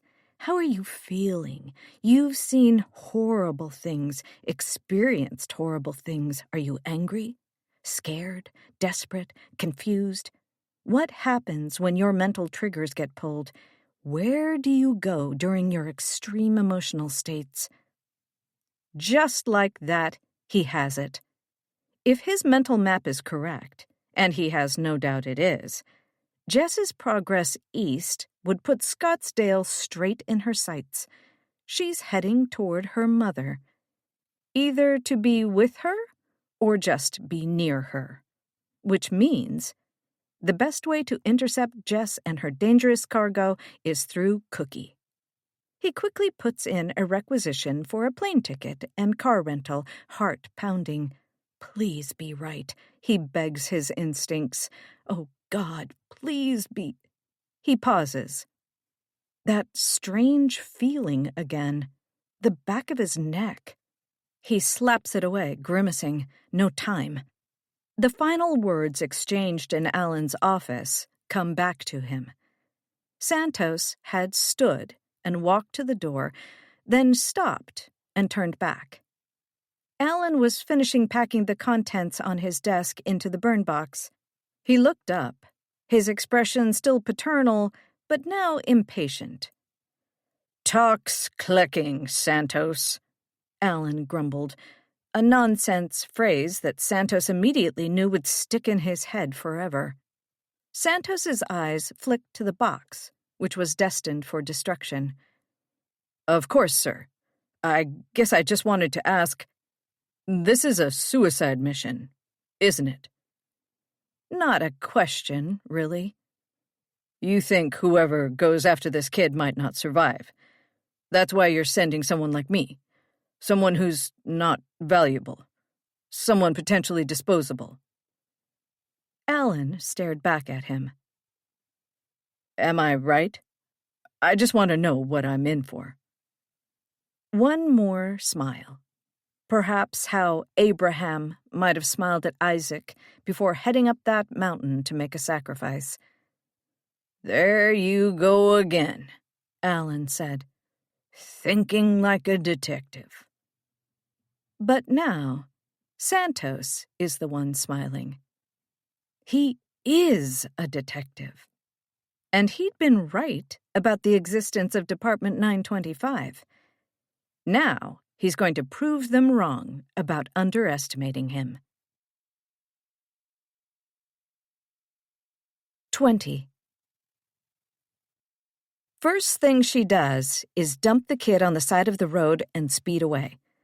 She watches his shocked eyes recede in the rearview mirror while she thunders back onto the highway and out of his life. Until, a few minutes later, when he's suddenly floating over the road in front of her, those same eyes ablaze with rage. She doesn't even register she's on fire until she smells her flesh crisping, and he crushes her car into a cube as she burns. So, no, scratch that. She doesn't dump the kid. First, she goes to a hospital, gets her back stitched up, gets her blood test. Hallelujah! The kid stays by her side. She's able to lie and say he's her nephew. But then the kid goes exploring while she rests, and he sees something he doesn't understand, and suddenly they're running through labyrinthine hospital hallways trying to find a place to hide, while some abomination made of scalpels and burn victims clatters its way after them. Once they're safe, they realize they're trapped, just as they begin to hear the echoing footsteps of something huge and merciless on its way. The wolf has found them at last. Fuck no. That's out too. Jess shakes her head clear. She doesn't know if any of these scenarios would actually come to pass, but that doesn't stop her from seeing them play out while she drives in stony, stunned silence. It's been at least an hour. No real idea where they're heading, just driving, trying to put distance between themselves and the most recent horror, trying to make the time before the next one last as long as possible. The kid's mood has deflated. He'd been bouncing in his seat, still laughing in amazement as they sped away from the hotel, but all his giddiness petered out when he saw how upset Jess was. Now he's glumly leaning his head against the window, whispering something to himself. Please don't let him be casting a spell or something. Please, I can't take anything more. Despite the October sun, she's shivering. Outer Jess turns the heat up a little, while inner Jess continues spiraling, arguing with herself. What do we do? What are our options? Okay, lay it all out. This kid has... fuck it, just say it. Magical powers. He can make things real. No denying what you've already seen. He made you famous. He made those fucking cartoon characters come out of the TV. Wait. Your daddy. She almost startles herself by speaking. The kid is surprised, too. He looks over at her. What? That wasn't him back there, right? At the hotel? No. The brittle edge of fear creeps into his voice. That was the TV people. But you said your daddy? All of it coming into horrible focus. You said He's that wolf thing, right? And also whatever that was at Margie's house? Yeah? Because he can turn into things. He changes? When he's mad. Like father, like son. They've both got horrible fucking powers. The kid's an evil genie, and his father's some kind of werewolf. Jesus fucking Christ. The kid's eyes are huge again. Why are you asking about Daddy? Do you think he's going to find us again? Close to tears. Shit. No. Just palms slick on the steering wheel, pulse pounding in her throat. Just thinking out loud. He can't find us. We're too far away. Don't worry. Go back to what you were doing. Ditch him. You have to ditch him. He's too dangerous to be around. Ditch the little monster, and maybe the big monster will stop coming after you, too. But what if that only makes the kid mad? If he can do things just by thinking of them, even well-meaning things like making you famous, what if he decides to hold a grudge? What if he feels betrayed, abandoned? Hell, he might not even let you leave him. He could keep you with him forever if he wants.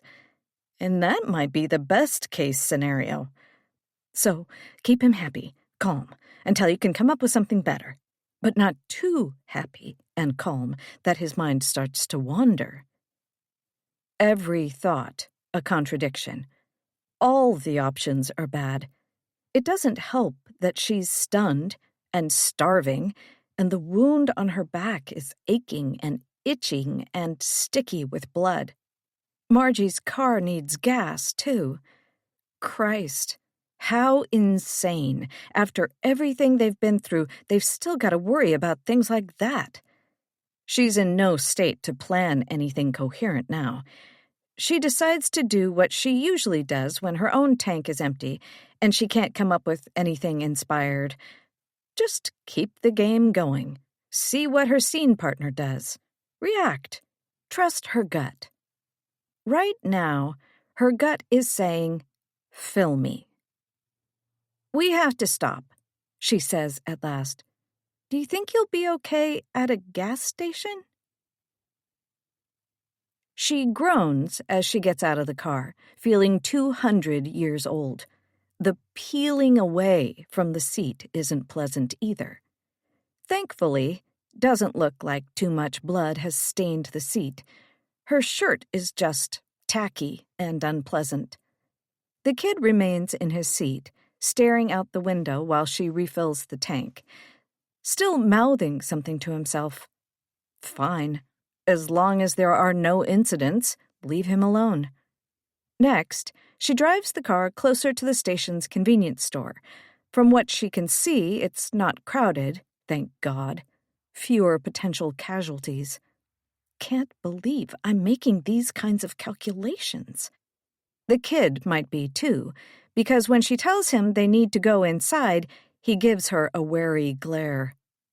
"I know," she says, "but we're going to have to stop at Target or Walmart and get actual supplies next, and I need to do a few things before we can be seen in public.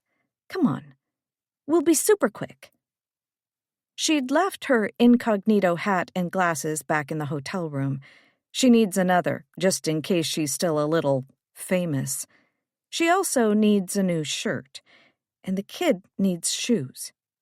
There's a rack of thick plastic sunglasses and another of clothes in one corner of the convenience store.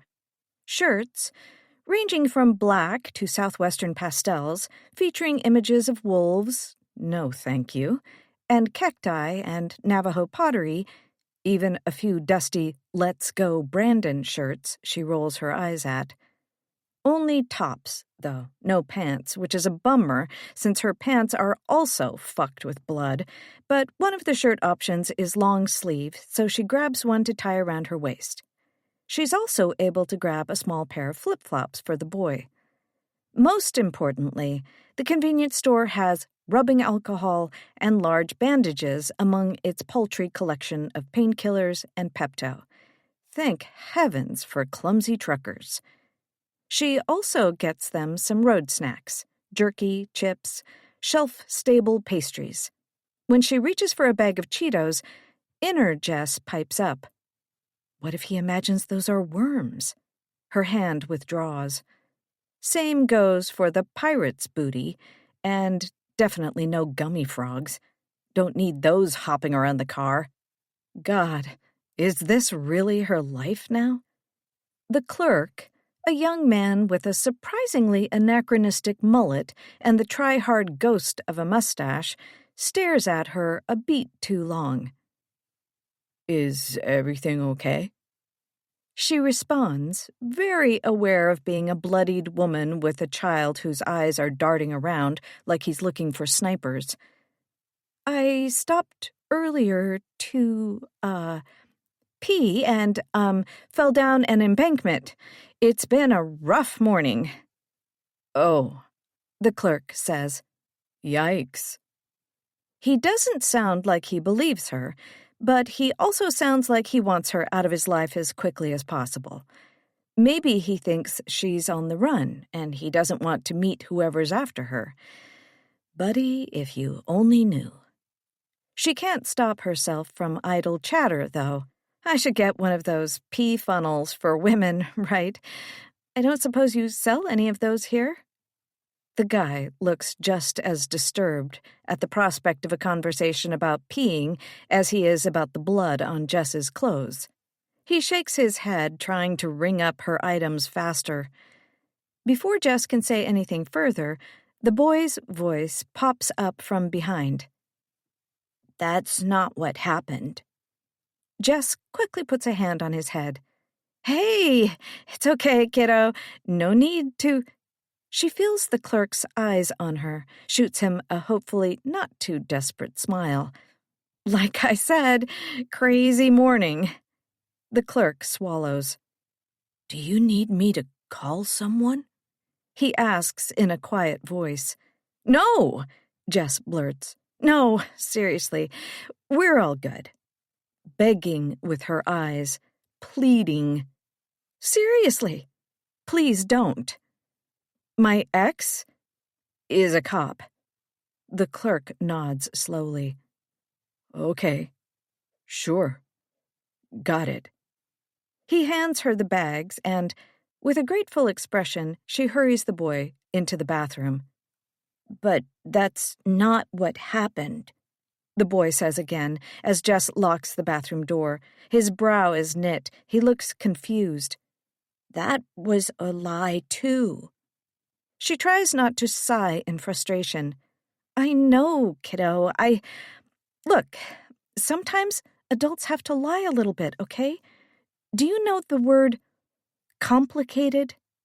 Life is complicated, and sometimes you've got to lie a little just to keep things from getting more complicated. That's all. I'm really sorry I lied to you. I promise I'll always try to tell you the truth, okay? The kid's face tells her he accepts what she's saying, but he doesn't like it. He lets the subject go, turns away to explore the rest of the bathroom. However, she senses something fundamental shifting between them. His definition of her is getting, well, complicated, and it troubles her. She tries to remind herself that kids have goldfish memories, and hopefully he'll get distracted by some other feeling soon. But, of course, if she's right about what's going on, his getting distracted is no real comfort either. Fuck, she mumbles. Okay, let's do this quick before the clerk changes his mind. With another groan and another peel, she painfully removes her shirt. The scent of antiseptic spray is overwhelming, but she's cautious to not let her open wounds touch anything in here all the same. Once her shirt's off, she holds it up to look at the slash on its back. The bloody slice in the fabric makes her nauseous. A cartoon did this. With an awkward, uncomfortable twist, she looks at her own back in the mirror. She's expecting to see a wound that's huge and ragged, maybe even a little exposed spinal column winking through red pillows of muscle, but it's actually not so bad. The tips of the cartoon buzzsaw ripped open her shirt, but only dug a relatively shallow groove in her skin. Her stomach relaxes a little. The cut sits a few inches below the clasps of her bra, so she doesn't have to take that off, thank God, because reaching back there to unhook might be too painful, and that's not a skill she wants to walk this child through. She was lucky. Half an inch closer, and she'd have no choice but to go get stitches. A full inch, and she probably wouldn't be standing here. After a quick prayer to any deity in the vicinity, she uncaps the bottle and pours the alcohol down her back. It hurts so bad she doesn't even scream. Her eyes and mouth burst open in a voiceless agony that scatters into disbelieving laughter by the end. The boy is watching her now, fascinated. "I'm okay," she wheezes, feet stamping some strange pattern in place. "Totally okay. Don't worry." Hands shaking a little, she opens up the first bandage. But now she's at a bit of an impasse. She begins. "Do you think you might be able to help me out a little? I can't really reach. I just need you to take this bandage and—" "Soft part goes over the hurt," the boy says, taking it from her. "Sticky part goes on the sides." She looks at him. "Sometimes after Daddy gets mad, he needs me to help him with bandages." The maturity of this statement is offset a bit by the fact that he pronounces it bandages. But her heart aches a little all the same. She watches him in the mirror as he puts the first bandage on. He does it perfectly, little hands moving carefully, face scrunched up in concentration. She bites back the urge to say, "Be careful.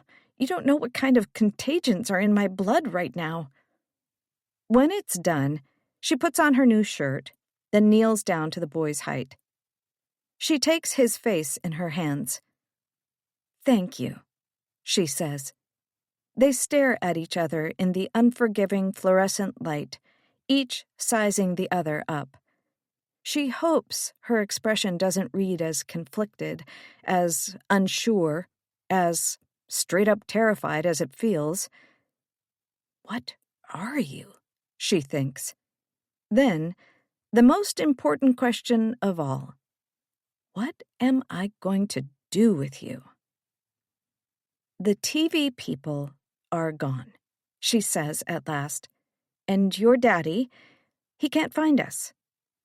The boy nods, but he doesn't look entirely convinced. Feeling safe isn't a simple problem like getting off a rooftop. Daddies are hard to shake. "It's really important you don't let any of that happen again," she tells him, then adds, "As long as you're with me, you're safe. That's no lie." She hopes he believes that. She can almost see the word complicated flash in his eyes. He trusts her, but he also doesn't. Again, those warring, almost wordless impulses. Leave him. You can't do that. "Let's wash up and hit the road," she tells him. He nods again, and once that's done, they quickly scurry out of the convenience store, Jess hiding behind her new glasses and hat, the boy's flip-flops slapping like applause. She looks up the nearest Target, only 13 minutes away, and they're just pulling into its parking lot when the top of her phone map disappears under an incoming call alert. Cookie Momster is on the line. 21. The old lady isn't happy. The boy can tell she's old because of her voice. Older than Jess, at least. And he can tell she isn't happy because of the yelling. As soon as Jess answered the phone, the old lady sounded scared. "Jess, I just got some alert that there's been a carbon monoxide leak at the hotel. Are you okay? What the hell is going on?" The boy didn't really know what any of that meant, but the sound of fear was familiar enough. Jess said she was okay, and the old lady said Jess should "Come straight here." Jess said, "No, I can't." And that's when the old lady got mad. Now the boy and Jess are sitting in their parked car, surrounded by so many other cars, while Jess and the old lady trade yelling. The old lady is Jess's mother, the boy understands, although he's still not entirely sure what a mother does. Sometimes during the yelling, Jess yells back, "Mom! Mom! Mother!" Other times it's, "Cookie! Shut up, Cookie!" The boy hates yelling. It's hard noise. But there's also a strange softness in the way Jess and her mother do it. Like neither thinks it's scary to the other. Like neither is trying to hurt the other. It's yelling, but not yelling. It makes him feel confused and jealous and alone. He adds it to the pile of feelings inside him. Complicated feelings. So many things he's never felt before. Some he recognizes as simply new flavors of angry or scared or sad. Others he can't name any more than he could name all the different kinds of wind. They have their own temperatures, their own weights. They push him round and round in different directions before he even knows what's happening. One such wind has been blowing ever since they sped away from that place with the TV people. It begins in his stomach, then swirls around, up and down, through his chest, up his throat. It's hot and dense and roiling with sharp spikes. Bad things have happened, and he's sad-mad scared about them. He also knows it's all his fault, but at the same time knows there's nothing he can do to make things better, which makes him a kind of scared-mad sad. These feelings are their own kind of hard noise. They clatter in his head and his heart, and they hurt, leave bruises. He wishes he could think them away, but thinking makes them stronger somehow, makes him think of the times Daddy used to yell at him to be normal. Be normal. Make yourself normal, goddammit. Which only ever made him understand normal was a thing he wasn't, would never be. The conversation between Jess and her mom goes on and on and on. He's barely listening to them. The yelling has become boring. He stares out the window, scared, sad, angry at Jess, grateful for her care, hungry, tired, bored. He even misses Daddy a little. Not mad Daddy, but that hurts too much to think about, so he looks around for something else to think. They're parked in front of a huge boxy building with a red circle on it on the side. That circle has a thick red dot in the center. It reminds him of an eye, and he looks away because he knows otherwise the eye will start blinking and looking back at him. So many cars surround them. He didn't know there were so many cars, and yet they've seen even more than this on the road. Same with that building last night and this morning. So many rooms, so many people. The world is so big. He never would have imagined how big it was. Daddy had told him what things were and how they worked. Cars, planes, whatever they would see out of the windows of their house. But he'd never even hinted at how big the world really was. Did that mean Daddy was a liar, too? Did that mean that liars were really the worst, like Daddy always said? Was Daddy lying about how bad he was? Hard thoughts and hard noise. He leans his head against the window, wishing Jess would get off the phone. Then he notices something. another car a few spots away. The car is a soft, dusty red. Its tires are black. In the back seat is a big, shaggy, golden-brown dog. That car's window is down, and the dog is sticking his head out, tongue flopping down, a big, goofy grin on his doggy face, while the dog's people family are loading bags into the trunk. Despite the boy's understandable fear of wolves, he can't help but smile. This dog is so happy, so excited to be around his family. That family also includes a boy, older, probably around 10, who digs his hands deep into the dog's fur through the window after finishing loading up the trunk.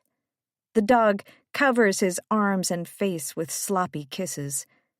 As Jess continues her shouting at her mom, the boy watches this other boy and his dog and feels pangs of yearning, of want, as sharp as needles. Then the dog looks at him, and all his sad feelings blow away under the force of that doggy smile. "Hi," the boy says softly, giving a little wave. His own window is up, the phone argument is loud, and the other car is parked far enough away, but based on the movement of the dog's mouth and the astonished expression that explodes across the other kid's face, it's clear the dog said, "Hi," back. This makes the boy giggle. He watches as the older kid freaks out in pantomime, trying to convince the rest of his family of what he just heard. Soon, they're all in their car and pulling away out of the parking lot. The dog keeps his head stuck out of the window, though, relishing the air on his doggy face. What's it like to be happy like that? To stick your head out the window and feel your big floppy tongue in the breeze. No complications. The boy slumps back into his seat. Jess and her mother continue arguing. "I have to go to the bathroom," he announces at last. "What?" Jess looks at him, almost like she forgot he was here for a moment. She tries to cover up the phone, even though it's been so loud this whole time. "I have to go to the bathroom." "Why didn't you go when we were just in a bathroom?" she asks in a whisper. He shrugs. "I didn't need to go then." It's true, but he does now. "Jess?" the old woman's voice demands from behind Jess's hand. "Who are you talking to?" Jess squeezes her eyes shut and sighs. "No one. Who's with you? Who's that voice?" I'm... Have you been with someone this whole time?" "Sort of." "Sort of?" "I'm kind of taking care of someone right now, a kid." Cookie gives a long, creaky laugh. "Jessa Ray, is this some sort of prank?" "Are you pranking me right now? I feel like someone just slipped some acid into my Sanka here. Please tell me this is all some sort of hidden camera joke thing and that you're working." "I didn't want to tell you," Jess begins to argue. "I'm sorry. It's just a lot to explain. I have to pee," the boy whines. "We have to go, Mom. We're at a Target, and he's got to go to the bathroom." "Well, it's a good thing cell phones are friggin' portable, isn't it?" Jess sticks a little white thing in her ear, and, unfortunately, the argument keeps going, even as she and the boy make their way through the sea of cars and people, so many people, and through doors that whoosh open. The giant box place is so overwhelming inside that the boy almost forgets he needs to pee. So many colors, so many things. Like 1,000,000,000,000 of those tiny gas station stores, there are even counters with hot, fresh food that smells amazing. The boy does his best to focus. He uses all the tools Daddy taught him. He breathes. He counts. He tries not to think.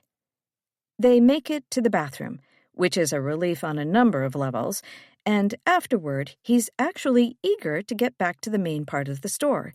He almost can't believe this is a real place. But no one is acting the way they do when things aren't normal. He knows those kinds of reactions very well, but here people are almost acting like they feel safe. He walks quickly alongside Jess as she collects all the things they need, moving with a speed and a confidence the boy can hardly comprehend. How could anyone know what they're looking for or what they're looking at in a place like this? Could he one day? Another feeling starts bubbling up inside him, not just his chest, but his arms and legs.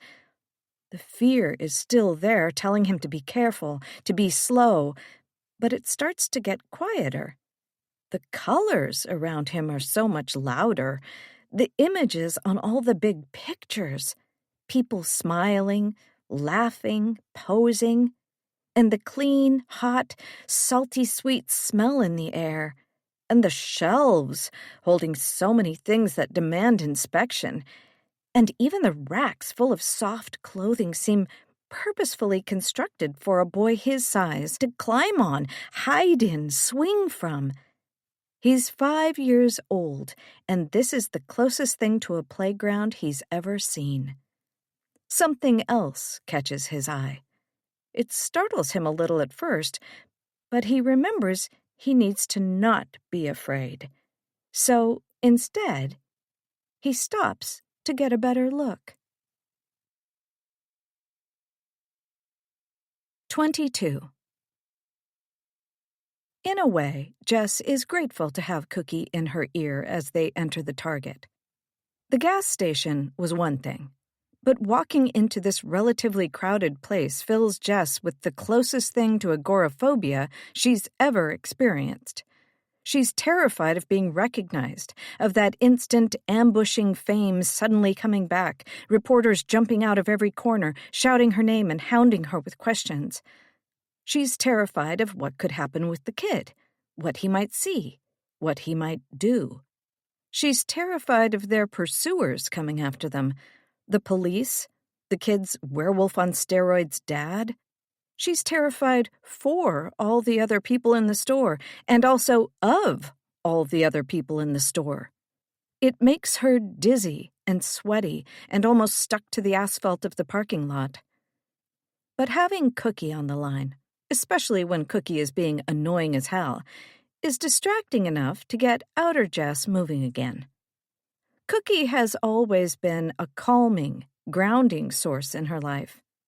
When Jess first moved to L.A., Cookie would visit almost every weekend, giving her someone to hang out with, make mistakes with, find her feet with.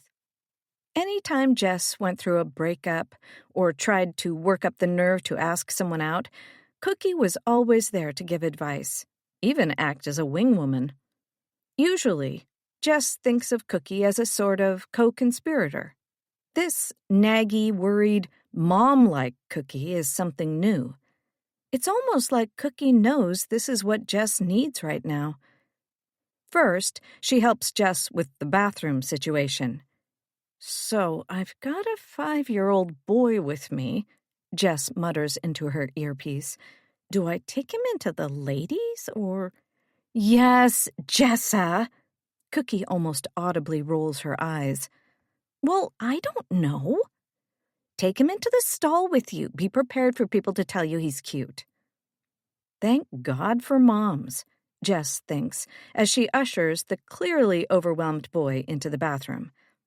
On the heels of that gratitude, fucking moms. Cookie won't let Jess get off the phone. She keeps asking for more details about what has happened so far.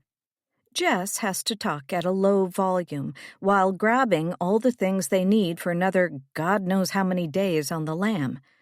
She doesn't tell Cookie everything. What an insane conversation that would/will be. She sticks to the least insane version of events she can. About the kid showing up at her apartment, the attack, the escape. She leaves out her own cop homicide, as well as the little detail of the kid's apparent magical powers. Oh, and that his father seems to be a shape-shifting psychopath. Wait, Cookie says, and Jess can picture her rubbing her temples. So the boy's dad shows up and threatens you, and then a few minutes later, that rabid bear attacks the building? It was a rough night, Mom. Jess fills in plot holes on autopilot, keeping the kid close while they grab supplies, trying to also make sure he's not too overwhelmed. He mostly seems in hesitant awe for now. As long as he stays that way, they'll be golden. Groceries first. Food with a little more nutritional value than their gas station snacks. Even some of her favorite seltzers. Just because they're on the run doesn't mean they have to live like animals. Occasionally, Jess feels eyes land on her, but not for long. The question she senses from all those eyes, how do I know you? That's fine, as long as they don't make any connection. Eventually, Jess can't put off telling Cookie about her other problem. Not because Cookie needs to hear it. Jess needs to hear herself say it. There's something else, too, Mom. Something also happened to me at work last night, right before everything else. I'm opening a bottle of wine. Cookie sighs. I love you, but goddamn, you really don't half-ass trouble, do you, kiddo? Jess tells her about the syringe. They're in the clothes department now, grabbing stuff for the boy first. He dumps some shirts into the cart, favoring plain, block-colored tees, not really knowing what to do with all the imagery on the branded shirts. Comic book heroes, anime characters. Ugh, cartoons. Jess quickly moves them to the socks, underwear, and then the shoes, eager to get them away from all the stuff that has faces plastered all over it. You gotta get yourself to a doctor, Jess. Cookie is pleading in her ear. I know. I'm trying. To the boy, do you know how big your feet are? Jess, baby, you're a good person, and what you're doing with this little boy is commendable. But... Cookie lowers her own voice, as if she weren't already inside Jess's ear. Drop him off somewhere. You've done enough. Let the authorities handle it now. I can't. Why not? How can she tell Cookie that no one is safe? That wherever she drops the kid off will probably become a bloodbath, and that for all she knows, the kid even won't let her drop him off. She needs more time to think, to figure out what to do. I just can't, Mom. You've got to trust me. I trust you more than anybody, Jessa, to do what's right for other people, but you've got a shit track record for doing what's right for yourself. What does that mean? Oh, come on, kid. You know you can be a bit of a masochist. What? That doesn't only mean sex stuff, Jessa. Relax. Well, I'm not one either, for fuck's sake. Yeah, remember Kyle?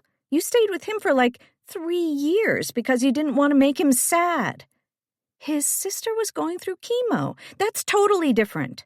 You would rather drink hot lead before putting your needs over someone else's. I know you, kiddo. They've moved on to the women's department. Jess loads up on socks and underwear, a couple of sports bras, barely looking at them beyond their size. Having this conversation with the boys so close is making her feel uncomfortable.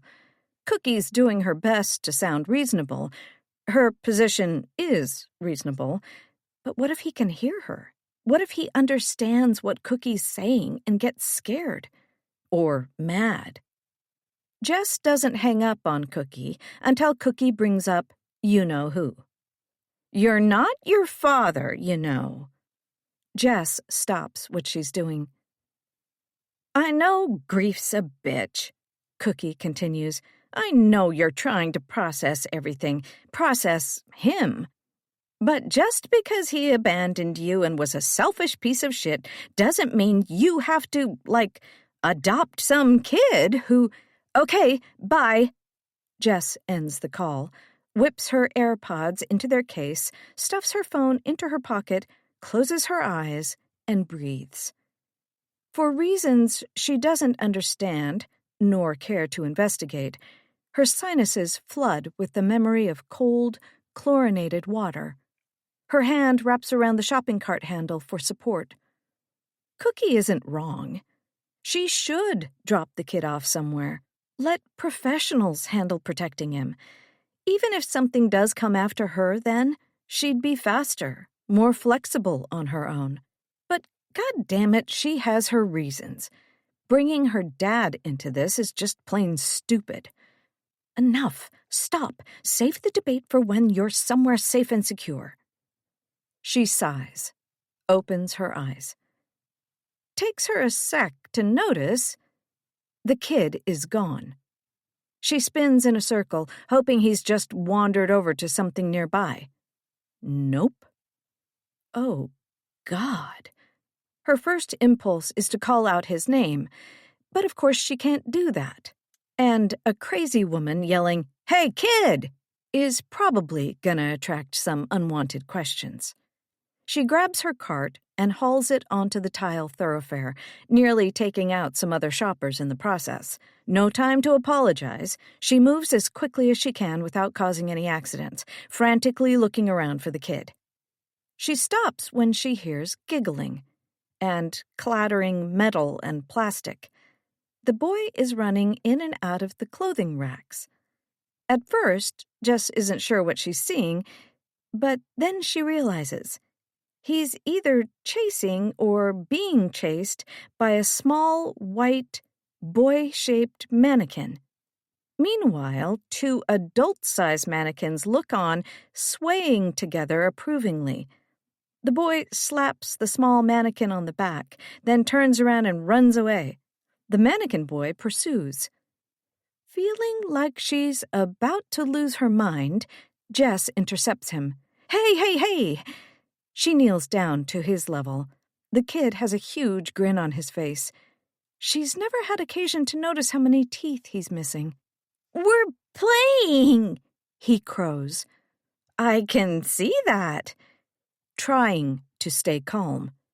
Over the boy's shoulder, the small mannequin waits among the clothes, bouncing up and down excitedly.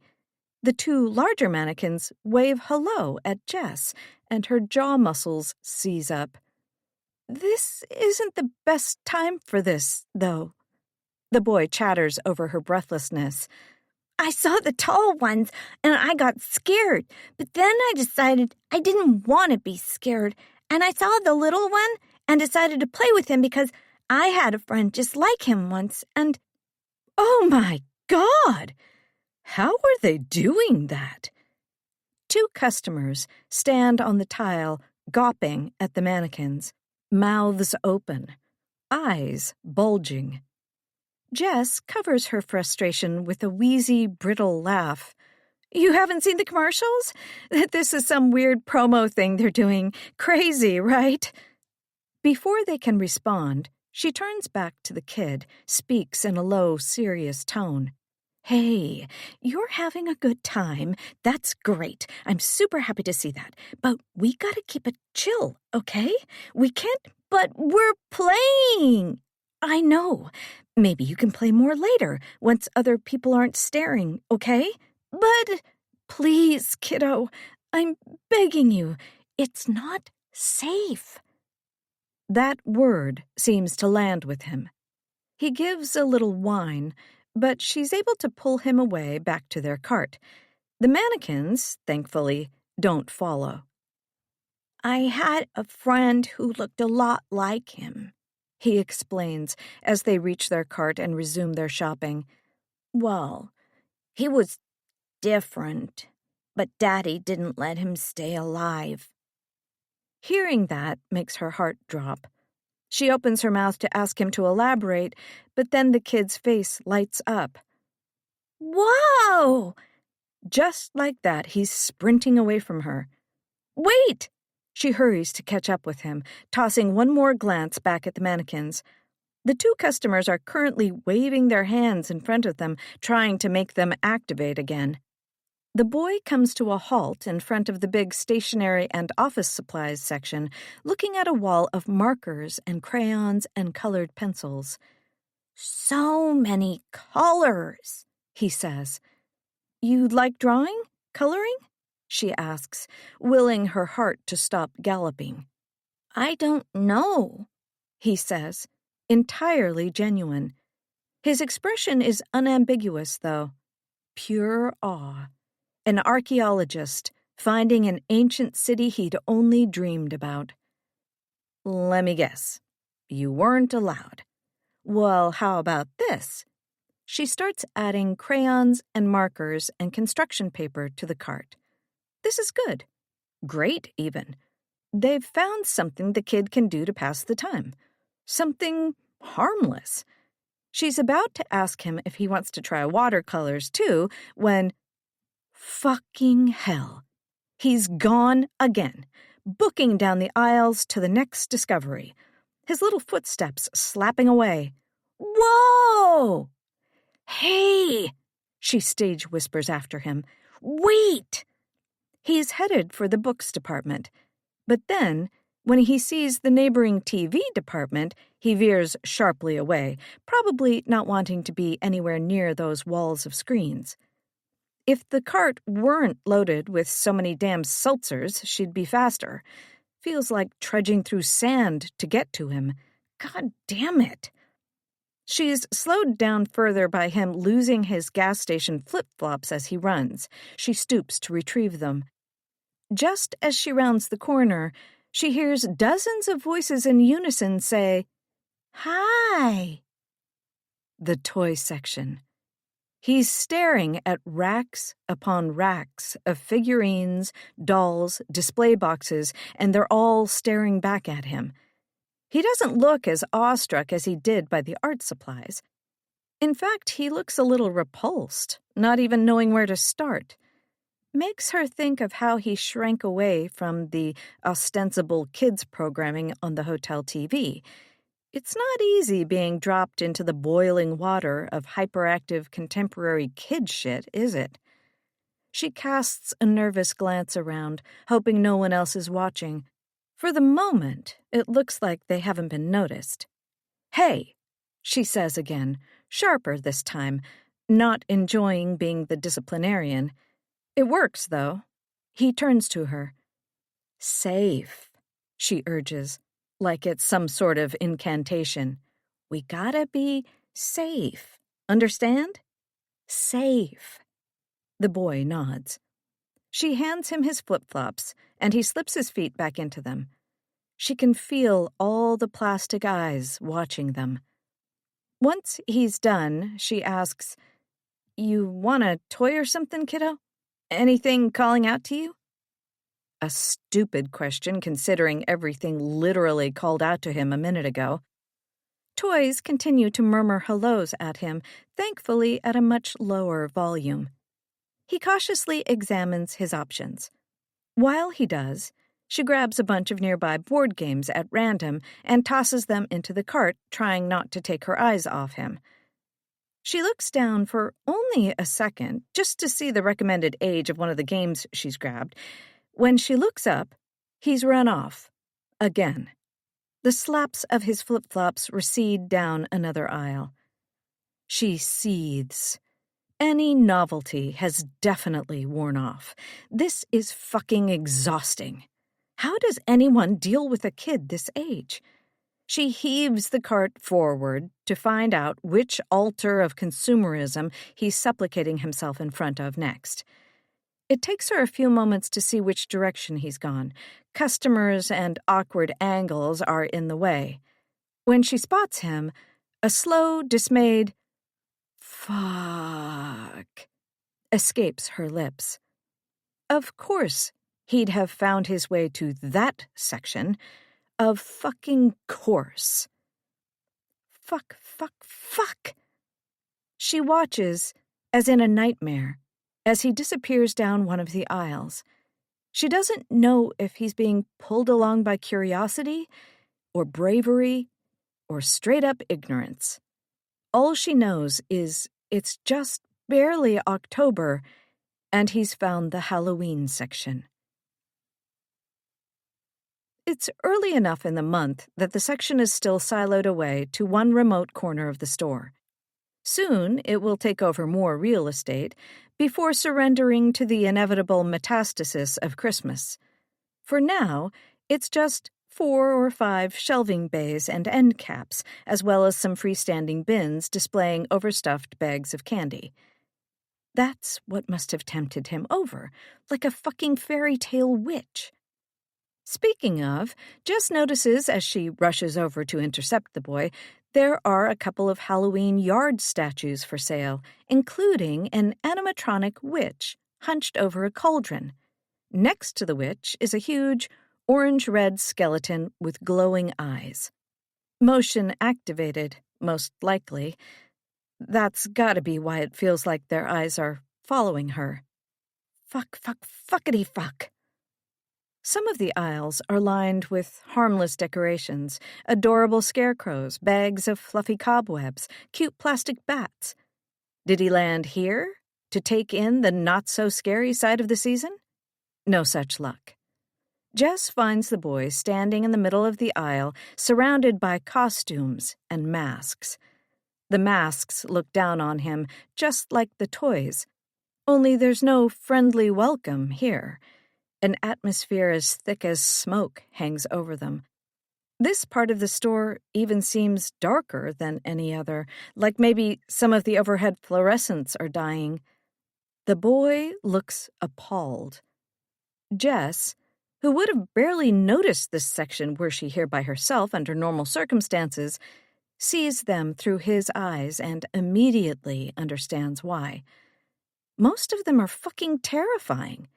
Cloudy-eyed ghouls, evil scarecrows, wrinkled, hollow-socketed old men with long beards, demons with rapturous black-tooth grins, a mask made entirely of eyeballs. Worse, there are numerous gory, mauled faces, skin shredded, skulls peeking out from ragged flesh, all too reminiscent of the horrors they've seen so far. Apartment neighbors, hotel guests, and, hanging from one rod, a phalanx of wolf masks, fanged, furious mouths dripping actual foam onto the floor. She has to find her voice. Just plastic, she says for him as well as for herself. Then louder, they're all just plastic. They're not real. Off in the distance, the animatronic witch lets out a shrill cackle. The boy jumps. Some of the masks growl excitedly in response. Hiss. Gnash their teeth. They strain off their rods, actually lifting into the air in an attempt to get at him. Hey, look! She gets down to his level, turns him to face her. Look! On one rod are some goofy-looking cartoon Frankenstein masks for younger kids. She grabs one and, after a quick glance around for an employee, drops it on the ground and stomps on it before it can come to life. It cracks easily underfoot. Just plastic. Not real, just plastic. She grabs another, stomps it. Just plastic, Jess repeats. This is a holiday, and these are just decorations. Not real. See? Just plastic, he says, staring down at the broken Frankensteins. You're safe. They're just silly toys, okay? Just plastic. The display of masks settles down. No more growling and snarling and hissing. Just a rustling of plastic, like leaves in a light autumn wind. You want to get out of here?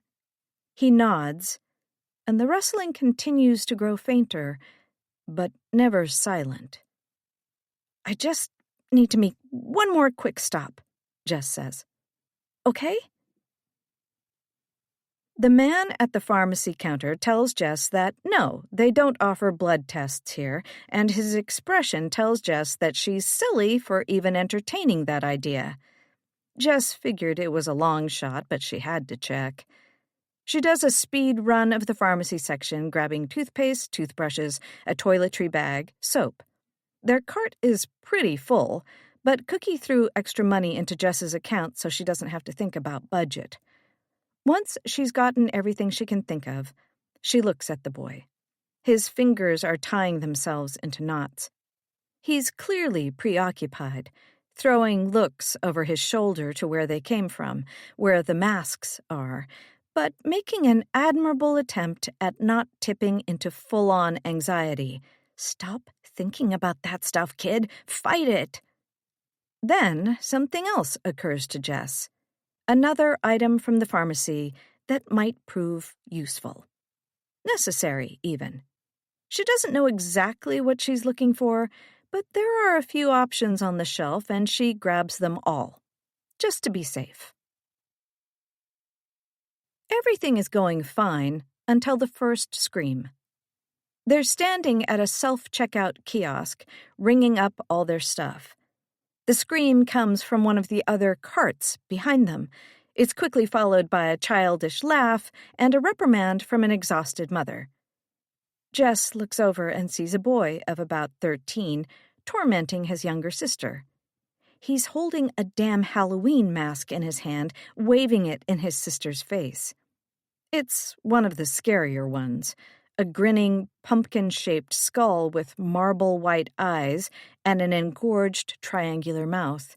And given that the kid's 13, he doesn't heed his mother's reprimands. The mask keeps attacking. The girl keeps squealing. Jess notices the boy, her boy, watching too, from where he stands next to her. His face has gone ashen. "Hey," she whispers to him hastily. "They're okay. Everything's okay. We're almost out of here." She speeds up her item scanning. Then, the mask bites a chunk of flesh from the little girl's shoulder, and all hell breaks loose. Not only does the girl really scream, along with her mother and brother, but so do other people in line, especially those catching the blood spray. "No!" Jess pleads to the boy through clenched teeth. "Don't!" It's too late. He looks like a kid desperately trying to not go to the bathroom, unable to hold it any longer. His eyes are squeezed shut, and somewhere inside, a dam is breaking. More screams. Jess cranes a look back into the store. Shelves are being knocked over. Racks of clothing. The huge red skeleton with the flaming, light-up eyes is swinging at everything with its large, bony hands. Behind it, the animatronic witch perches on a man's back, raking his face with her nails. "Stop!" Jess shouts at the boy. His eyes spring open. As he glimpses the chaos, things get even worse. Behind the skeleton, what at first appeared almost to be a cloud of fabric rises into the air. The masks have taken flight. Shrieks from the scattering customers echo through the store, sounding like animals being slaughtered. The kid shrinks against her leg. She can feel him trembling. They haven't finished checking out, but Jess throws her stuff back into the cart. "Come on!" She throws the kid in the cart, too, tries to steer around fleeing bodies. As she emerges from the checkout area, she gets a less obstructed look at the main floor. People are slamming into one another, trampling those too confused to move. A father with 2 kids rams his cart into an old man coming out of the Starbucks. The old man skids head first across the floor. The air is full of flying wolfmen, flaming skulls, ghost faces trailing black hoods like ghastly tadpoles, greenish glow-in-the-dark wraith girls. The boy watches it all from the cart, his fear feeding on itself, making the scene more chaotic, more real, the more frightened he becomes. Then he shrieks too. Jess follows his gaze. The little mannequin boy stands in the middle of the clothing area, helpless and vulnerable, as the giant skeleton approaches. A woman runs in front of them, blocking their view. Several masks are chewing into her neck and arms, blood spraying red fireworks off her body. Jess sees with gut-curdling clarity one of the woman's ears disappear into a mouth. The ear plops onto the tile, nowhere to go after being swallowed. The earring on its lobe makes a curt little tack sound. "Look at me," Jess barks at the boy. He does. "Just keep your eyes on me." She shoves their cart forward and toward the exit. Near the main door, one of those goofy Frankenstein masks makes its way across the tile, using its strap to inch itself across like a slug. Jess runs the cart over it, joining the crowd streaming out to the parking lot, while the store continues to fill with screams. 23. It's Jess's turn to scream as soon as they're back on the highway. She's not hurt, not physically, but if she doesn't let out some of the pressure building inside her, she might actually explode. She throttles the steering wheel, letting out howls of disbelief and stress and terror the way someone might vomit after learning they've just ingested poison. Finally, she looks at the kid, who's curled into himself on the passenger seat, clearly sensing how close to madness the adult in the car has become. "You can't," she starts to say. She's so shaken that the words keep getting stuck. "Why did you—" "It was scary," he offers. "Well, stop being so fucking scared of things," she roars. "Fuck!" Quickly realizing she might sound scary herself, she lowers her volume, speaks in a rapid but controlled rush. "I don't know what's going on inside of you or what you're doing to make that stuff happen, but you have to learn how to control it. People are getting hurt, and—" She breathes, hands restless against the wheel. "And also, if other people are looking for us, every time you do that, it makes it easier for them to find us." She swallows. But mostly, it's the people getting hurt part. This has to stop. She feels a little better after having screamed it out. Purged. When the kid finally speaks, it jolts her a little, like she forgot he was an actual person. "Sometimes," he says, no longer looking at her but staring down in deep shame. "Daddy says I'm too bad to be alive." That stuns her. "Jesus," she exhales. "I'm not saying... You're not... Sweetie, I had a friend, and he was a little boy like me. He lived in the walls. I made him come out and play with me when I was lonely, but Daddy said I was bad and was going to get people hurt if I didn't stop being bad. And I said I didn't know why I was bad. And he said the little boy was why. He said my mind made the little boy up, and now it was too dangerous for the little boy to be alive. So he had to hurt the little boy until the little boy wasn't alive anymore. And he made me watch so I wouldn't do anything like that anymore. But I don't mean to be bad.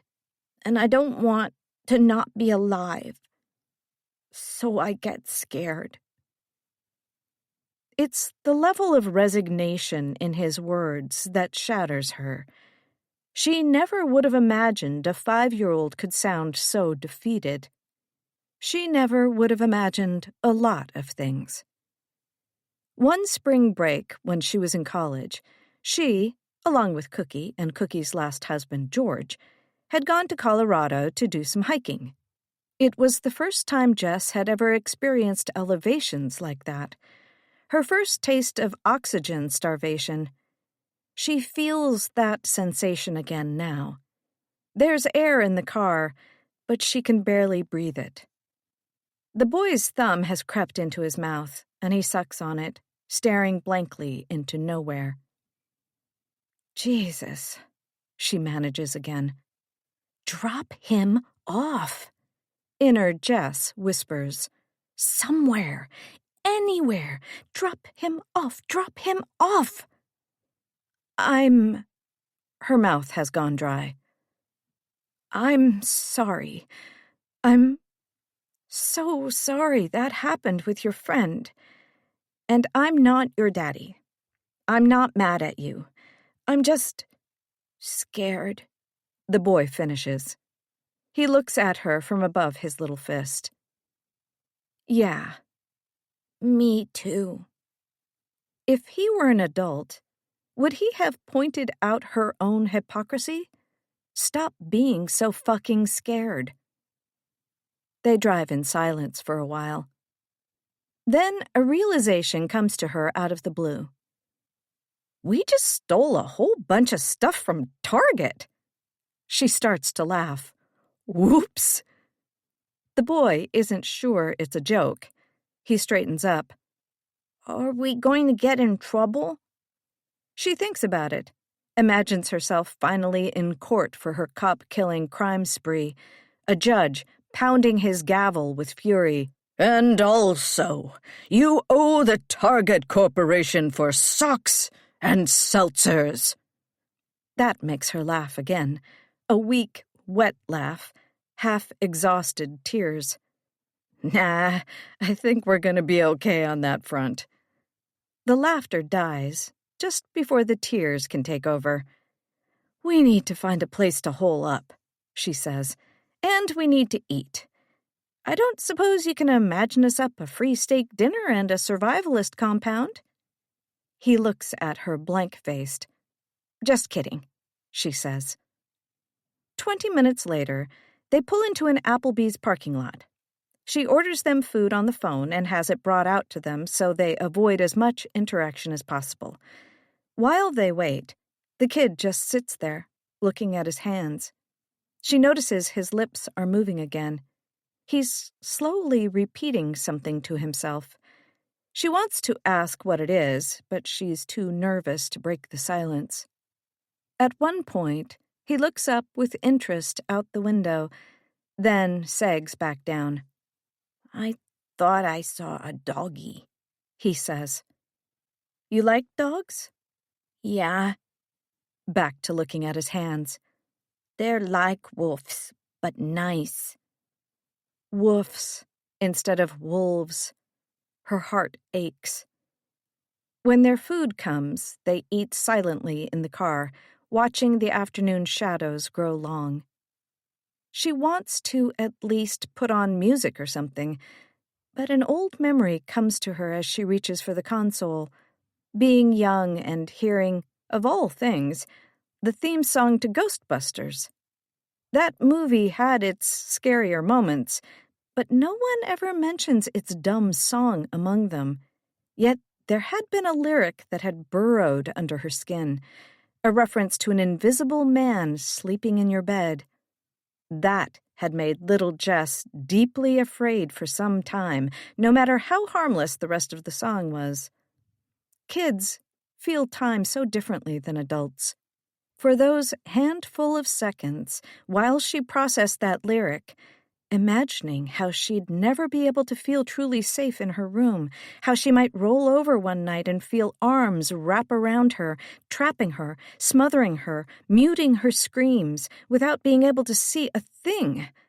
Little Jess had experienced a world of true terror and dread any time that song came on. God, she hadn't thought about that in decades.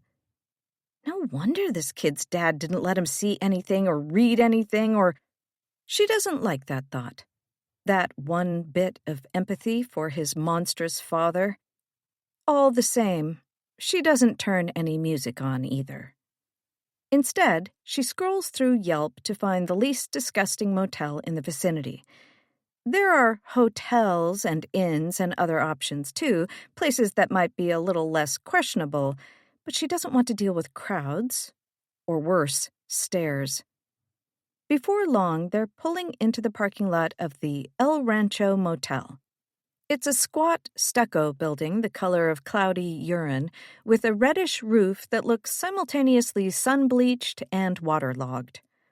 The Yelp reviews prepared her, not a single rating above 3 stars, but even so, she's not impressed. Ugh. She puts the car in park.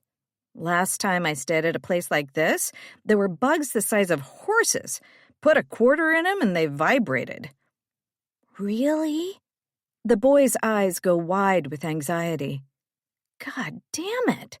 Her impulse to make dumb jokes in times of stress is so hardwired it's practically reflex. I've got to be as disciplined as he does.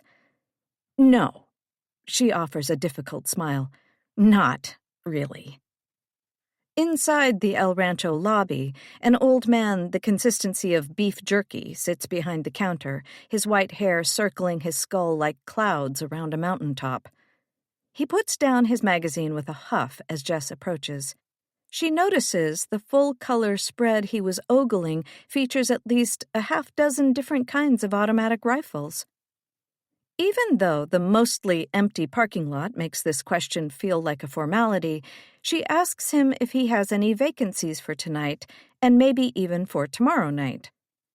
Mr. Beef Jerky Mountaintop stares at her for a good long while. I know you, he asks, genuinely curious. Then, before she can answer, Nah, but I don't like you. I want cash, up front. She's stunned by the frank appraisal. Is that even legal? He doesn't say anything, just points his beef jerky chin toward an ATM in the corner of the room. It's not like there aren't other motels, but this one did have the best ratings, and she's so tired and so anxious to get somewhere relatively private that she swallows the indignity and the $4 bank fee. He counts the bills. Yeah, something about you I just don't trust, he explains. You got the look of a liar on you. Bet you're one of them Los Angeles types, all a bunch of liars. Professional liars. That's very nice of you, sir. Thank you. He grunts, reaches for a key. She stops him. Can I at least have a room that's on the end? She lets the kid in through the door first. He's carrying a small bag of their supplies while she juggles the rest. They should have grabbed a suitcase or something from Target, too, or at least a backpack. Oh well, next shoplifting spree. The lights in the room flicker on with effort, eventually casting a bluish, yellowish pall over the twin beds, the dresser, the small TV.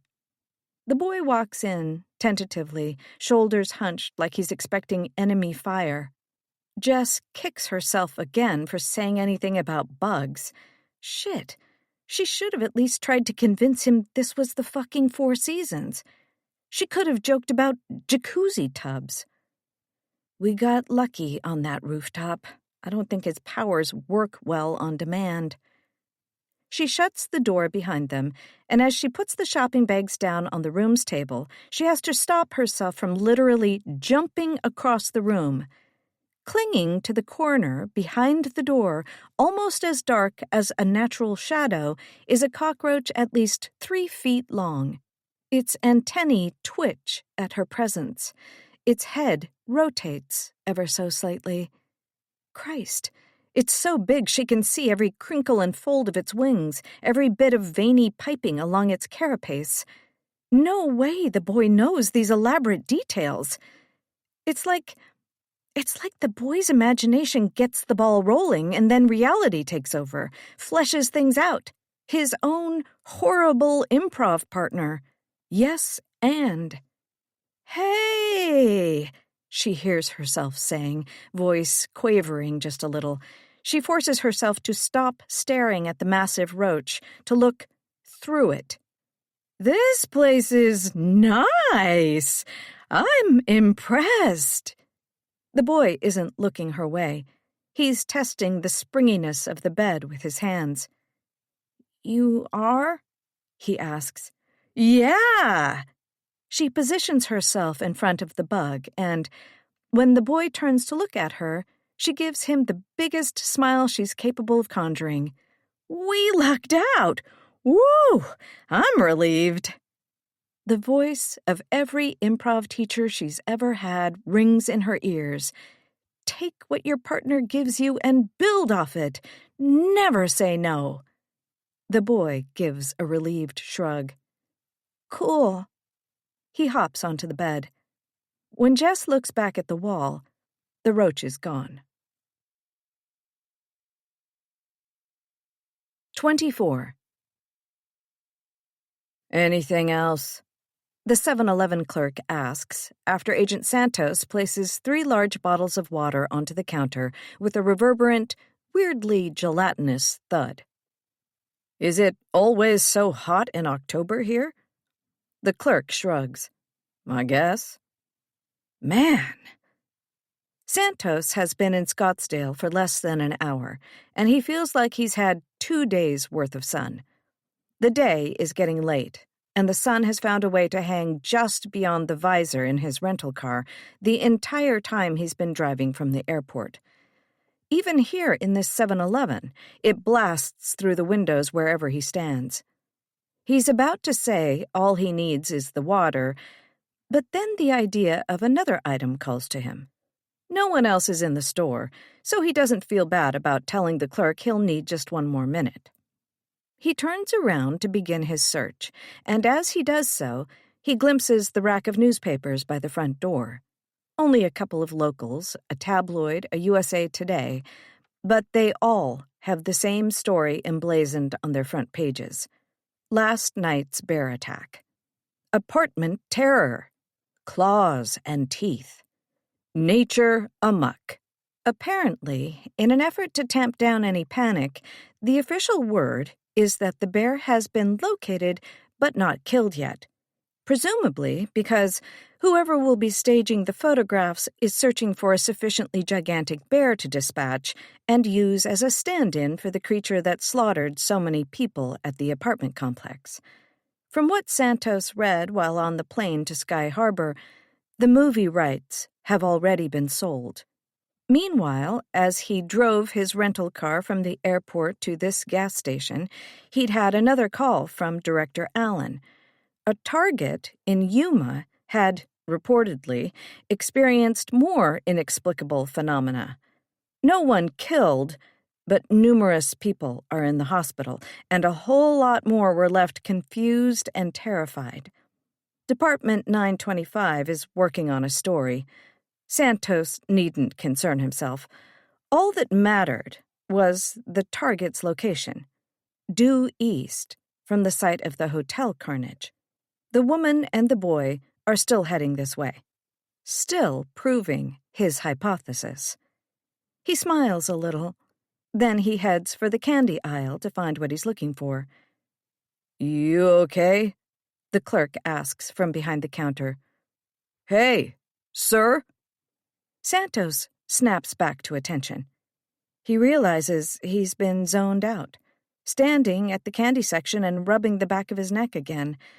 That strange, tugging itch has come back. How long was he out for? He hears his father's voice. "Get your head in the game. You gotta focus, But then, a blank space where his nickname should be. Only for a second, but it's a second longer than he's ever felt before. Like a physical lacuna. Like the surface of his mind has been greased. Mickey. It's always been Mickey. Why couldn't he remember that? And what is that weird tugging/plucking feeling? This time it almost felt like fingers rooting around inside his skin. "Yeah, I'm okay. Sorry. Must be the heat.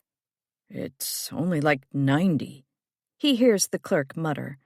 Santos grabs what he came into this aisle for, takes his purchase, and gets back in the car. "Whew! It's hot," he exclaims to himself. And it is hot. The car feels like an oven, smells like burning metal and baked leather. He takes a big sip of water, then pulls up Cookie Cormier Philbrick Bailey Williams Montgomery's address on his GPS. Before he puts the car in drive, he opens up the box of candy he purchased and pops a pink and white handful into his mouth. There are definitely plenty in the box. He's got a ways to go before he thinks they're good. He works on appreciating the harsh taste of candy-coated licorice as he drives into the sun. 37 minutes later, he's pulling into the front parking lot of the Sky Blue Senior Freedom Residences. Colorful adobe apartment buildings arranged in concentric half circles, each 2 stories tall, with bright white staircases and/or ramps across their fronts. Rich islands of grass and sharply maintained bushes and trees. Palm trees, palo verdes, magnolias. Off in the distance, he sees a black metal fence that must encircle the building's pool and hot tub, which he saw advertised on its website. That means the red and brown building next to the fence must be the gym. It's a beautiful, serene little paradise, a place where people with money, of course, can retire and bask in the luxury of having succeeded in life. By the only metric that truly matters in this society, financially. Keeping the indignities of age at bay in the same way the green grass and clean pool and perfectly tended flora keep the indignities of the desert at bay. The landscaping basks, too. Another handful of G&Ps. They're making him grimace less, at least. Another swig of water, a check of the breath, a glance in the mirror, and Santos is ready. He gets out of the car and winces at the hot air waiting for him and heads for Cookie's apartment. Each of the residents technically live in an apartment as opposed to a room, and so, all praise Google, Cookie's apartment number came up in his record searching. Because of the glare of the setting sun, Santos doesn't notice the man with the close-cropped hair sitting low in one of the other cars in the parking lot. The man notices Santos, though. He stops what he's doing as Santos passes by. Once he's clear, the man resumes checking his Beretta M9 with the gaffer-taped grip. He does this with professional ease, and he finishes in time to watch Santos approach and be accepted into a certain apartment. He regards Santos with interest, but not worry. In fact, he sizes Santos up immediately as almost certainly not a threat. Santos looks too awkward, too green. A salesman, maybe.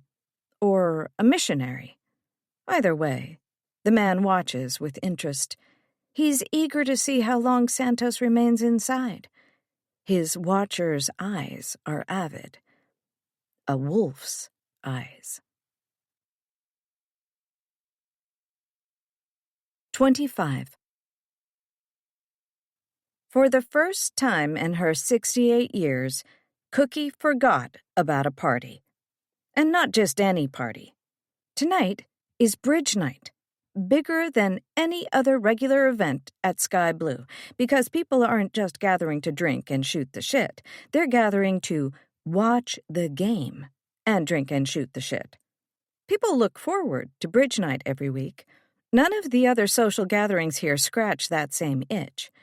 To make matters truly apocalyptic, Cookie is scheduled to host. She's been so wrapped up with worry over Jess today that it wasn't until Fran called about an hour ago asking what she should bring that Cookie remembered her bridge night was tonight. Hot on the heels of that call, Bob Bradford rang to see if Cookie had any interest in him spending the night afterward and whether he should pack his morning pills.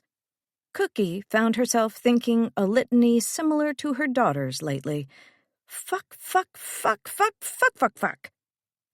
Were it any other event, Cookie would do the usually unthinkable and cancel, claim sickness or something, Maybe stomach distress from the dining room's salmon, which everyone complains about. Folks might whisper a little snarky disapproval behind her back for a couple of days, but they'd also find someone else to host and get on with their lives. That sort of shit doesn't fly for Bridge Night. Bridge Night rotates hosting duties, in part because it's a way for residents to check out other people's apartments. Canceling Bridge Night, especially day of, is like taking a crap in the communal pool.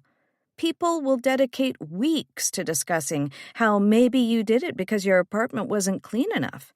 Maybe you're beginning a humiliating and unseemly descent into dementia. Or maybe, just maybe, worst of all possible things, you're running out of money and couldn't afford refreshments. Sky Blue's a complicated place, and Cookie knows she's bringing some extra baggage to her analysis. She's always felt like an outsider here. It's not a cheap place to live, and she only came into money later in life, with the death of her fourth, and, as far as she's concerned, final, husband, George. George had been the best man she'd ever known, so of course he had to die way too soon, thanks to a sudden and aggressive conspiracy of skin and prostate cancer. She'd trade his bank account away in a heartbeat for a little more time with him. This condo had been his as well. When she met him, she'd ribbed him for living in a place like Sky Blue, and he ribbed her back. Not everyone's afraid of the elderly, Cook. Typical George, incisive, smart, and somehow delivered without an ounce of meanness. He'd been spot on. It had always been Cookie's deepest fear, getting old and winding up in a place like this. Hell, it's why she'd found Tommy so appealing all those years ago. He was the sort of guy who made it feel like staying young, fun, and reckless was all a matter of willpower. Back then, she was one marriage down and well into her 30s, and good Lord, had that energy seemed appealing. But then she'd gotten pregnant with Jess, and an unexpected plot twist for someone who never wanted a kid, she'd immediately fallen in love. And Tommy immediately revealed himself to be worthless, even dangerous to have around. Perpetual youth wasn't everything, so she kicked him to the curb where he was happy to remain. Getting older didn't have to be bad. Once she met and moved in with George in her late 50s, she discovered a place like Sky Blue wasn't so bad either. Strange rules and itchy pubic lice, like Mona Doll, notwithstanding. After George died, Cookie found herself grateful for the easy social life. Doubly so when Jess moved to L.A. and Cookie started feeling more and more self-conscious hanging out with her. At Sky Blue, Cookie can still be one of the young ones. The only thing she truly hates about this place is its full name. Senior Freedom Condominiums. Just embarrassing. She'd take retirement community or even nursing home over Senior Freedom Condominiums. It sounded like it was a free-range hatchery for ethically sourced elder meat. It sounded desperate. Not that this was a nursing home. The only real differences between Sky Blue and a regular condo complex were the minimum age requirements and the 24/7 nurse on call, and Cookie had a feeling that nurse mainly handled questions about venereal diseases more than anything else. Today, though, she wishes it were a nursing home. Hell, let it be a state-run Medicaid facility. At least then she'd feel less pressure to host Bridge Night tonight. She's going to have to run on autopilot and stick close to her phone. She hates that they ended their last conversation in a fight. They fight all the time. She's not worried about that. But she's so scared for her daughter's well-being that she wants to make up the instant Jess is ready. Cookie goes through the motions of cleaning the place up, putting out the food she'd already purchased, when there's a knock on her front door. God damn it, Fran, of all the days to show up early. She opens the door to an unfamiliar young man, maybe a couple of years older than Jess. He's wearing a decent but poorly tailored suit, and even though it's got to be in the upper 80s, he's got a tan trench coat thrown over one crooked arm. His hair is slicked back, and he's got an eager look. Almost too eager. She recognizes that vibe from countless audition waiting rooms waiting with Jess. Cookie Montgomery, right? He asks. Hi, I'm... He pulls out a wallet, flips to a badge, and Cookie can almost see him practicing this movie in the mirror. Special Agent Michael Santos, FBI. What? She asks, feeling stupid.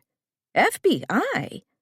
Let this be a joke, maybe a really early trick-or-treater. Hoover's own, ma'am. I'm here to ask you about Jessa Bailey, your daughter, correct? Her immediate instinct is to lie, but his eyes float over her shoulder. She knows exactly what he's looking at. Jess's headshots over the years, all of which prominently feature her name and all framed and displayed in something of a mosaic on the wall behind her. Mind if I step inside? He asks. It's awful hot today. Okay, just... She steps aside, not sure what else she can do. I have company coming, so this'll be quick. She casts a nervous look outside, hoping no one's watching or, worse, on their way, and shuts the door as soon as he's in. He's got an interesting smell, she notes as he passes her. Something like licorice and flop sweat. Once he's inside, he gives a quick once-over of her living room. Very sweet, he says, pointing at all of Jess's headshots. Nice to see a mother so supportive. Then he indicates the chair by Cookie's couch. May I? Free country, Cookie says, willing her dander up. At least I hope. He settles in with a luxurious sigh, in no apparent hurry. She wants to pace, wants to yell, wants to collapse into her couch next to him and beg for information. She doesn't do any of these things. She knows she's got to stand firm, share little in case Jess needs her help, or her silence. These condos are lovely, he begins. How long have you... What are you doing? She's pointing her hand at him, pressing her thumb down repeatedly into her curled index finger. This is me, fast-forwarding you to get to the point, she says. It's bridge night. Lots to do. He gives a strained but appreciative laugh. Oh, I gotcha. Talk's clicking. Huh? Doesn't matter. He crosses his legs, throws another glance toward the wall of headshots. I imagine you're aware of Jess's current situation? Meh. Cookie shrugs. We're not that close. That right. Cookie keeps her lips tight, crosses her arms over her chest, gives him an impatient eyebrow raise.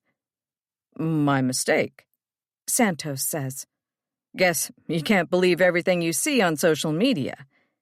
He lets her stew in the implication that he knows more than he's letting on for an uncomfortable beat.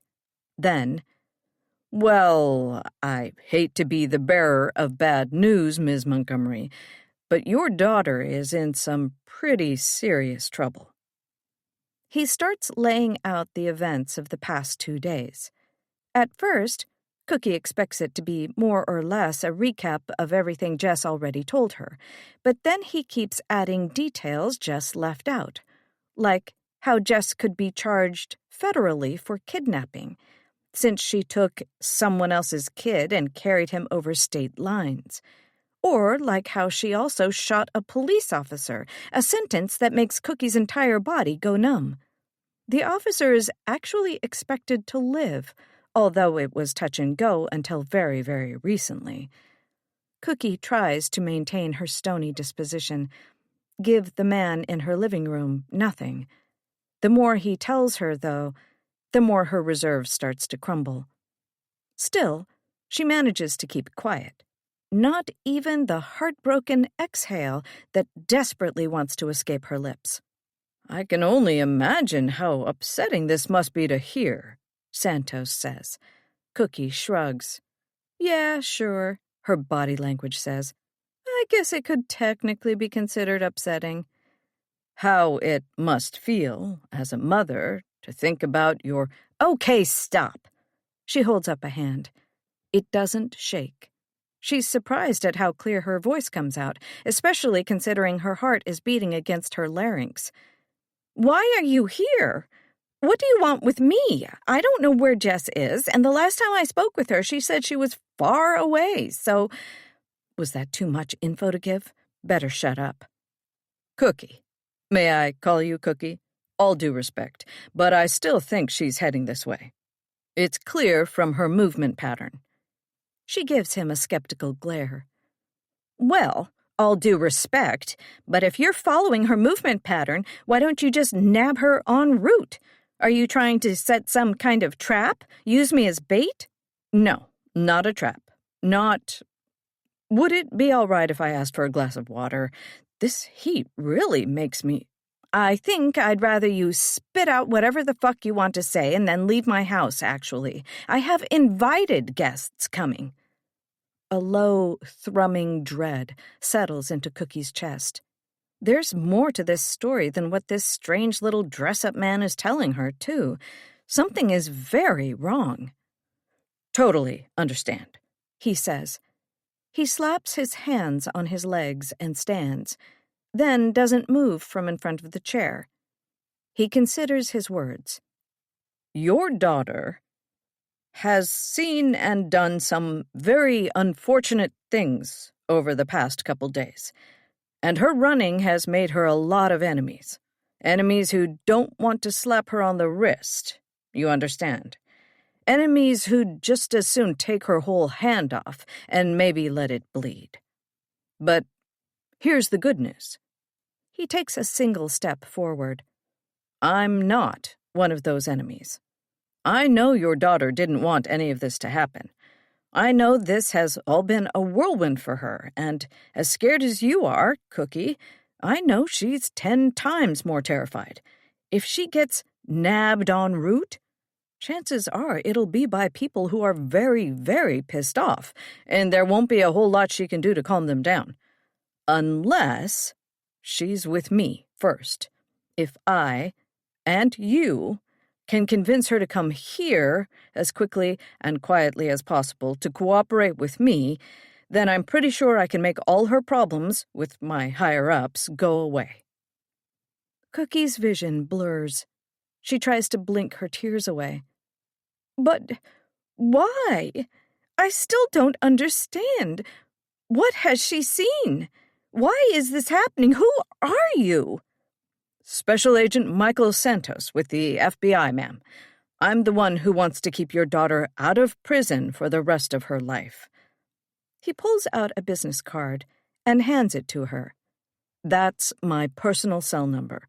If you speak with Jess again any time soon, I would highly recommend you encourage her to get here as soon as possible and to let me help her.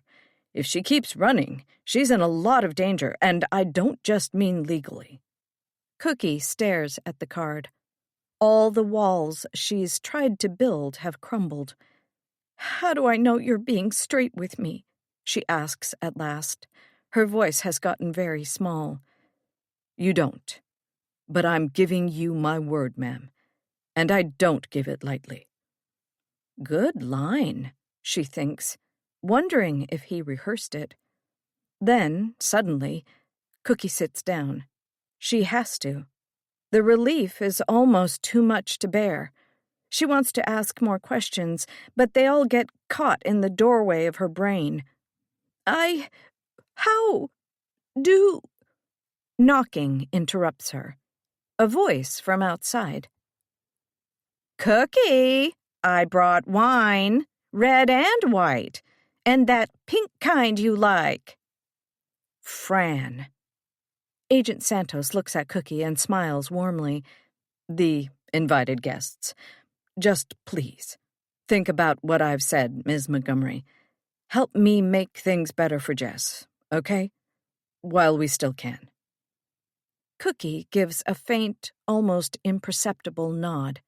Almost, but not totally. Then Fran knocks again. Cookie inhales, and, as if by magic, all the worry and exhaustion on her face disappears. She offers Santos a huge, dazzling smile. If she was previously acting like a bad hostess, here, suddenly, is the apotheosis of hospitality, the social butterfly emerging from her cocoon, except for the glint of fear in her eyes. "Let me see you out," she says, and heads to the door. "Thanks again for stopping by. I'll think about what you've said." Santos and Fran do-si-do in the doorway, Fran wearing an expression of surprise that morphs into titillation as she watches Santos head for his car, hungry for gossip.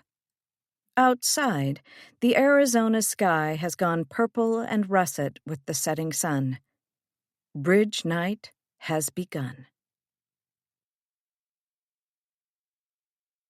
26.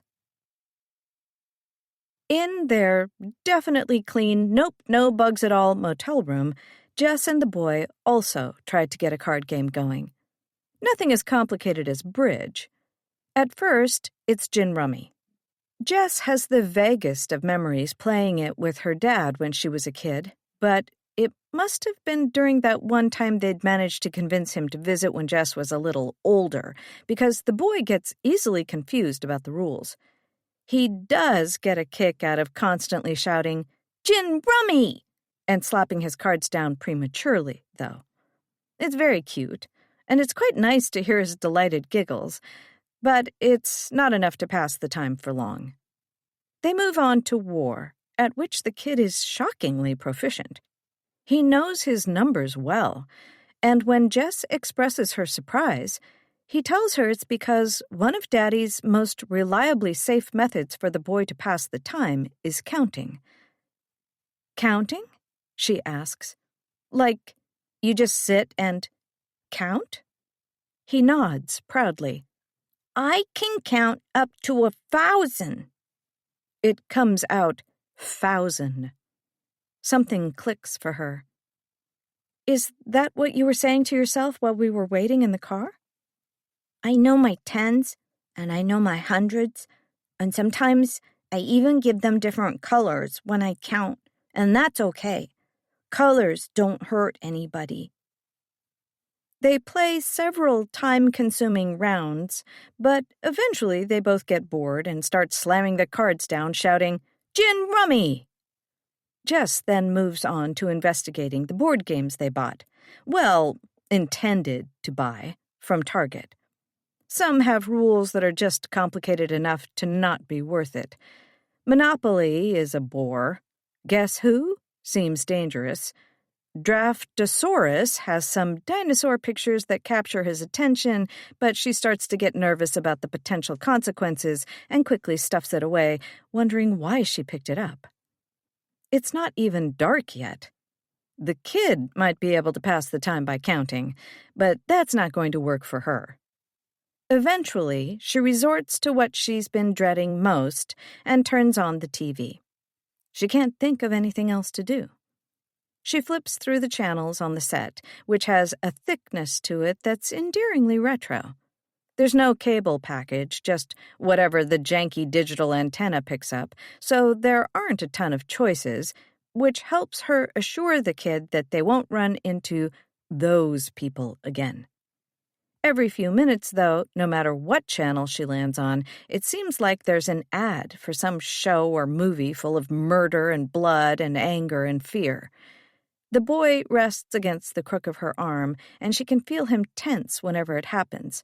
She quickly moves to the next channel, and the process begins again. She never would have noticed how many things could be considered scary in her day-to-day had she not suddenly started looking through the eyes of a sensitive kid. At last, she leaves the channel on the public access station, which appears to be doing a program on antique coins. "Feeling sleepy yet?" she asks, and then feels his bony shoulders shrug. "Yeah, me neither." They sit and watch the show for a few minutes. Then she hits mute. "So, have you always been like this?" she asks. "Your, ability, I mean?" He shrugs again, begins picking at his shirt. "I guess so." "Do you feel it when it starts to happen? Can you control it?" A long pause. "I try." "You know, if you can make things happen, have you ever tried to, believe that you're different? Make it so you can't?" Something in him stiffens. "But I can.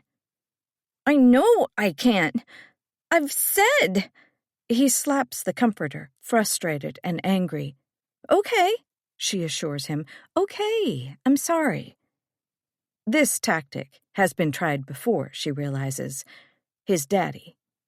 She strokes his arms, his hair, until he settles. "I don't know how to not know," he says miserably. "I get it. Really. Just, I want to help however I can, okay?